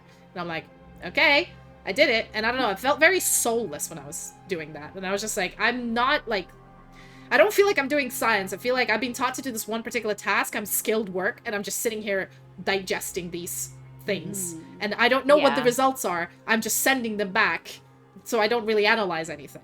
And I think that put me off. That was pre-PhD. That put me off, like, companies. I know that might not be the case for everything, and I know that maybe that was only because I was an undergrad or whatever, but for some reason, that really put me off companies, and I was like, oh, academia only for me. And now I have issues with academia, and I'm just like, maybe I should quit science. I don't know. Yeah. I think the only place people like us can be happy in industry is in R&D. Yeah. But R&D slots are so limited that it's very hard to get in. That's true. That's true. So it's pretty crazy. Yeah, and also the fact, like, I don't know, the UK started getting a little bit... But if you do get a job in industrial R&D, it's so much better than academia. Yeah. Uncapped potential in industry R&D. Yeah. And I guess I also... a way better work-life balance. Yeah. That is true. Usually. Yeah. I do struggle with, like, my point of interest would probably be a lot more basic Because the thing questions. about academia is they kind of expect you to do nothing else. Until you get tenure. Yeah. And tenure doesn't exist in the UK, so you're like, oh, fun. You just do nothing else until you die. Yep. But I think I've realized I've seen a lot of jobs come up for industry, and a lot of them, like, some of them require structural biology, but a lot of them just have to do with, like, as I said, the 3 topics, like cancer, or some sort of a specific disease. And I'm like, well, that is fascinating and interesting. Through the entirety of, like, my career, I've always been curious about, like, more about fundamental of, like, this might not cause disease, or we don't know that it does yet. I'm just curious how it works. But not many, like, companies fund this sort of research. It's mostly, this is what's done in academia, unfortunately. They carry the brunt because of industry is this. profit driven, and they want something that'll produce a product that gets them money. So cancer, HIV, flu, those are the big ones in the US. Yeah. And I find, like, in the UK, there's also, like, the heart disease and, like, metabolic stuff as well. Lots of drugs for that. But personally, like, I'm more, like, for the type 4 secretion system, I'm more curious of, like, you know, you have to say, like, oh, yeah, learning this will help us understand antibiotic resistance transfer. But really, we're just doing it because this freaking secretion system is something that is so different from the other secretion systems. It's the only one with 3 ATPases. Why the fuck does it have all 3? How do they work? Do they bind? Do they just... What's going on? Like, structurally, it is fascinating. And that is the only reason, I think, our entire lab is studying it. But to get grants, you have to, like, pretend to care that it actually helps antibiotic resistance. Like, oh, yeah. Someone smart at some point is going to use the basic research that we do and cure antibiotic resistance transfer, whatever. Well, we're doing it because we're curious why this weird thing looks like this. But you can't say it. Pretty much. You can't say it. You're not supposed to. Everybody knows you that's what you mean, but you can't say it. You have to pretend to give a shit. You can study a wider variety of things and not things that have, like, immediate commercial implications. The way industry will expect you to, but industry will pay you so much more. You have a better work-life balance. Yeah. I think that's different in the UK, though, because the pay it's better. It's not that much better. It's kind of equivalent to a postdoc. It's not that bad. But in industry, you get private healthcare. You get benefits. You get like maternity, like better maternity leave. You just get better conditions, but the pay itself is kind of the same. And you get better pension. So in the UK, it is, I did check. Unfortunately, like, the pay rise you get isn't that much different if you stayed in academia, but obviously you have career progression. So while in academia it gets capped, in industry you can keep getting promoted, etc., etc. So that is the case over here. I don't know about Europe. I don't have any case studies from Europe, unfortunately. But yeah.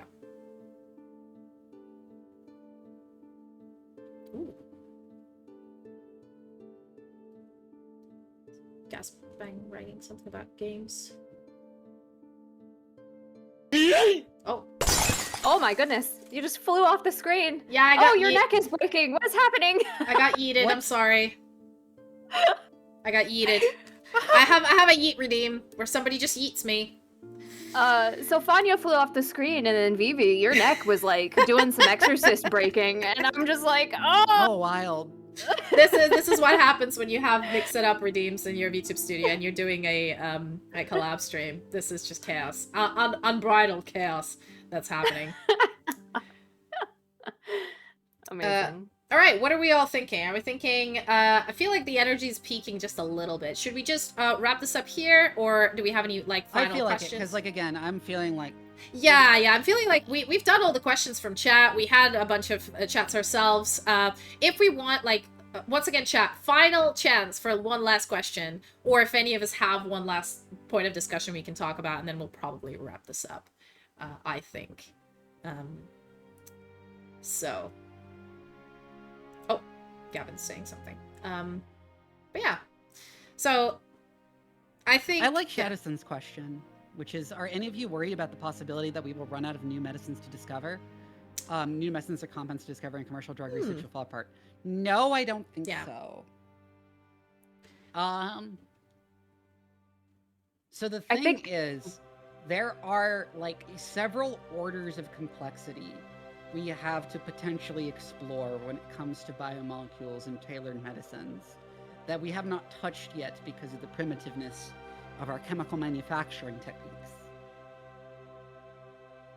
And I think also our process understanding, because at the moment, like, I mean, we understand medical diseases and processes much better, but actually surprisingly, for example, even antibiotic resistance, we know kind of what genes are responsible for it, at least through the type 4 secretion system. Biochemistry is surprisingly poorly understood. Yeah. So, like, we know kind of how it works, but as I said before, there's 3 energy-devolving ATPases, and we're like, what if we remove one? It's still doing the transfer, but then if you remove the other one, it's not, but it kind of is. You still find... You're like, how does this piece of shit work?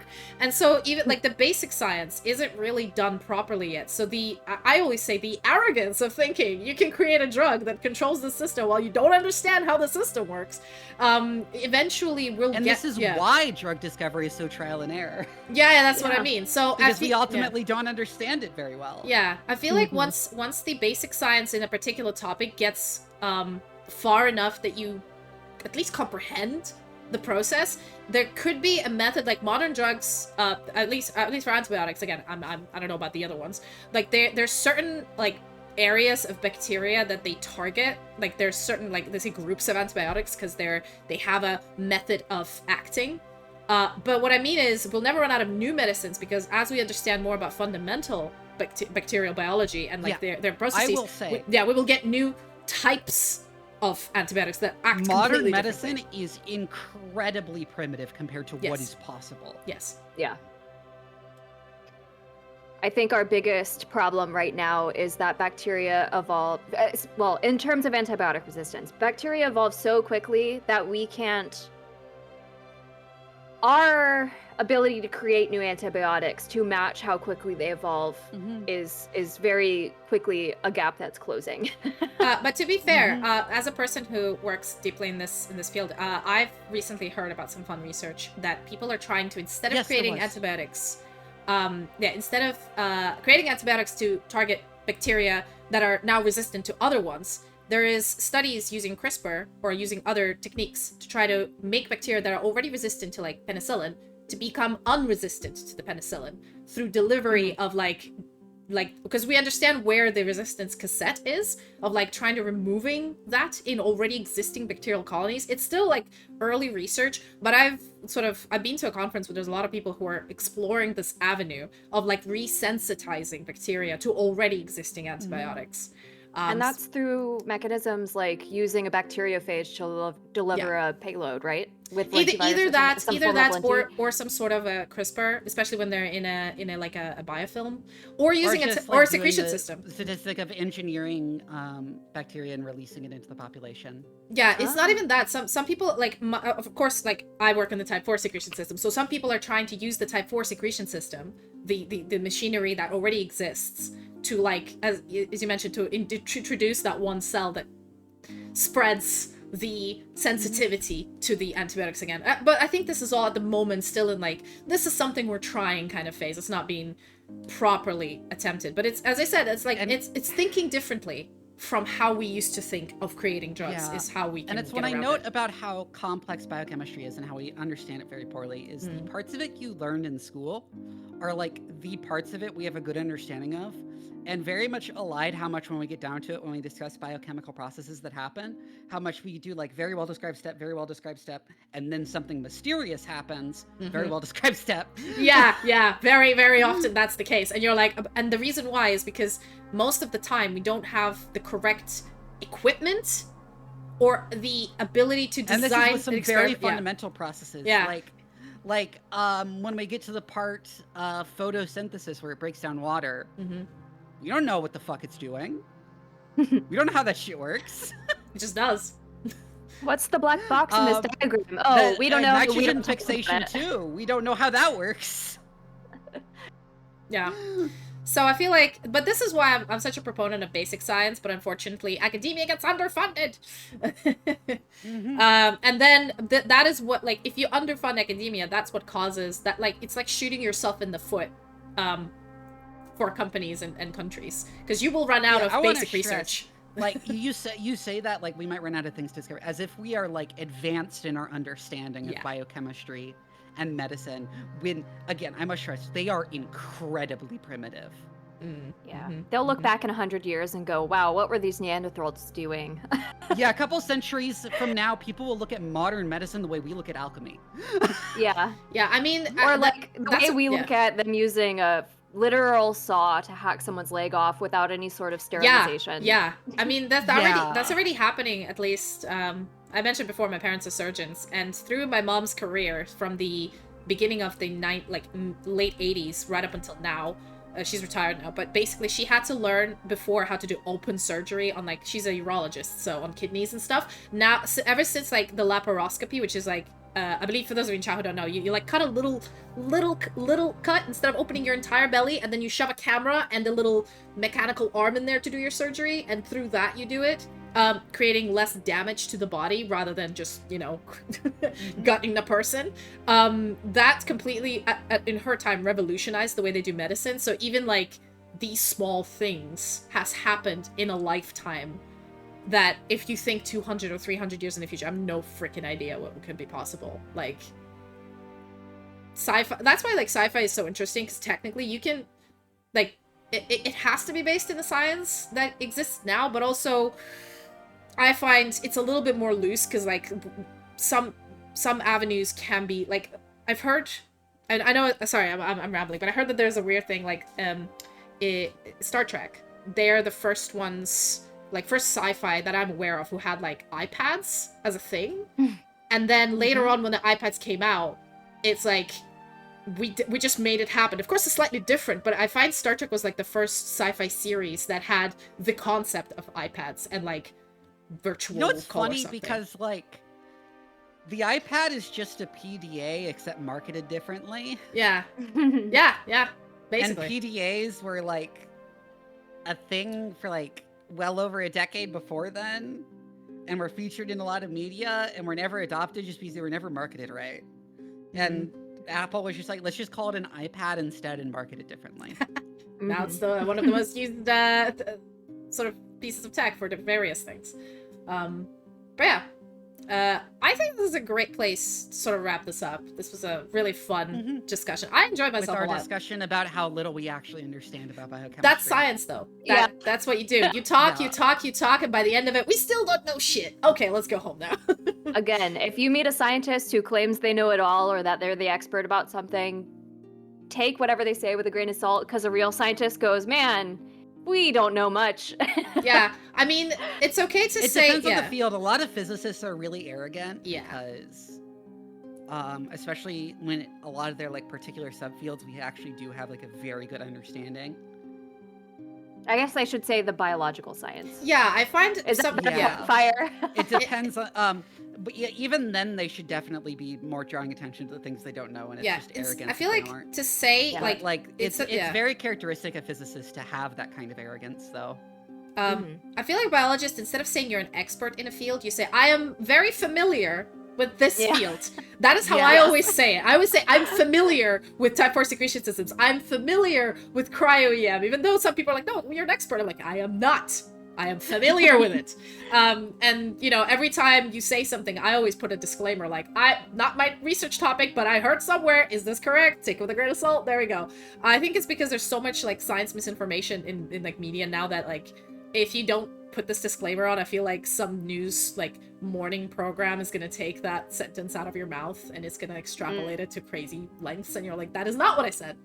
But they say scientists claim that this is this, and you're like, oh god. But yeah. Oh god, no. Yeah, when you're in like anything related to biology or biochemistry, it is impossible to overstate how often you see phrases that basically translate to, in slightly more complex vocabulary, that basically translate to, and then something very mysterious happens. Yeah.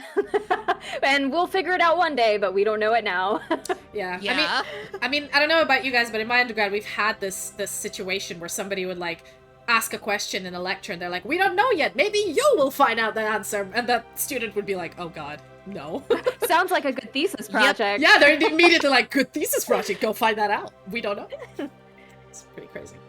All right, thank you so much, gals. This was a lot of fun. Thank you, Vivi, for doing the tech at the beginning. I was really confused. Yep.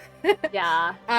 I'm super happy. If any of you guys in chats have any suggestions for any other, or you come upon other VTubers who'd love to talk about science, I'm thinking of maybe doing another one with like not just biologists, like having a chemist here, maybe a physicist that's not an arrogant physicist or something, just for those like a variety of questions, because I think this was quite fun. And if you guys want to do this again at any time, just pop me a message if you're feeling it. Yeah, this was fun. Yeah. Maybe if next time we'll It just try got to really hot in here, and I wasn't like consciously No, noticing I that, feel plus it. my lack Yeah. of eating lunch.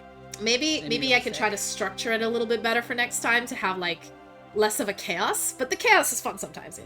Yeah, I'm gonna like lay down after this. Oh yeah. Please it's, feel better. It's like 10 p.m. where I'm at, so I'm probably gonna go to bed. I'm still hungover from Friday, so fun time. So, do you want to rate anyone? Also, yes. by the way, if you're in my chat and you did not know yet, I have a Discord. Here's the link.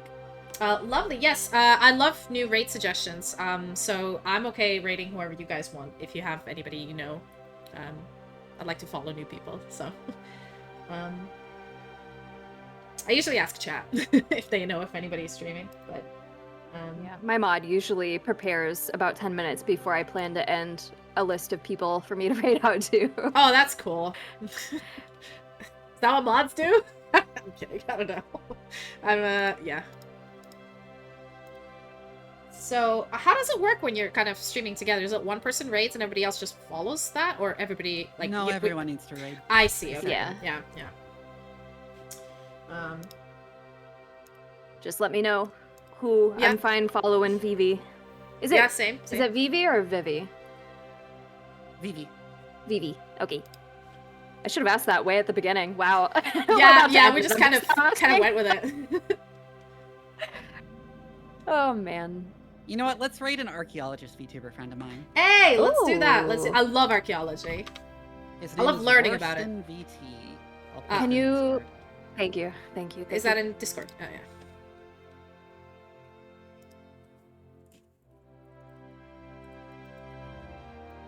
Lovely. Okay, I've started the raid. Thank you so much for coming to this impromptu thing. I was really nervous asking you guys, but I'm glad you guys agreed and we all did it. So yeah. Yeah, it was a lot of fun. Yeah. Definitely I'm personally gonna try to arrange something more often like this. Not too often, because then I feel like my brain gets squeezed with science. So I'm like, okay, little breaks, need some video games. But definitely, maybe it'll become like a monthly or a regular thing. I don't know.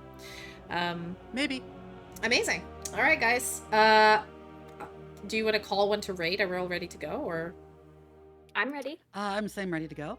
All right, lovely. Thank you so much for coming, and let's raid this person. Bye-bye. Goodbye, everyone. See you tomorrow. Goodbye.